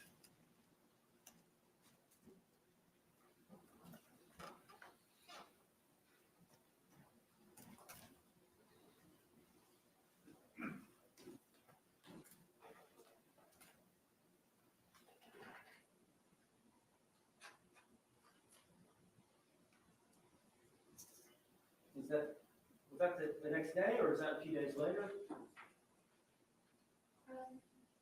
That's a couple of days later. And that's the bruising from the kicking of the eye? Yes. Now, the police were called, and we're gonna talk about that in a minute. Let me go to the return.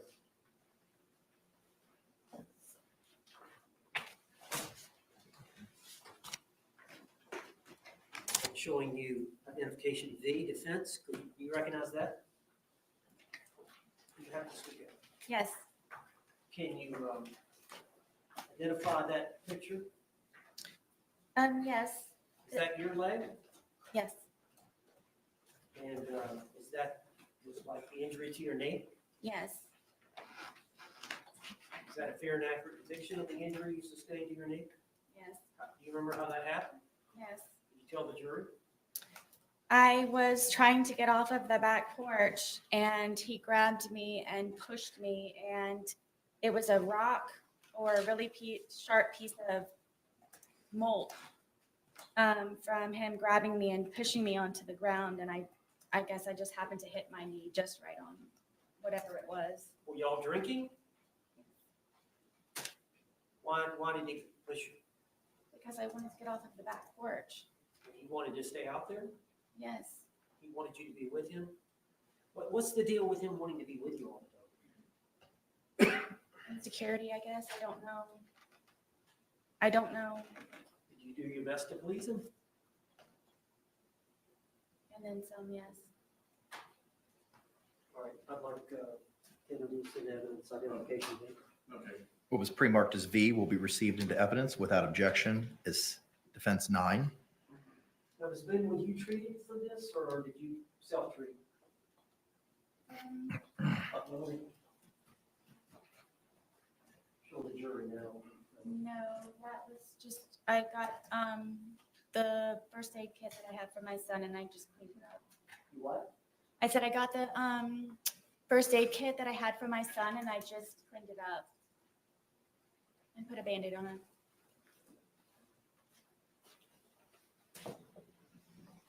All right, I'm showing you identification W. That's identification. You recognize that photograph? What is that a photograph of? This is a photograph of my arm. And is that a fair and accurate depiction of your arm with some type of injury? Yes, Do you remember this event? multiple times, yes. Well, we're talking about this isolated event, where this photograph was taken, the injury you sustained. Yep. Who injured your arm? Jorge Torres, Do you remember this event? yes. Did you tell the jury about it? This was one of the instances where I would try to pull away from him, and I don't know how my arm started to do this, but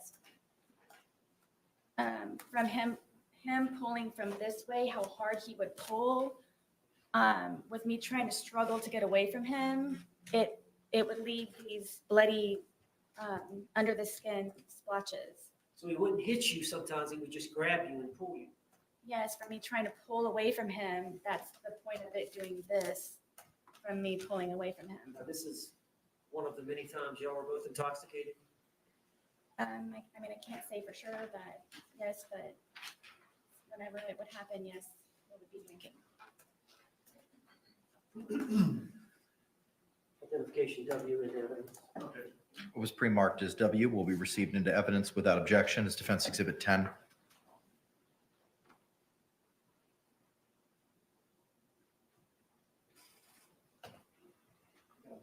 You may, sir.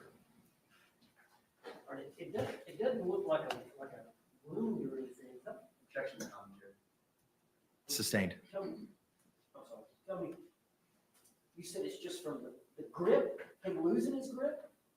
Yes, it would be from me pulling away from him and whatever under the skin it was that it was disturbed from the amount of pressure of him holding and then pulling from me would create those on my arms.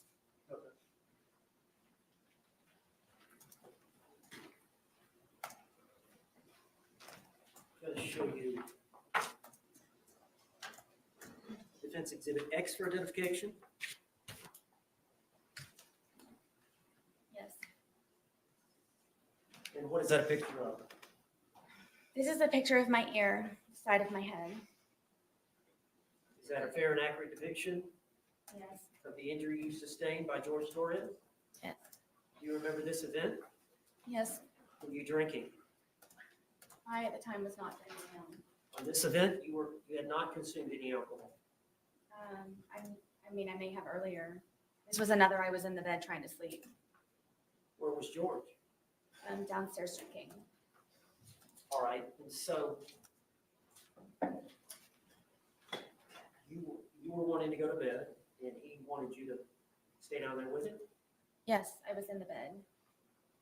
All right, tell the jury what happened on this event. I believe this was the instant where I was in the bed and I used to barricade the door with our dresser. Why didn't you just lock it? All of the locks were broken in my home. Why?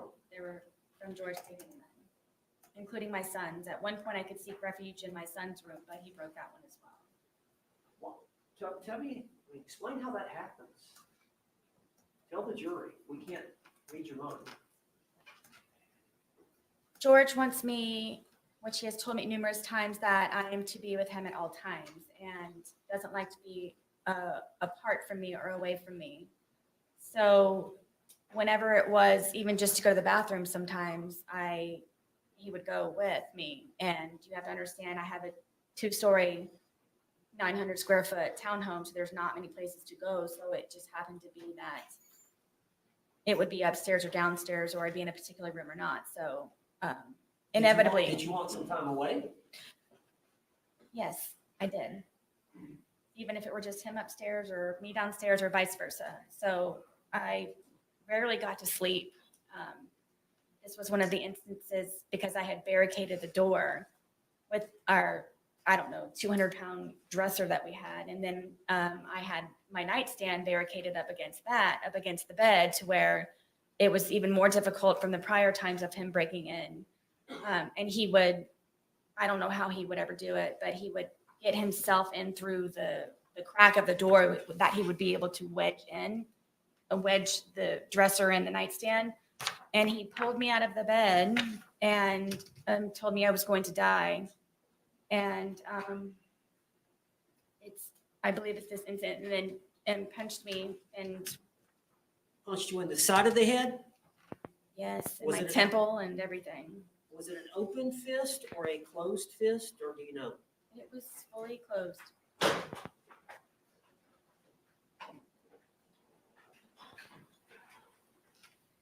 Like identification X introduced in the evidence?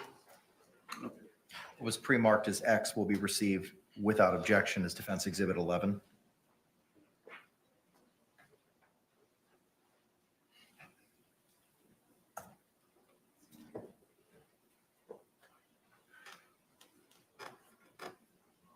What I'm showing you this exhibit. That's you? Did you get any treatment for that? Medical treatment? I know the police came, but I don't remember. I remember it hurt for a good solid 2 weeks after that. Was this one of the incidents where the police were called? Yes.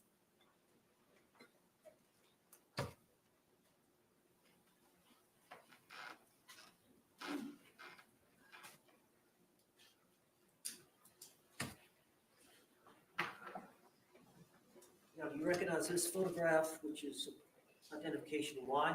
Yes. Was that the date of the incident? The date of this event? No, it happened prior. But this picture that was taken of the, This picture was taken, would have been taken February 24th of 2020. yes, And do you recognize that as your close-up facial.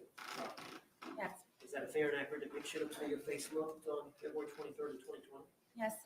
What's the significance of this picture? Again, because I was sleeping, George was upset with me and came in with a metal curtain rod and bent it and snapped it in half and then crunched me in the forehead with it. And then started to beat the furniture that was in the bedroom. This is probably a good month before or after it had happened, before I really do believe that I should have gotten stitches, but I was not allowed to go to the hospital. Judge, I'd like identification why introduced into evidence. It was a gash. What was pre-marked as Y will be received into evidence without objection as defense 12. Is that the same curtain rod that you mentioned in the 2-hour interrogation video? Which they didn't take, yes.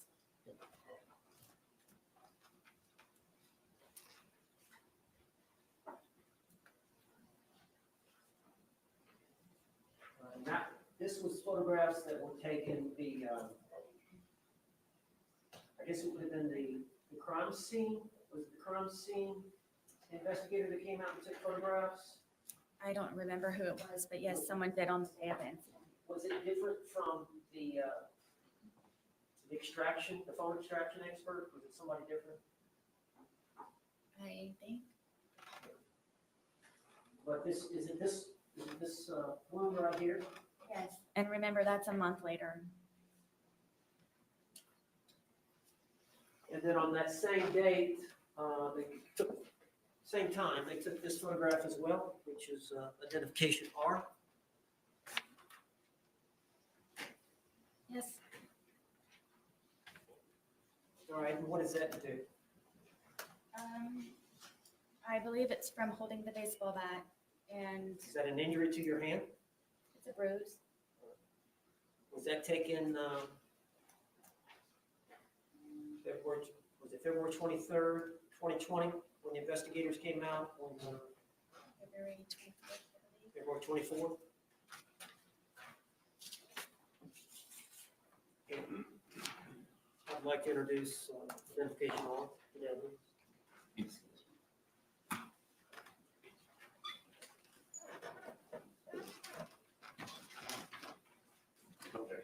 What was pre-marked as defense R will be received into evidence without objection as defense 13.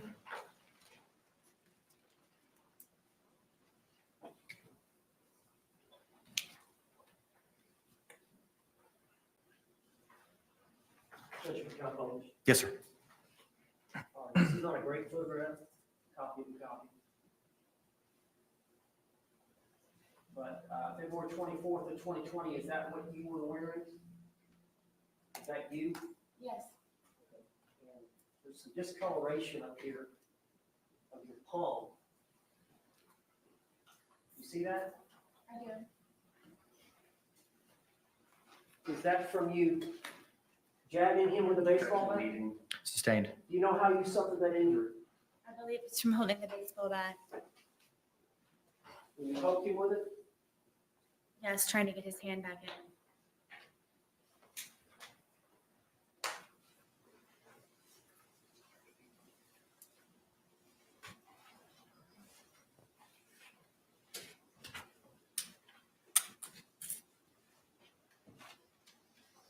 I'm showing you defense identification N.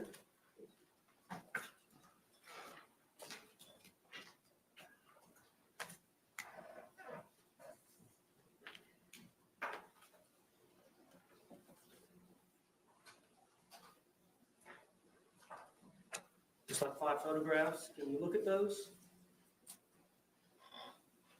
See if you recognize them.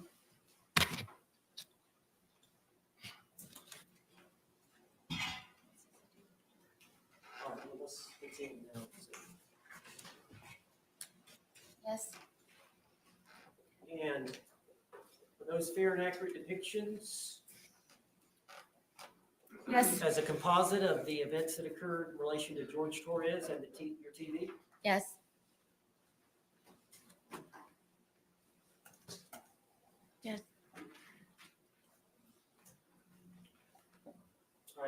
Are those stills of a videotape that you took?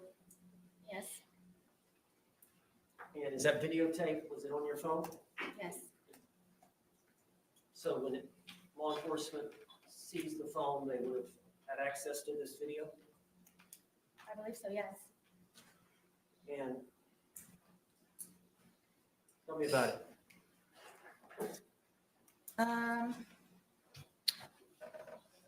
Lucas liked to watch cartoons and play video games on the big screen, this is the big screen. And I would have to call Brian to come over sometimes to help me figure out the Fire Stick and whatever platform or whatever it was that Lucas was trying to view his shows and video games on. And I don't remember how George found out that Brian had come over. I believe because it was actually fixed and he knew that I didn't know how to do it. Found out that Brian had come over to fix it, and Was he jealous of Brian? I don't know if he was jealous of Brian. I think that he had a fear that I somehow would go back to Brian. So I think by Brian helping me with things for Lucas, he just didn't want him to be interacting with me at all. So Lucas wasn't over here this day, was he? Brian wasn't over here this day. He may have been, I can't remember when he actually fixed the television for Lucas. But y'all were drinking this day. I know he was for a fact, yes. Chances are you were. Probably so, yes. Okay. I would agree. So how did it end up badly? He accused me of sucking Brian's dick and told me that he was going to break my face with the bat, that he was going to make me unrecognizable to my son with the bat, and then told me that he's going to destroy my fucking television, and then I was going to remove it from the apartment. And if I didn't, I was going to be, again, unrecognizable to my son. So did he grab the bat? Absolutely. He already had that in his hand, and he told me that I had to videotape it. Did you videotape it voluntarily? No. All right, but there is a video, but I'm gonna go ahead and ask Judge if I could introduce this identification of these 5 photographs into evidence. Okay. Is it O or N? I have O being a composite with 5 photos, and not having a single photo. We're moving in O. Okay. All right. What was pre-marked as O will be received into evidence without objection as defense 14.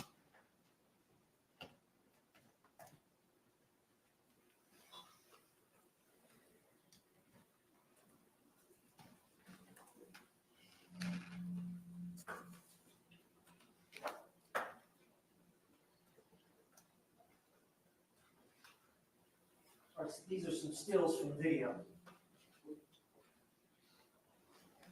This was George that particular day holding the bat. You guys telling me that I'm going to take the television out once he destroys it. He wanted you to take the television out. That or I was going to help him, but either way, I was taking it apart and removing it. And what is this picture of? In the process of him destroying my television. While you're videotaping. Correct.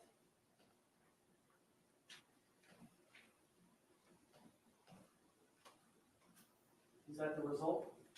No. After that, he ripped it off of the TV stand. Did you later pass out? Like he usually does.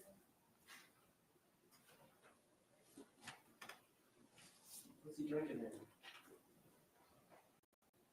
I don't know. Vodka and something, I'm sure.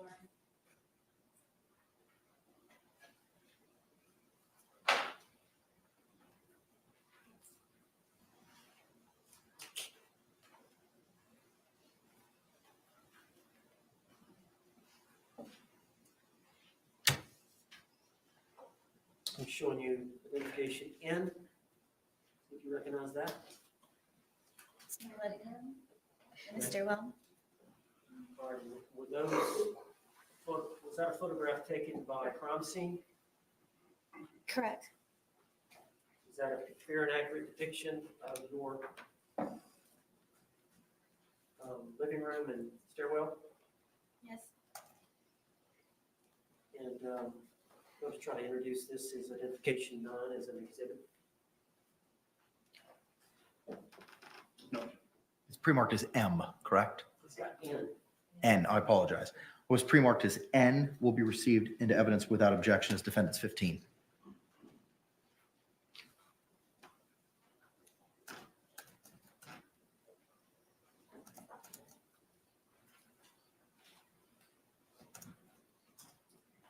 Can you tell us a little bit about this room? This is my living room. This wall that we have over here with the hearts, that's where we would display all of our artwork. We were in the process of taking it down to add more, so he could continue to be entertained. The bookshelf over here is my son's bookshelf with all of his toys and little guns and musical instruments. He's got a little karaoke machine down here, his guitar. The stand right here with the red bucket on it, that was the television stand. And then my back porch area and the dog bed here. And then most likely in front of the bookshelf at the foot of the stairs, is that a doggy? It's a baby gate, but my dogs would wander upstairs sometimes and go to the bathroom sometimes when we couldn't get them out. So I would, at nighttime, or whenever we weren't home, make sure that they didn't go upstairs. And plus Penny was blind. There's an allegation that you pushed George down the stairs Apparently, or got him in the suitcase upstairs and pushed him down the stairs? supposedly, Did that occur? absolutely not. Is that bookshelf disturbed in any way? No, nor the plant next to it.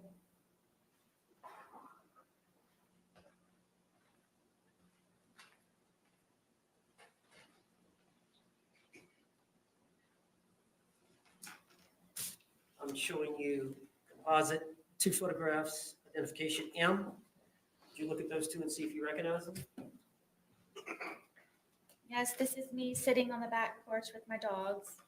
And as you can see that we are both drinking. All right, who's taking the picture? I'm guessing George's, or maybe it's one that Lucas, Lucas wasn't over here, so it had to be George. How can you tell y'all are drinking? Because there's a cup here and then he has a beer. And there's 2 dogs, there's one sitting next to you. Who's that? That's Penny, she's the blind dog. I used to have to pick her up to put her somewhere so she would stay there because she was unfamiliar with the area, especially since we moved from my marital home to the townhome. So most of the time Penny would be close or next to me. Who's next to the film? This is little guard dog Tess. She was the deaf dog. And this is the fence here. Well, I'll show them. Okay. But this is Tess and then this is deaf, blind. Penny and Tess. All right, and then the second one. This is Tess on the back porch taking a nap. She was never far from me. All right, when George was sober, how did he treat the dogs? Nice. I don't know if he was a pet person, but I mean, he was nice. If I needed him to feed them, he would feed them. Were there times when George was drinking where he would threaten to harm the dogs? All the time. All right, you're gonna have to tell the jury. One of the worst threats was Penny being blind. He would actually leave the gate open in the back. He wouldn't threaten me to do it. He would actually do it on nights that I had to go up to sleep or I fled the night before or something. And would tell me that he hoped that I would come back and find her bloated body dead in the pond across the way from our townhome. And Tess was notorious if I wasn't there to go look for me, and would say that he would hope that I would have to scrape up her dead body from the street that was out in front of our apartment complex. Why was George upset with you? Why was he threatening to harm the dog? Anything that he could get to try to have some type of hold over me. Control? And he knew I loved my dogs very much, especially that they were handicapped. Were they afraid of him? Yes. Penny would hear his voice and instantly go underneath the dining room table that we had. Tess was always fractious and very, very quick with his movements, but she was never far away. They never showed their teeth. They never growled. Tess would occasionally bark, but it was very rare. And he used to kick them and just. For what reason would he kick them? Penny would try to find me because she's blind. Speculating in the mind of the dog. Sustained. I'd like to move identification in and evidence. Any objection? Was pre-marked as M will be received into evidence without objection as defense 16.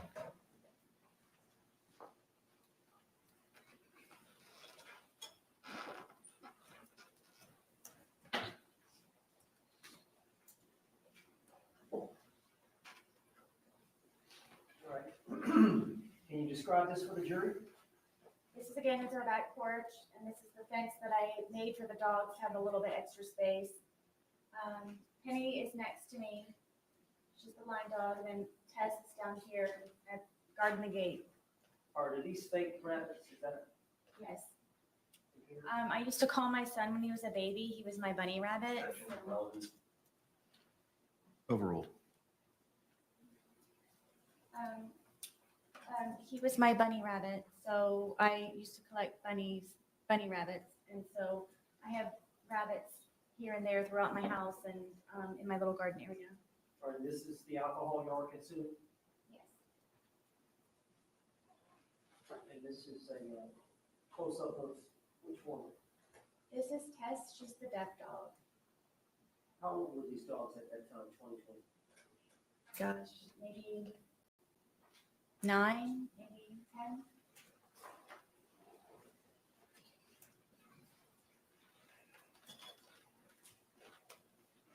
We approach. Yes.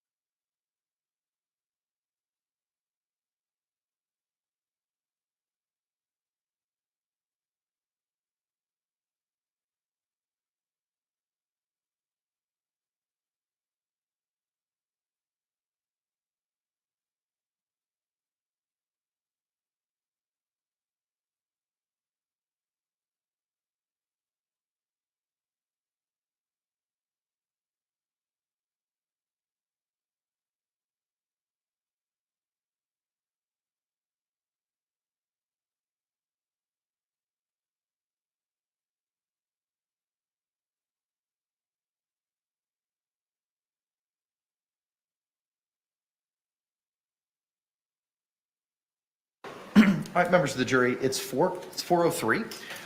By show of hands, would you like to take an afternoon break at this point in time? Okay, court sees no hands. We may have to work also a little bit past 5 o'clock, maybe going to between 5:45 and 6 this evening. I know juror third from the right, you may have to make a phone call as to that. Does anyone have any concerns about working a little bit later today till 6 o'clock? If you have those concerns, please raise your hand at this time. All right, court sees no hands. Ma'am, are you in a position to step out to see if you can get assistance with childcare, or is that not an option for today? I'm actually all set for today. She's already taken them off. You are? Okay. All right. Excellent. Very good. Thank you very much. I appreciate you all. With that, Mr. Owens, you may continue. Yes, sir. I think one of the jurors raised their hand. Oh, I'm sorry. Yes, juror fifth from the right. Are we going to get a break before the 5:45 mark? Because if not, then yes, I would like a break. Then I tell you what, let's go ahead and take it at this time. We'll give you all a 15-minute recess. It's 4:04. Hang on. Don't leave yet. I got to tell you a couple things. It's 4:04. We'll see you back here at 4:20. Same instruction as before. Please don't conduct any independent investigation or research as the person, places, things, or charge involved, and don't have any discussions amongst yourselves or anyone else. We'll see you in a couple minutes. Thank you very much. Jury exiting.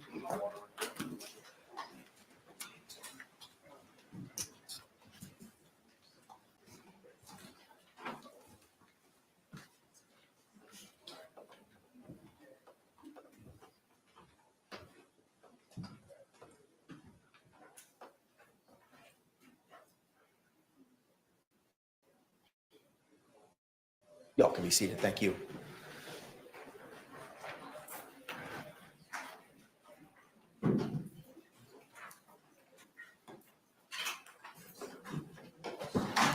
If Ms. Boone needs to use the facilities, we might as well take advantage of that at this time. All right, court will be in recess till 4:20. Thank you.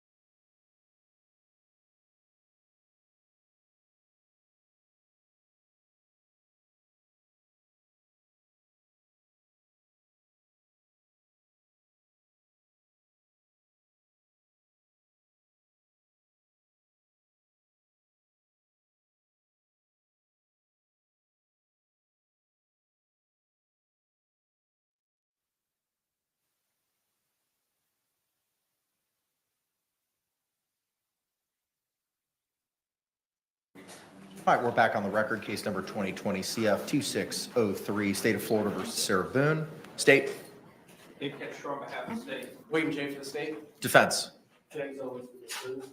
Tommy Henderson for Sarah Boone. Rebecca would have to serve. Ms. Boone, let's go ahead and bring you back up to the witness stand, please. Judge, we're going to try to go with 6 today. Yes, sir, that's the plan.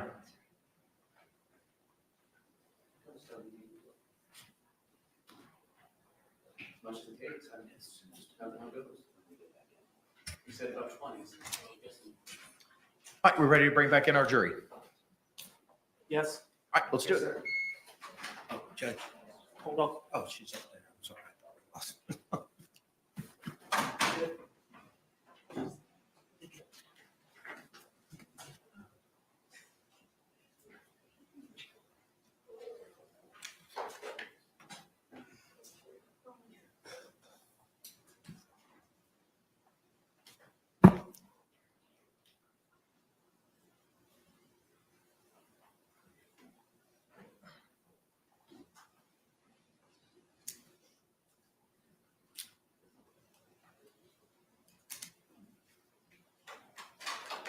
Jury entering.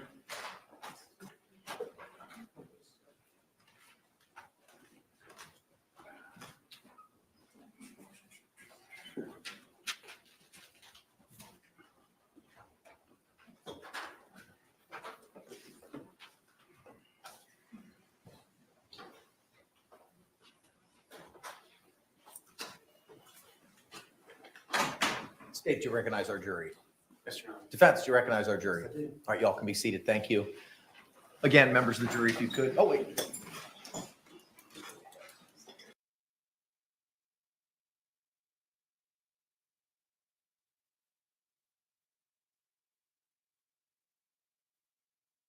Okay.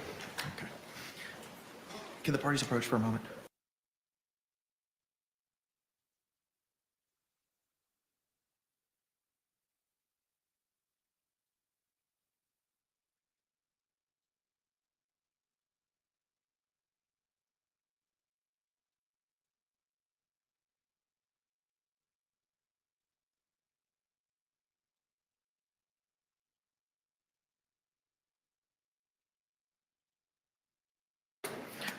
All right, members of the jury, again, if you could just raise your hands to confirm that you complied with the court's instructions during the last break. Record reflect all hands have been raised. All right, with that, Mr. Owens, you may continue your inquiry, sir. Just based on the court statements, identification A, I'd like to, this is one of the photographs that we introduced. Is this injury to your ear? Yes.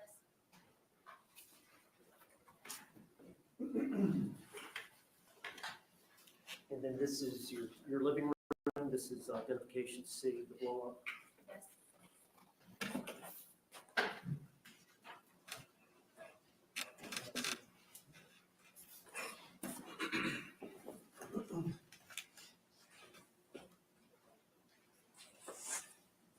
Identification D. TV.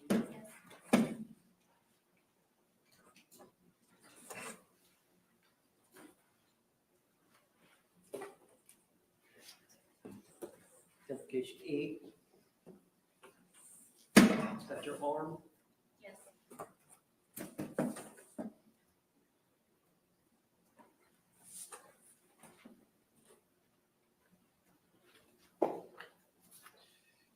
Identification F. Is that your knife wound?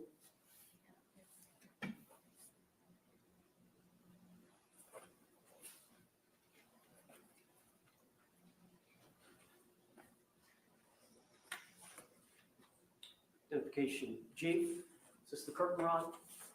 Yes.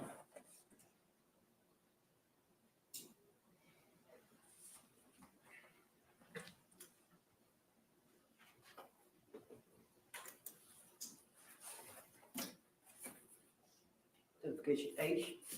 This is the eye.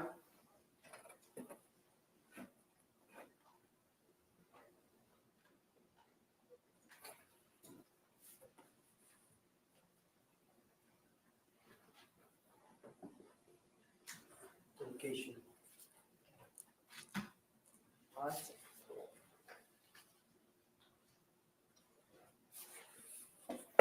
See your face shot, Yes. with the lip, the eyebrow.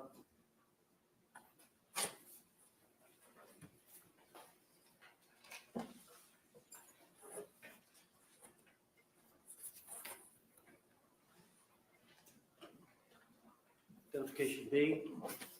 And this is the back patio with the dog. Yes.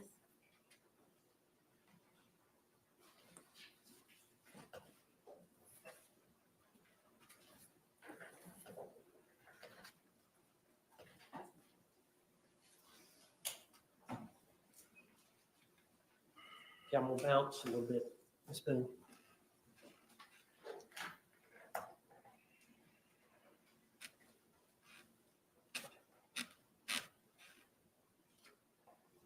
Let me go back to the night earlier in the evening when I think y'all may have been out on the back patio and you had suggested to George to call the children, but then did he call his brother or his brother called George? Do you remember? George called his brother. Okay. And you made a statement about tell him something. Explain that to the jury. I told him to tell his brother about you choking me the other day. This is a separate choking incident. We had been drinking and I wanted George to tell him, but he didn't tell him, so I said it in the background. So he would be aware. What did you tell him? Tell him why you choked me or that you choked me. Okay. Now,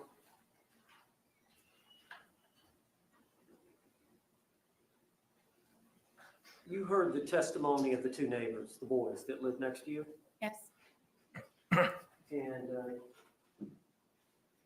you heard that they were actually questioned. I think the audio, they were audio interviewed. You heard from Detective Copsel. I think it was a couple of days later on the 25th of February or 27th of February. yes, And you heard their testimony earlier this week, yes, where they hear a kind of a thumping sound starting at the top of the steps, ending at the bottom. yes, Have they got the night wrong? yes. So explain to the jury that. So it was the night before. Again, I was sleeping and in the middle of the night with the door barricaded, he came in and ripped me out of the bed. And first got me with one hand and then got both hands and pulled me completely off of the bed. And then like a caveman, had my hair like this and was going down the stairwell, taking me with him to come downstairs so I could sit and drink with him. Do you believe that's the noise that the two neighbor boys heard, I absolutely do. and it was just the night before? Correct.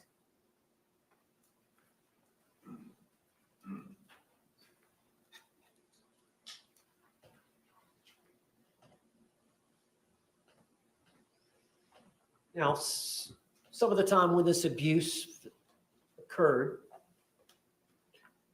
you called the police, Yes, and other times the police were not called. correct. I want to refer to you the first time, I believe, you mentioned the 911 call. I believe that was July 25th of 2018. Yes, And that was the incident in which Georgia kicked you in the eye, stomped me, yes. stomped you in the eye. And you had grabbed his neck Yes, I was able to get my arms out from him pinning me down with his knees and grab his neck. So law enforcement came and investigated, Yes, and both of you were arrested. correct.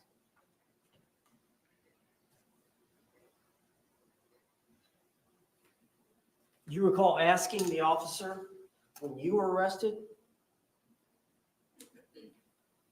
why am I being arrested? Many times, yes. You recall asking the officer, why am I being arrested? Yes. And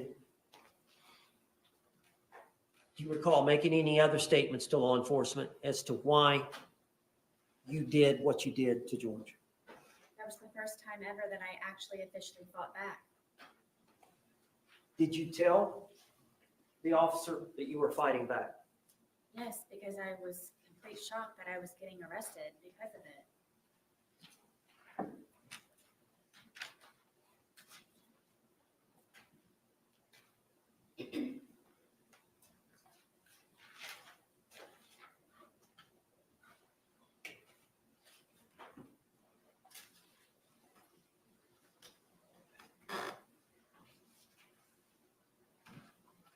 Now, on the 2-minute video, the suitcase video, you mentioned to him, I think you said something, I can't breathe. He said, I can't breathe, and you said, that's how I feel when you're choking me. Were you referring to an isolated incident of the night before, 2 nights before, or whatever, or were you referring to in general? In general, the more than 2 or 3, 4 times that he had done it. Okay. And then the part about cheating, he didn't physically cheat on you. No, he did not. Okay. And just, I don't want to go into a lot of detail, but what are you referring to? George was, I believe, addicted to pornography, and a lot of that would be found on my phone from him supposedly wanting to call about job interviews. And as a solution, I sat him down and I explained to him, to me, that's you visualizing yourself with someone else, or at least having a pleasurable moment with someone else or watching other people. And to me, I told him that I considered that cheating on me. Okay. And so he would download that on your phone? Yes.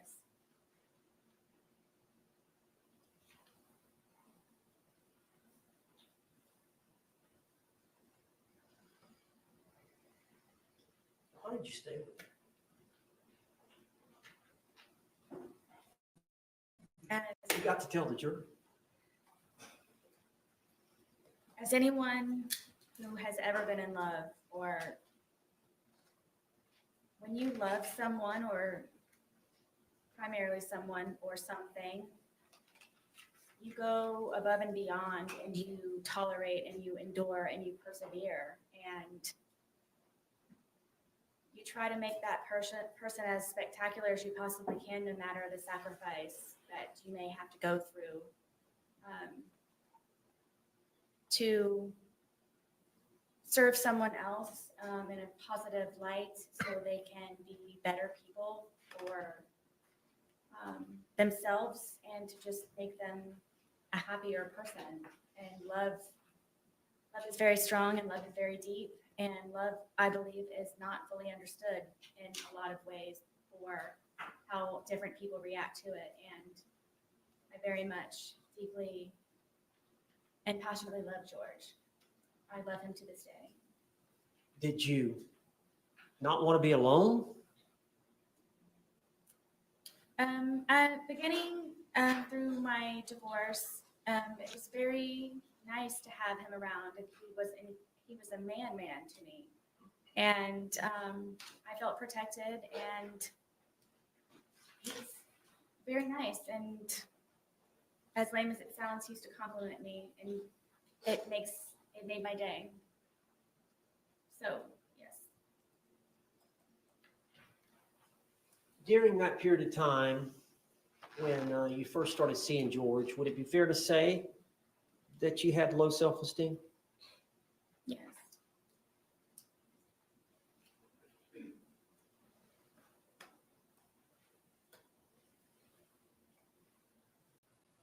Now, we talked about this previous arrest where you told the officer you were fighting back and you got arrested.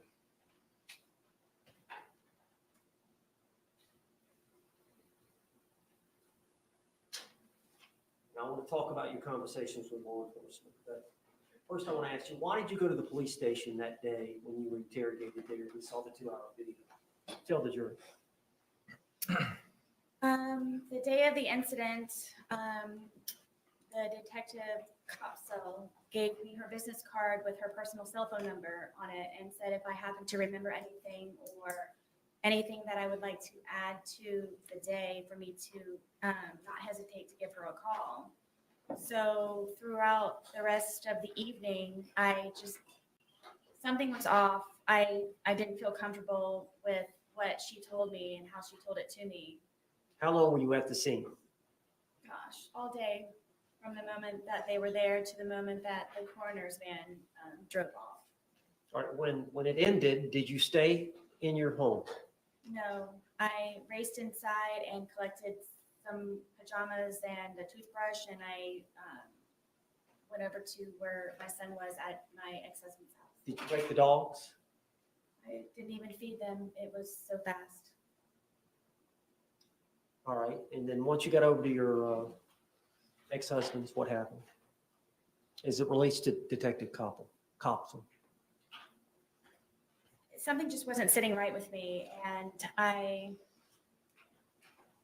had a suspicion that she just wasn't being honest with me, so I took it upon myself. Sustained. So you called her. Tell us about that. I called her and I told her that I felt that she was being dishonest with me. She originally had told me that due to her being pregnant, it would just be a lot easier for her to have me come down to the station to pick up my phone. The original plan was for she and Detective Loman to return the phone to my apartment.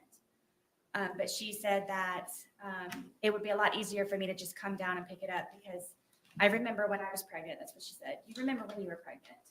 So I said, I feel that you're tricking me and I feel that you're being very sneaky about something and I don't believe that you're being honest with me. And I said, regardless, I'm still going to come. Sustained. So you agreed to come, but you understood it was to get your phone? Correct. All right, you came that afternoon to the station, I did. and the original agreement was they were to come to you. Correct. All right. When you got to the station, what happened? I thought I was just going to be picking up my phone. My car was there. I had everything in my car. It was just a regular, I'm just going to go in, maybe sign something and pick up my phone. And there's people that are over here at the windows. And I thought that I was supposed to go over there to get my phone. And Detective Lowen came down and said that my phone was upstairs. So if I would just follow him upstairs, that's where my phone was. And then I was taken into I guess it was an interrogation room, and they told me to sit down, and that then I guess the interview or interrogation began, and I just simply kept getting my phone. Sarah, tell the jury why. Yes.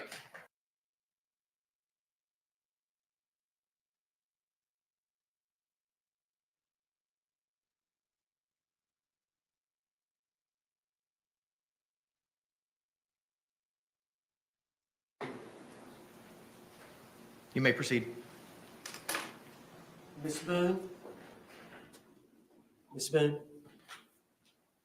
Tell the jury why you lied to the police.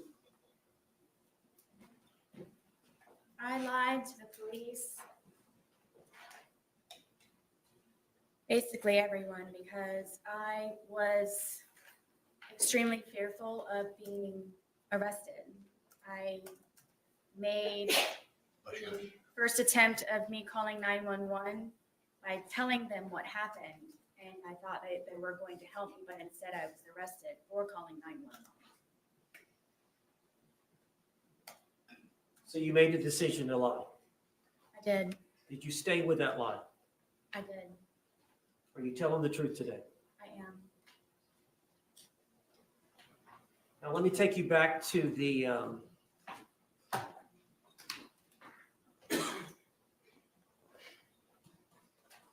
this incident.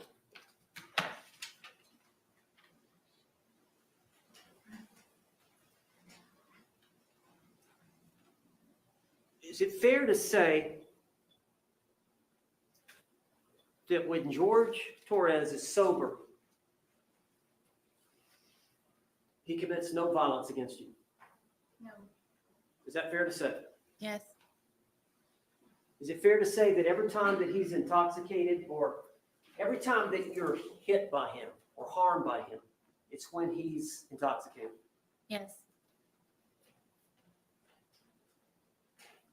As a result, when he's drinking, does it change your outlook? Yes. Could you explain that to the jury? I'm always fearful, paranoia. Why? Because I try to protect and defend myself for fear something happens at the last ultimate second.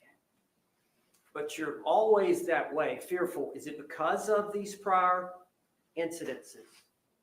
Absolutely. Do you try to placate him? All the time. What do you mean?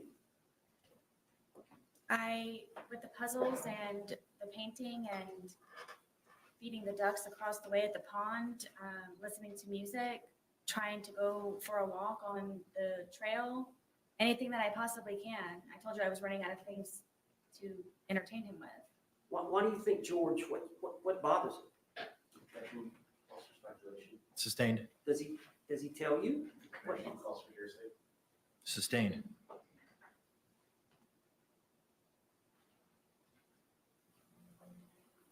As a result of how he behaves towards you in that intoxicated state, how were you feeling the night of this event?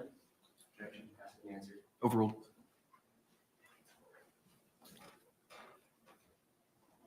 Extremely nervous, anxiety galore, just, I can never relax. When he's drinking? Yes. And the state of intoxication that he was at the time of this event, is that the state that scares you the most? It's the tone, yes. There's a lot of alarms and red flags that go on throughout the day or night or whenever it is that we are drinking. Objection, non-responsive. Sustained. Tell us about that. How that does that heighten your sense of safety, At all times. but especially when he's drinking? Oh, yes, all the time. And then his mood? Yes, it depends on what mood he's in that day. Well, do you have like a sixth sense of how he's doing? Yes, I knew George very well. Objection, non-responsive. Yes or no? Sustained. Can you tell us what you mean by that? Sixth sense, or knew him very well? I guess you can say that I was trained by fear with him. Just, it wasn't fun anymore when we would drink and we would hang out on the back porch. It wasn't fun anymore because I knew inevitably that something was going to happen to me one way or another.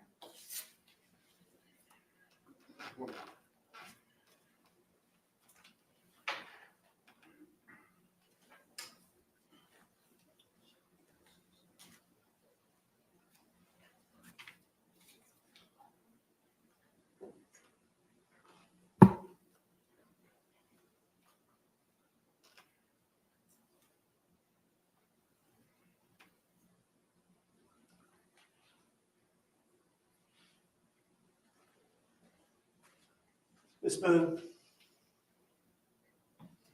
you know, those bruises that we saw of him, they look pretty deep.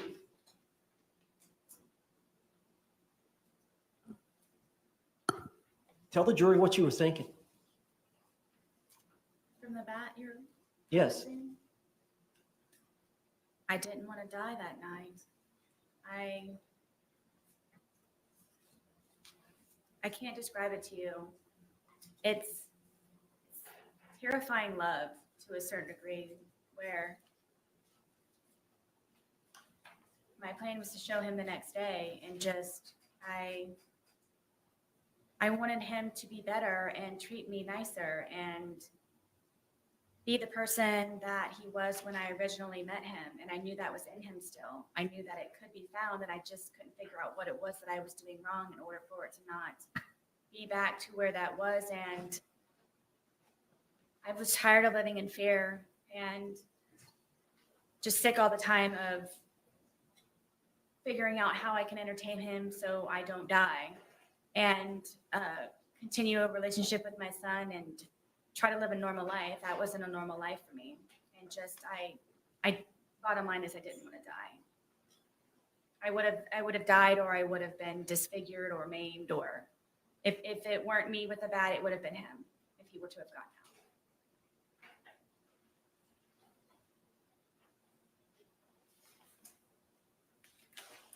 Thank you. That's all. Any cross-examination? Did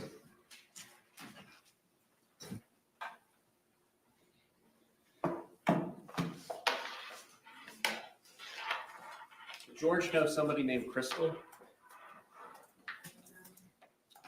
Did you ever mention Crystal in your text messages about being one of his bitches? I don't know. I don't remember. How about Christine? Did George know a Christine? I don't know. How about a Pamela Erickson? These may have been people that he was communicating with on whatever the platform was. On your phone? I believe so, yes. And did you find these communications? I believe I found one or two of them from some of them. And did you send a long letter to his family to relay to him about George and his girls that he was cheating on you with? I believe so. Okay, so you do know those names, right? I don't remember them. It's been however long. Okay. Now, on February 24th, 2020, you called 911 at about 1 p.m., correct? Yes. And at that point, you were still feeling a little intoxicated, were you not? It was more shock, but yes. So you agree that you previously stated, I was still, I believe, intoxicated to a degree? To a degree, yes. So 1 p.m., it's about 14 hours after 11 p.m. the night before, correct? I'm guessing so. Well, 12 hours prior would be 1 a.m. and 12 a.m. is 13 hours, 11 p.m. is 14 hours, correct? Okay. And you were present here for the medical examiner, Dr. Zadovich, to testify, correct? Yes.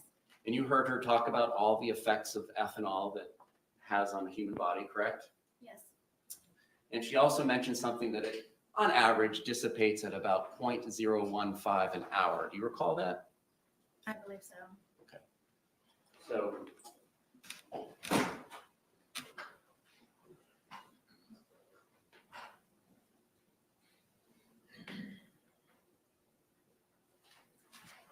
would it be fair to say that if you're still feeling the effects of the alcohol at 1 p.m., so that's 14 hours, 0.015, you were at approximately about a 0.21 at 11 p.m. the night before.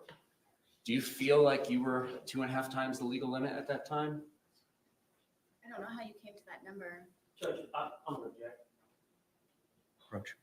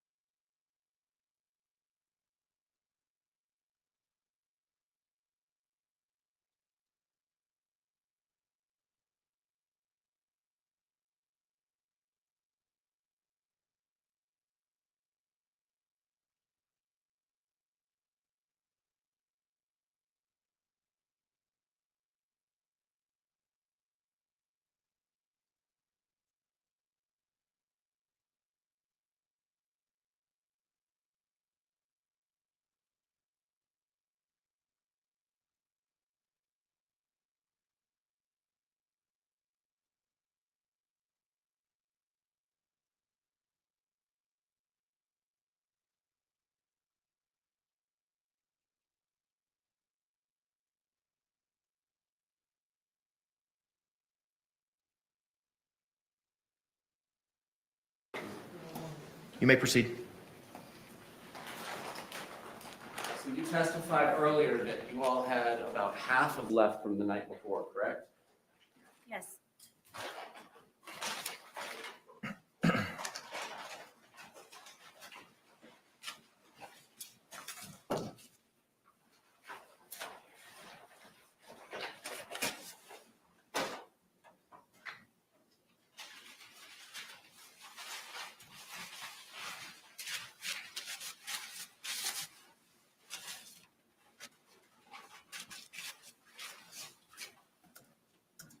And so would you agree that this is one of the 3 bottles that was purchased between February 22nd and the 2 that were purchased on February 23rd, 2020? I'm guessing Okay. maybe it's like the bottle, yes. All right, and it's 1.5 liters. Would you agree?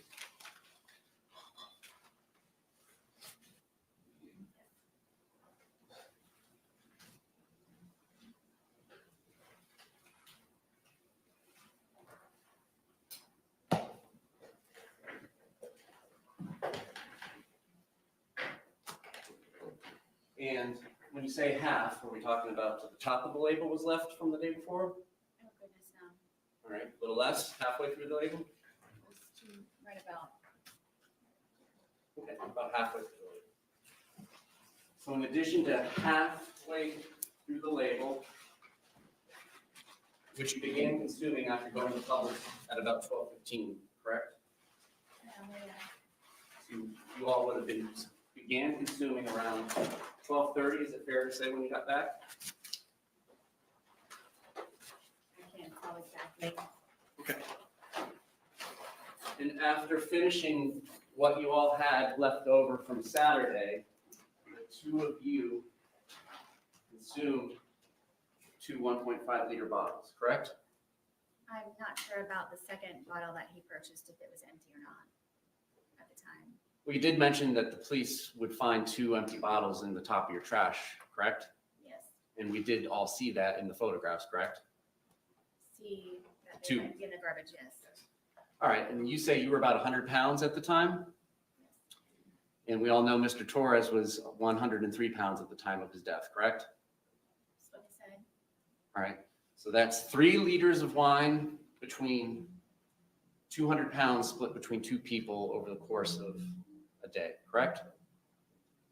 Yes. And you testified today that you were intoxicated at the time that this occurred, the videos between 11 and 11:30 at night, correct? Yes, at some level, yes. Now, what does that mean to you? Previously, have you indicated that that means the room is spinning? Do you ever recall saying that? I do. So what was your level of intoxication at this point in time when the first video was filmed at 11:12 p.m.? Do you mean from lack of sleep or alcohol? From the alcohol. What was my level? What were you feeling? Did you have trouble with your balance? I was more tired than anything. Did you have trouble with your balance? I don't believe so. So you were able to flip a suitcase over with a 100-pound man in it, right? I mean, yes, it happened, Okay. How about your speech? Do you feel like your speech was slurred? clearly.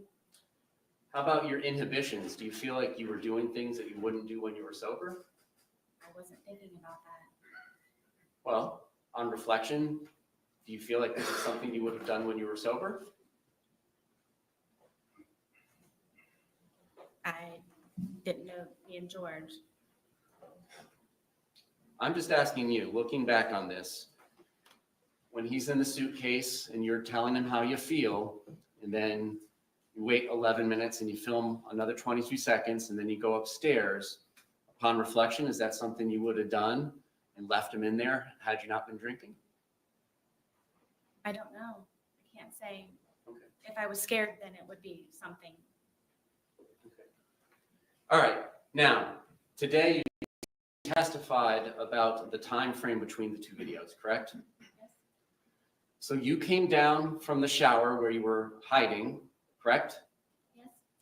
And as you're coming down the stairs, before you even get to the bottom of the stairs, you can kind of see over your shoulder or towards your right that he's trying to hide in the suitcase, correct? Yes.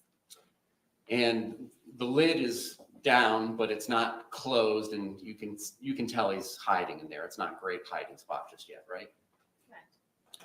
And so you come over to him and you're laughing, right? And you move the suitcase around some before zipping it shut, right? No. No? You immediately zip it shut? Yes. Okay. And you're both still laughing about it, correct? Correct. All right. And then it's during this course of time, how quickly is it after you zip it shut that you begin filming the first video? I don't know without watching it. I don't know. Okay, I mean, the video is not going to catch you zipping him up because you're like 10 feet away, right?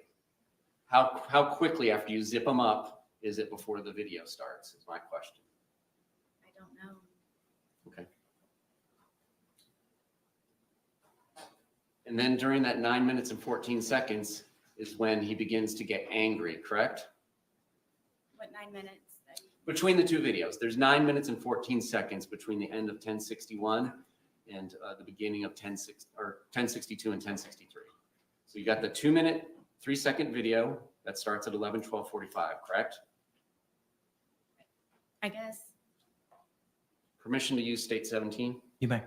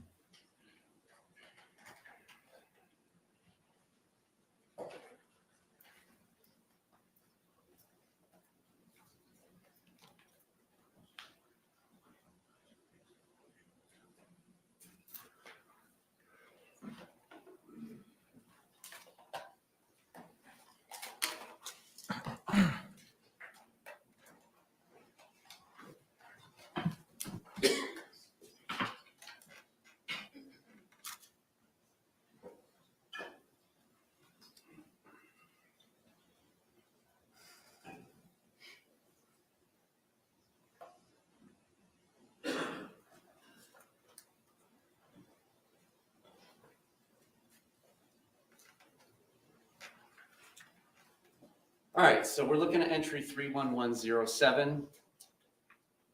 That indicates, according to the phone extraction, 2/23/2020, 11:12:45 p.m. Image _ 1062 movie begins being captured. And we have seen that that is about 2 minutes and 3 seconds. Entry 31113 indicates that image _ 1063.move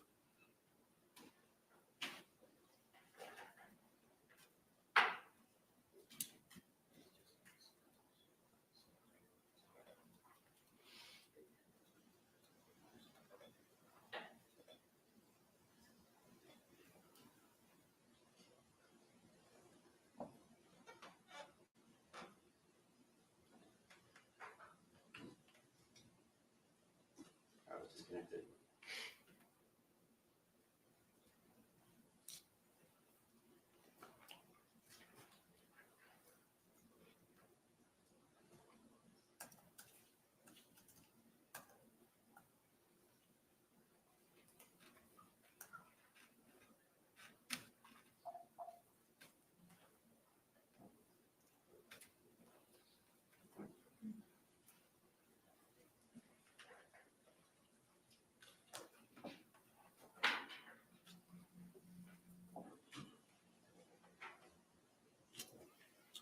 Okay.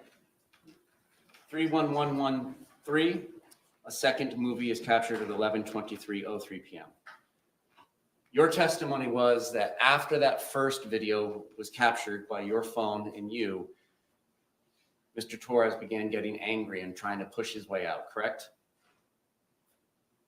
Say it one more time, please. Between these two movies, of which there's about 9 minutes and 14 seconds, Mr. Torres begins to get angry and try and push his way out and get out of the suitcase, correct? He had been angry on and off throughout the entire day. Okay. You didn't tell us that earlier. You said it was a wonderful, fun day all day, correct? That's because I lived. Okay. But you did not tell us earlier today that he had been angry throughout the day. When would I say that? You described your entire day of doing puzzles, and arts and crafts, and outside by the dartboard, and you said it was a wonderful day and everything was fun until he was in the suitcase. Did you not testify to that earlier today? I did. My specific question between these two movies is, this is when he begins to get angry and trying to push his way out and to get out of the suitcase, correct? Angry again, yes. And he was expressing his anger in what manner? How did he say this? At which point throughout the day? Ma'am, you know very well that I'm talking about between these movies. Please answer my question. Between these two movies, how did he express his anger with you? Told me that I was going to fucking die. Okay. Now this is happening after he's already told you several times he cannot breathe in the suitcase, correct? Correct. And he's been in there for whatever brief amount of time it took you to zip him up, and the laughter stops, and then you go over and begin to film, correct? And you're filming, your purpose of filming is to kind of teach him a lesson. This is your chance to say something to him when he can't say anything back to you, correct? No, Then correct me. there was no lesson to be learned. It was just I wanted him to try to understand how I felt, so maybe he could progress in being a better person the next day. So you wanted him to understand how you felt in the past, and that's not teaching a lesson? I just wanted him to understand.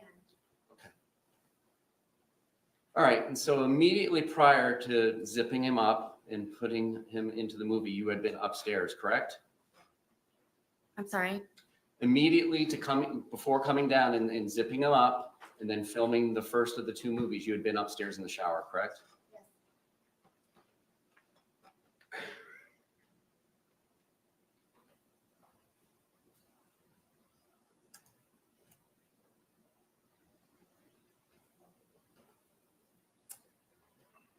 I'm going to publish what has been labeled as image_1061, which according to the timeline was captured at 11:03 p.m. 31 seconds with her device.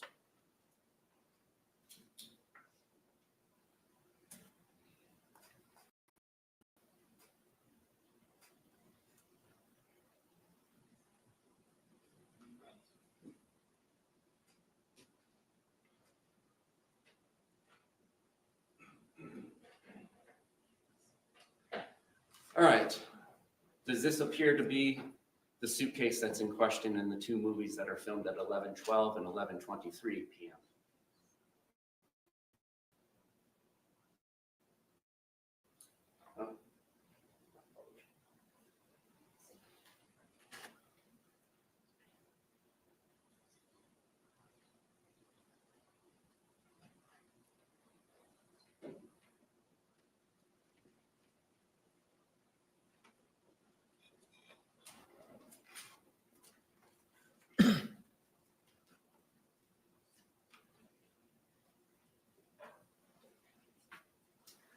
This is image 1061 taken at 11:03 p.m. 31 seconds. Does this appear to be the blue suitcase that's in the two videos that were captured at 11:12 and 11:23 p.m.? Correct. Did you take this image at 11:03 p.m.? I don't remember if I did or not. And again, we had, and by we, I mean you and Mr. Torres, two 1.5 liters bottles of wine and plus whatever was left over from the day before, correct? Correct. So you don't remember taking this photograph? I don't. Do you remember whether or not Mr. Torres was in here? I don't remember taking the photo. Okay.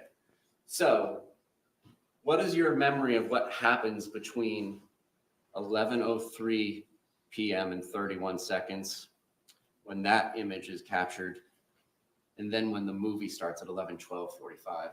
What do you remember? I don't. Do you remember anything from that night? I do. You told the police on February 25th, 2020, when they first showed you the video, that you didn't remember taking that. You remember that? I do. In your testimony is you do remember taking that video. I do. but you don't remember taking that photograph 9 minutes prior. Correct. Is there something, did you have more to drink in those 9 minutes? I did not.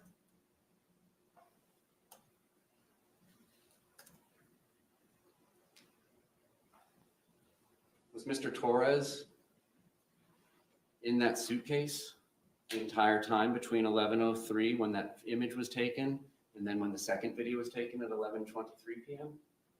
I believe so, yes. So for 20 minutes? Yes? However long the time frame is. Did he begin telling you that he couldn't breathe before the video, or do you not remember? I don't remember.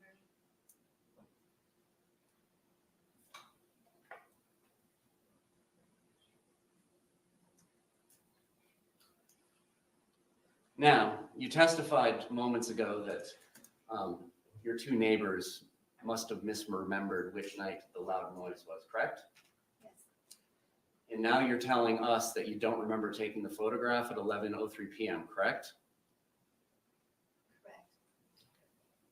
Did the police come out to your townhouse on Sunday, February 23rd, 2020? Yes. I'm talking about Sunday. This is the Sunday fun day when we're going to Publix twice. Were the police out of your residence?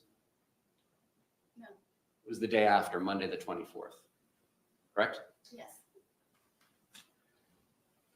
And that Monday morning, you called 911, well, Monday afternoon at about 1 p.m., correct? Yes. And between that time frame, you were the only person in your apartment plus Mr. Torres in the suitcase, correct? Yes. So if anything had been disturbed in your apartment, you had all the time that you wanted to undisturb them before calling 911, correct? If I wanted to. Okay. And you still, your testimony is there was no loud boom that shook the walls of your townhouse at about 11 p.m. the night of February 23rd, 2020, correct? Correct. To the best of your memory, correct? Correct.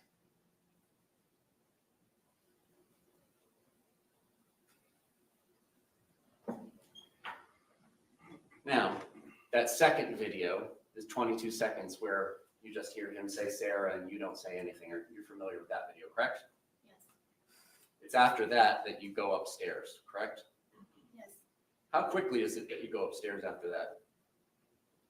It was pretty quick. Can you grab the dogs? No, the dogs were upstairs already. Did you call 911 and let the police know that you had zipped somebody shut in a suitcase and they had not been able to get out for 20 minutes? I did not. Did you go to Brian's house and tell him, I had to zip Mr. Torres up in a suitcase shut? We need to do something about that before he passes. I believe that's what the phone call was. Okay. Well, what do you remember now about the phone call with Brian? I know that I called him. I don't know specifically what it was about.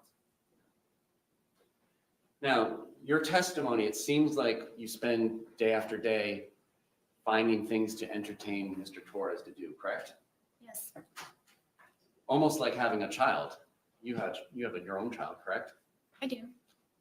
What you described sounded like having a small child. Would you agree? That's your interpretation. Well, you take him from doing arts and crafts to doing puzzles, so on and so forth, correct? When he's been drinking, yes.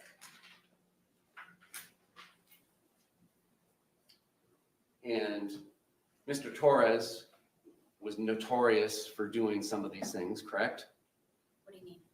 Well, you described Mr. Torres as being notoriously known for doing things. You described your ex-husband, Brian Boone, notorious for doing things like nagging and calling all the time. You remember your testimony calling people notorious for doing things? Yes. What would you say people would say you're notorious for? I don't know.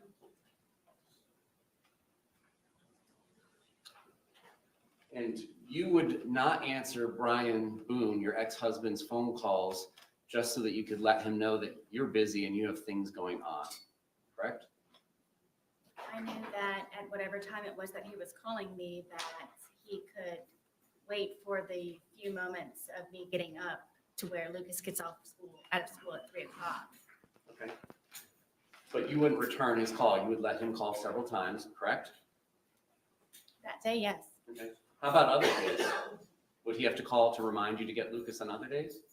He wasn't reminding me, he was just making sure that Lucas was covered for pickup or drop off. All right. You didn't mention to the sheriff's office on either February 24th or February 25th about going to Publix with Mr. Torres at noon or 12:17, did you? I don't recall. So the best evidence of that would be the recording of those interviews? Correct.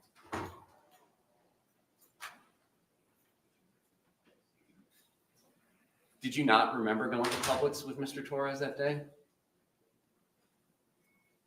At what point? At any point? No, I didn't. You had indicated to the police that it was about 4 p.m. that you all had started drinking after doing chores. You recall that? I do. And your testimony today was that it was really more after you guys went to Publix at about 12:17 p.m., correct? Yes. And you did not tell the truth to police, correct? I'm sorry, I didn't hear the question. You did not tell the truth to the police about that, correct? I did not. And when they were asking you about Mr. Torres's injuries, you told them that you had nothing to do with it, correct? Yes. And that was not the truth. Correct.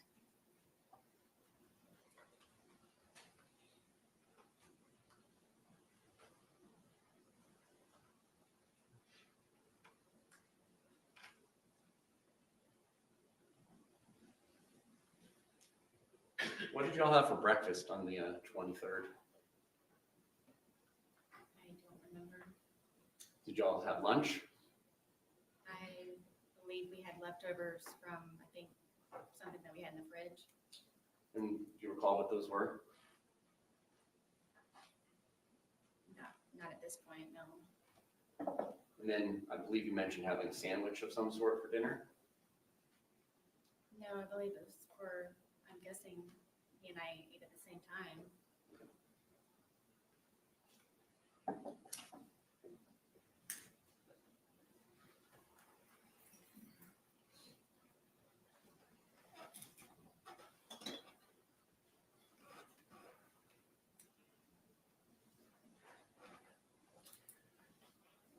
And at one point, Mr. Torres called his brother Juan, correct? Yes. And do you admit that you were yelling in the background, telling Mr. Torres to tell his brother that he had been choking you? I don't know if I was yelling. I know that he could hear me through the phone. So how long had that been going on that day? When did you start getting on Mr. Torres about choking you in the past? He and I had conversations about it because he didn't remember doing it to me. And the next day and the day of, Is it fair to say that there are just points in time where you don't remember what you do either, correct? are you talking about almost 5 years ago? I'm talking about from drinking. Is it fair to say that you don't often remember things that you did while you were drinking? I would not say often. Okay. In the course of your relationship with Mr. Torres, are there things you don't remember happening that happened the night before between you and him? I can't say that at this point. But you said that you don't remember taking that photograph at 11:03 p.m. on February 23rd, correct? Yes.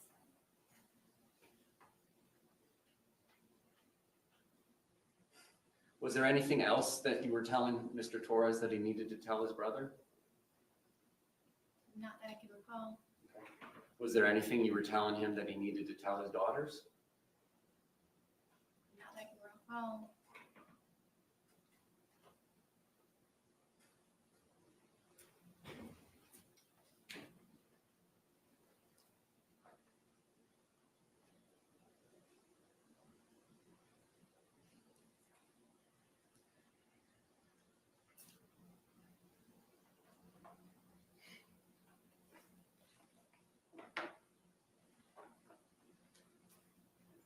Now, you indicated that Mr. Torres would use your phone to look at pornography. Correct. Were there ever any points in times when it was you that was used looking at pornography? If I was, it was to go back and look to see.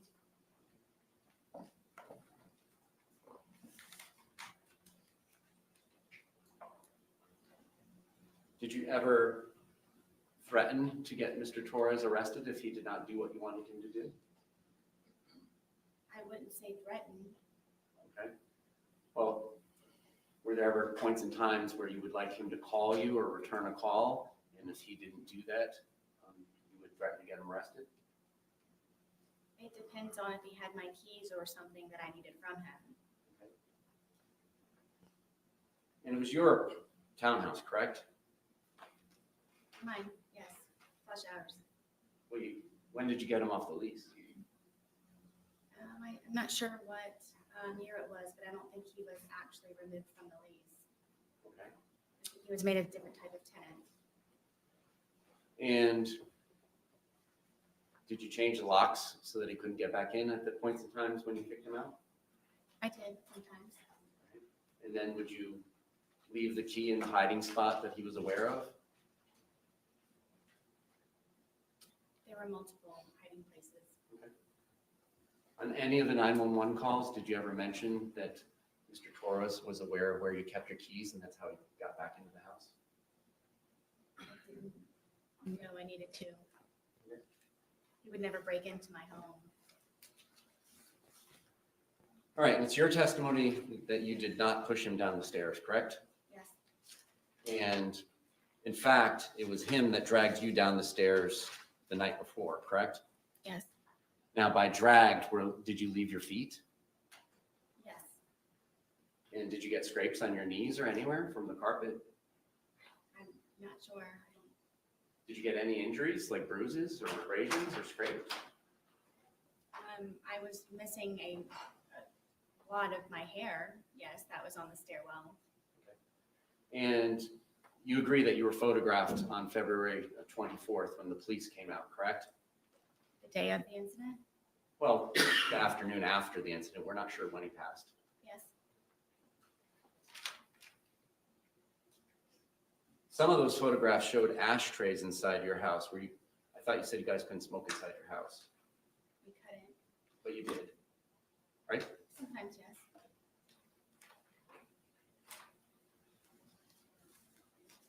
And you agree you would go to the hospital and tell them things that were not true, correct? Yes, There were times where you would go to the hospital and leave without getting treatment, correct? yes, And is it fair to say that you often had alcohol in your system when you were going to the hospital, correct? sometimes.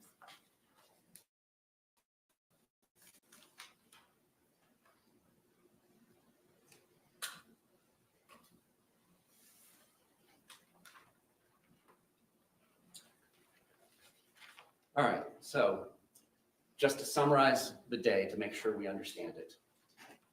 You all wake up sometime in the morning, but it's an unknown time, correct? On February 23rd. Or early afternoon. Yes, I had a problem with the detectives and them having me guesstimate times. Okay. Are you the kind of person, like most of us, that uses your phone when you wake up? No. So the first activity on your phone may have nothing to do with when you woke up. Is that fair for you? Yes, other than looking at the time possibly. Okay. So at some point you wake up, it doesn't sound like you have breakfast, correct? Correct. You do some chores, correct? Yes, So that is true. That part of it is true. You did do chores before going to Publix at 12:17. yes, All right. After chores, you go to Publix and you get that 1.5 liter Magnum bottle of Woodbridge Chardonnay, correct? I'm not sure what Magnum is. 1.5 liters. Instead of the 750s, it's the double size. It's like 2 bottles of wine. Okay, yes, So you got a 1.5 liter, right? yes, it is the larger bottle. And you got home and you at 100 pounds and Mr. Torres at 103 pounds began drinking this wine, correct? I'm guessing so. I'm not gonna guess times. Well, don't guess. I mean, you got home from Publix. When was your first drink? I'm not sure. I mean, we could have continued to do whatever was left over from what we didn't do before we went to Publix. Okay. So you may have started drinking even later, correct? Then 12:30 when you get back from Publix? I don't know. Okay. Was it 1:30 or 2:30 when you began drinking? I don't know. Was it before any of the phone calls to the brothers and his daughters? Yes. And so you drink what's left in the bottle of wine from the day before that's halfway labeled, correct? At some point. And then you drink 1.5 liters of wine, and he goes out and gets another one on his own without your permission or suggestion about 5:30, correct? Correct. And then you all consume that one as well, and it ends up in the trash can at the end of the night, correct? Apparently. At what point in the night does your memory tape stop? Because you described that it wasn't on at 11:03 p.m. when that photograph was taken. What's the last thing you actually do remember prior to these videos being made? I don't recall it at this point. I don't remember. All right, and so it ends in hide and seek after arts and puzzles, correct? He says, tag, you're it, but you run and go upstairs and hide, right? Yes. So does that mean he's it and he's supposed to come find you? No. Okay. So you both hide? No. Okay. How does this work? I don't know how to tell you. Okay. I was it and I went and hid. I mean, my understanding of the rules of hide and seek is one person will be it, cover his or her eyes and count to like 20 and then go find the person that's hiding. Is that your familiarity with the rules too, or do you guys have house rules? I understand how the Okay. game of hide and seek So works. explain to me, what was your expectation? You go up to the shower. Were you expecting him to come find you? I was. Okay. And after a while, he did not come find you. Yes. And that's when you return downstairs. Correct. And because of the way your townhouse is set up, you can kind of see over where the suitcase is and that he's trying to hide in there, but it's not successfully hidden just yet. I mean, yes, you have to come down a good ways in order to be able to Right. do that. Right. But you testified that was before you got to the bottom. Yes. And then you come over there and thinking that it's funny, you zip him shut, correct? Yes, we both thought it was funny. Okay. And the defendant, stand down. Enter into the well? Yes. Yes. Go down. Deputy, could we release her into the well, please?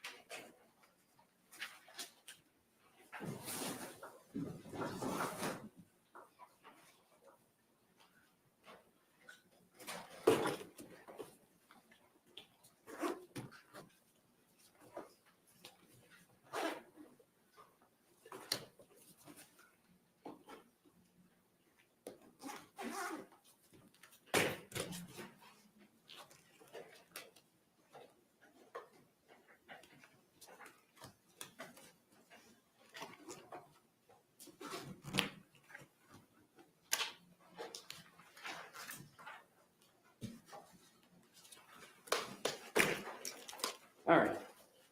Ms. Boone, can you demonstrate for the jury where Mr. Torres' head was and how his body was positioned in the suitcase, if you don't mind? His back was this way and his head was here. All right, and then is it fair to say his feet are kind of down here, which would be the front left corner from their perspective in the jury box? Yes. And then his knees are kind of tucked up towards his face. If I remember correctly, yes, that's the position. Okay. All right. Can you help me understand how it was that you zipped it shut? Can you show us where you say you left an opening that his hand got out of.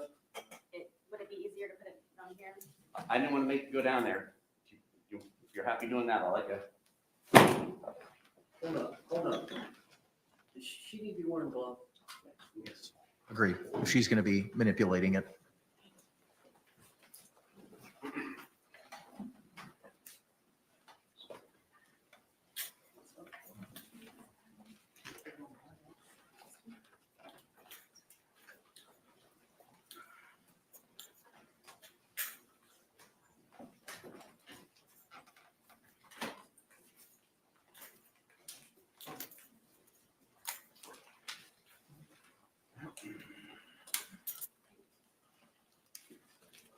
What do you want her to do?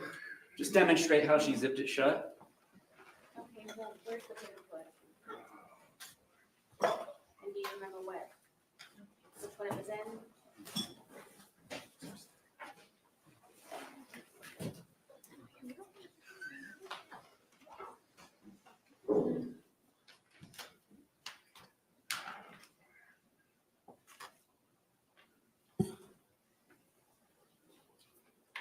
This side.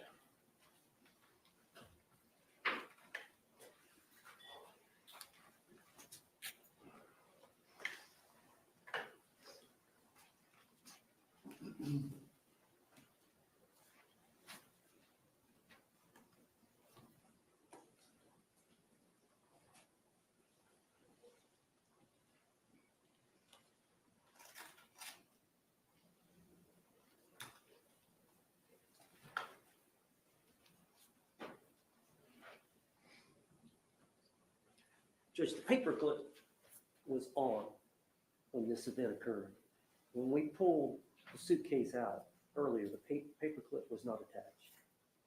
So now the prosecutors attached the paperclip. We don't know if that's the way it was attached. It's not even a paperclip. We Okay. don't know if that's the proper way that it was attached. But he's asking her now to pull. Is there an objection? Yes? Approach.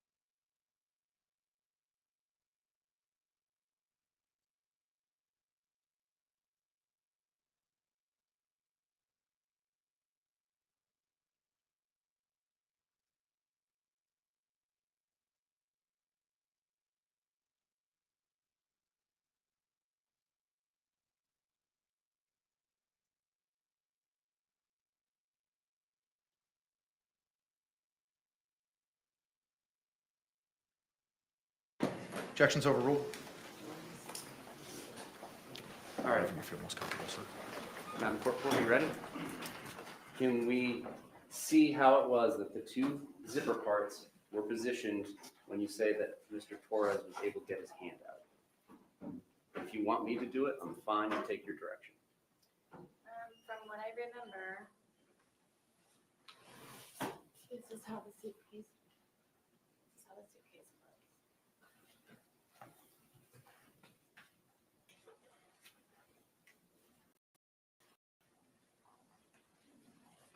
This was up here. This was not this hard either. So this was like here. Okay. Right here.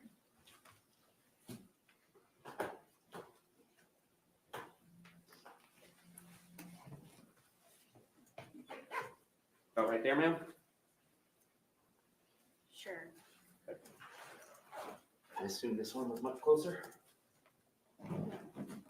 It's not over there? Where do you? You asked me where I zipped it. When you say that it was zipped shut, show us. Are you talking about how I zipped it or? When you're done zipping Like it a shut and he's inside of it, where are the zipper components?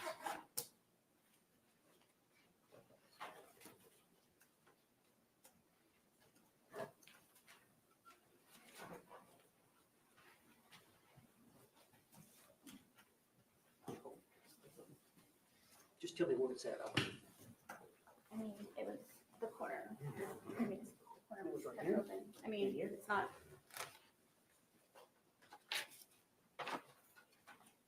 Yes, Yes. this one was on the pretty much, yes. From what I can remember. That's how he was coming with his hand out. It was like this from the corner part. Okay. Thank you. You can return to your seat.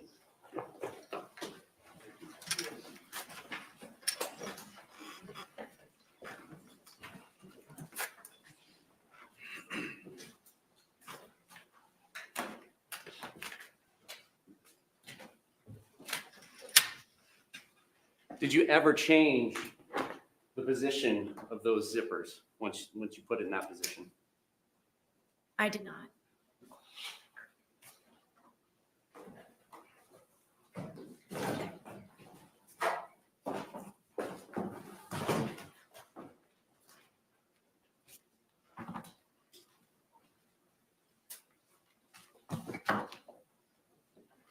And so once he was zipped into there, there's some amount of time, but you don't remember specifically before you start taking the 2-minute video, correct? Yes. And then that's when you say what you say, and that's when he says what he says. We've all heard it, correct? And then between there, in that second video of the 22 seconds length, it's at this point where he's beginning to get angry. And then that's when you take the baseball bat that's in evidence, and your testimony is you start poking him with the end of it. Did you say this was the second video? Between the two videos, that's when you started hitting with the bat because he was getting angry and trying to escape, correct? Right, I was not hitting him. I was, yes. Okay. Did you ever hit him with the bat while he was outside of the suitcase? No. So each time that he is hit with the bat, it's through this suitcase. And that's what leaves the marks on him because you didn't hit him with the bat outside of the suitcase, correct? Yes, if you'd like me to demonstrate. No, that's okay. The suitcase will speak for itself. And then you take the second video and you go upstairs and go to bed, correct? I apparently went upstairs and I used the phone to make a phone call. Okay. And then I fell asleep. All right. And at the point in time when you left and went upstairs, he was still inside the suitcase, correct? Correct. Was he still asking for you and calling your name? Not that I can recall. Did you say shh to him again? I don't remember. Did you tell him that this was his problem and it's on you again? I don't remember. Did you do anything to help him escape from the predicament that you zipped him up in? No. No other questions? Any redirect examination?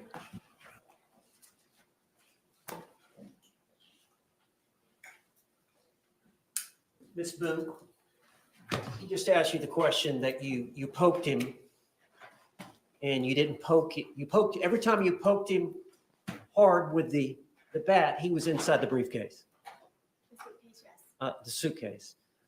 But you remember when he put his hand out, did you not hit him in the hand outside the suitcase?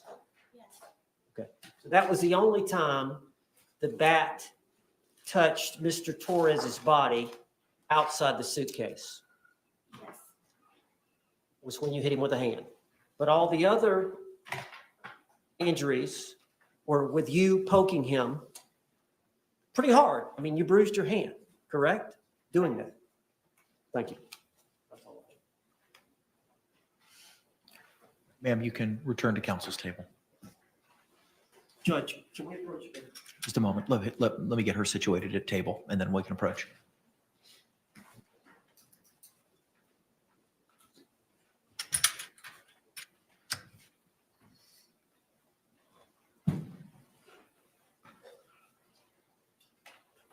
All right, come on up, y'all.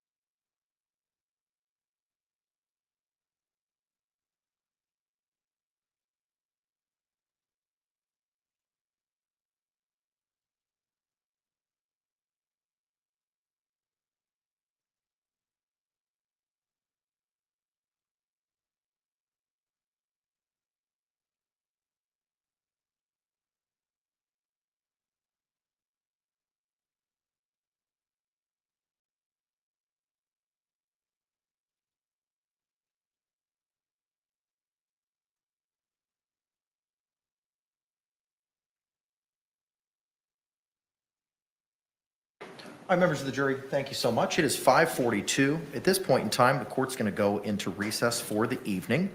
I thank you again for your continued service and your attention in this matter. We're going to start tomorrow again at 9 a.m. here in 12 Alpha at the Orange County Courthouse. I'll read you another instruction. I know you've heard it. I'm sure you're sick of it, but I got to keep reading it. So thank you. Jurors, you must not conduct any investigation on your own. This includes reading newspapers, watching television, or using a computer, cell phone, the internet, any electronic device, or any other means at all to get information related to this case or the people and places involved in this case. This applies whether you are at the courthouse, at home, or anywhere else.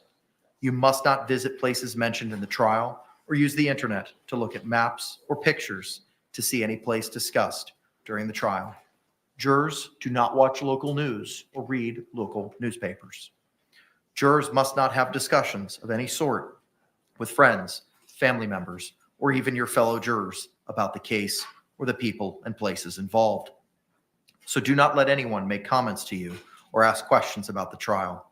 I want to stress again that just as you must not talk about this case face-to-face, You must not talk about this case by using an electronic device. You must not use phones, computers, or other electronic devices to communicate. Do not send or accept any messages related to this case or your jury service.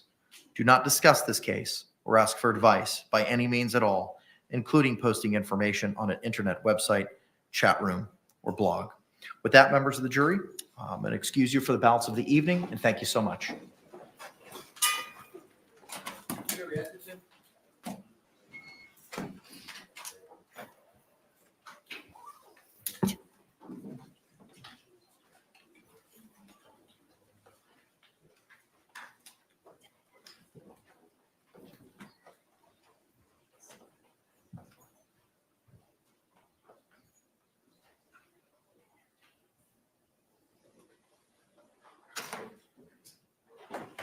Seated. Thank you.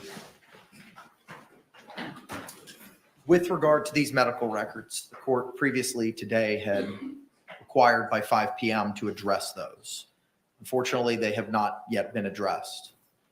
It is imperative that the state knows what it is we're culling down or redacting.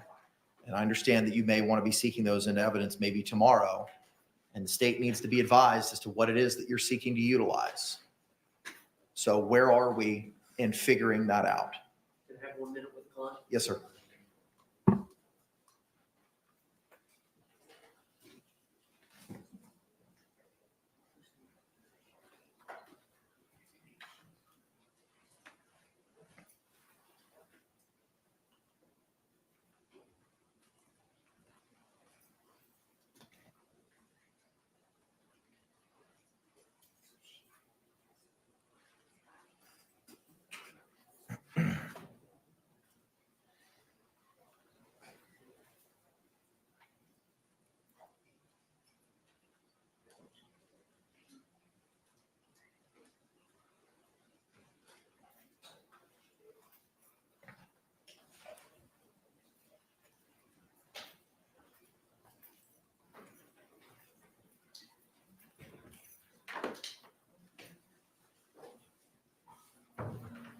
Judge, we've had discussions with Ms. Boone, and she claims that every time that he went to the hospital and the medical records would show that it was in relation to some type of domestic violence involving her, we've expressed to her that we do not wish to pursue it and introduce those records of Jorge Torres, of his medical records of the different times he went as it relates to their difficulties.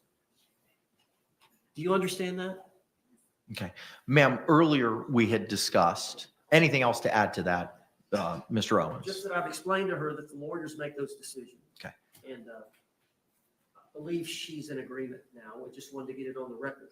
Understood. All right. So ma'am, I just got a couple follow-up questions, similar to other conversations we've had over the last couple of days. I don't want to know about the specifics of any conversations you've had with you and your attorneys, just whether or not you've had them. You recall earlier today, I'd asked you questions about certain rights that you had the ability to decide. Do you recall that conversation that we had, ma'am? It was before you testified. Yes. Okay. Do you recall that I advised you that the lawyers get to make most of the strategy determinations at trial? Do you recall that? I do. And do you recall that you said you understood that? Yes, And do you also recall that I advised you of certain rights that you have? Do you recall that?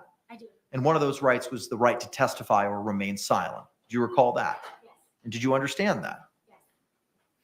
So this decision is a trial decision as to whether or not there's certain evidence that your lawyers are going to seek to utilize in your defense.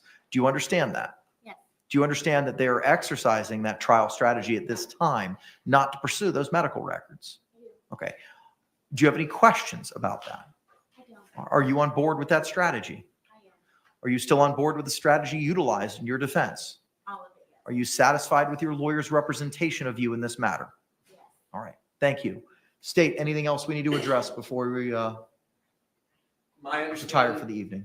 sorry, That's okay. my understanding is the last civilian witness they intend on calling is arriving at MCO at 9:03 in the morning tomorrow. It was either 9:03 or 9:05, yes. And plan will be to depose her in the evening at 5:30. Okay. Then just scheduling purposes, we're trying to figure out when we would need our rebuttal expert, Dr. Werner, to appear.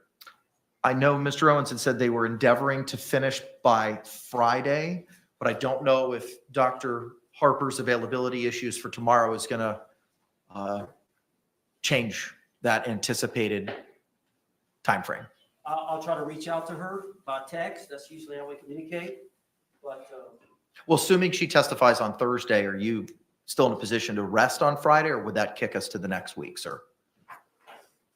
well, no, I want to finish this week if at all possible. If I'm hoping that Dr. Harper could be here tomorrow when Dr. Brandon is here, but let's just say she's tied up in Baytown. Let's do worst case scenario. Okay, she's here Thursday morning. I think we would try to finish our case right then and give the state a chance to rebut. I would say Thursday.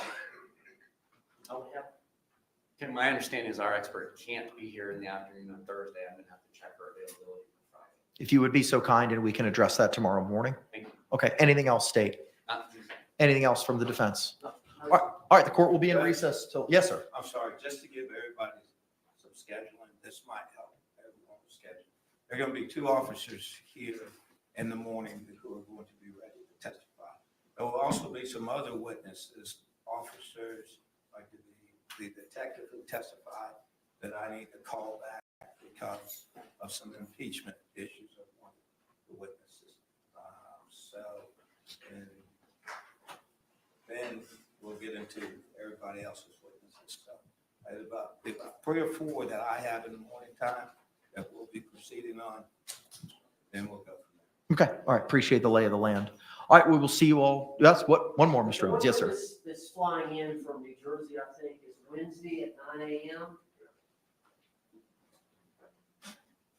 I think the flight, she's scheduled to fly out Thursday at 9 a.m. So if there's any way we could depose her, maybe in the morning or at lunch, and then have her testify Wednesday afternoon. That's an unreasonable demand on time, given everything I've been doing to make sure that we can get this pushed through. I need to do things like get ready for expert cross-examinations, and other things need to get accomplished at lunchtime. Happy to do it in the evening. My understanding that she was supposed to be coming in today so that we could do it tonight, and that didn't happen. But I don't think I should be forced to accommodate a lunchtime deposition. Anything further? I'm just telling you what our plans were. Deposition will be at, 5:30 tomorrow, or at any other, if we got to have it later, depending on how we go. We'll address it at that time. All right, thank you both very much. We will see you tomorrow morning at 9 a.m. Court's in recess.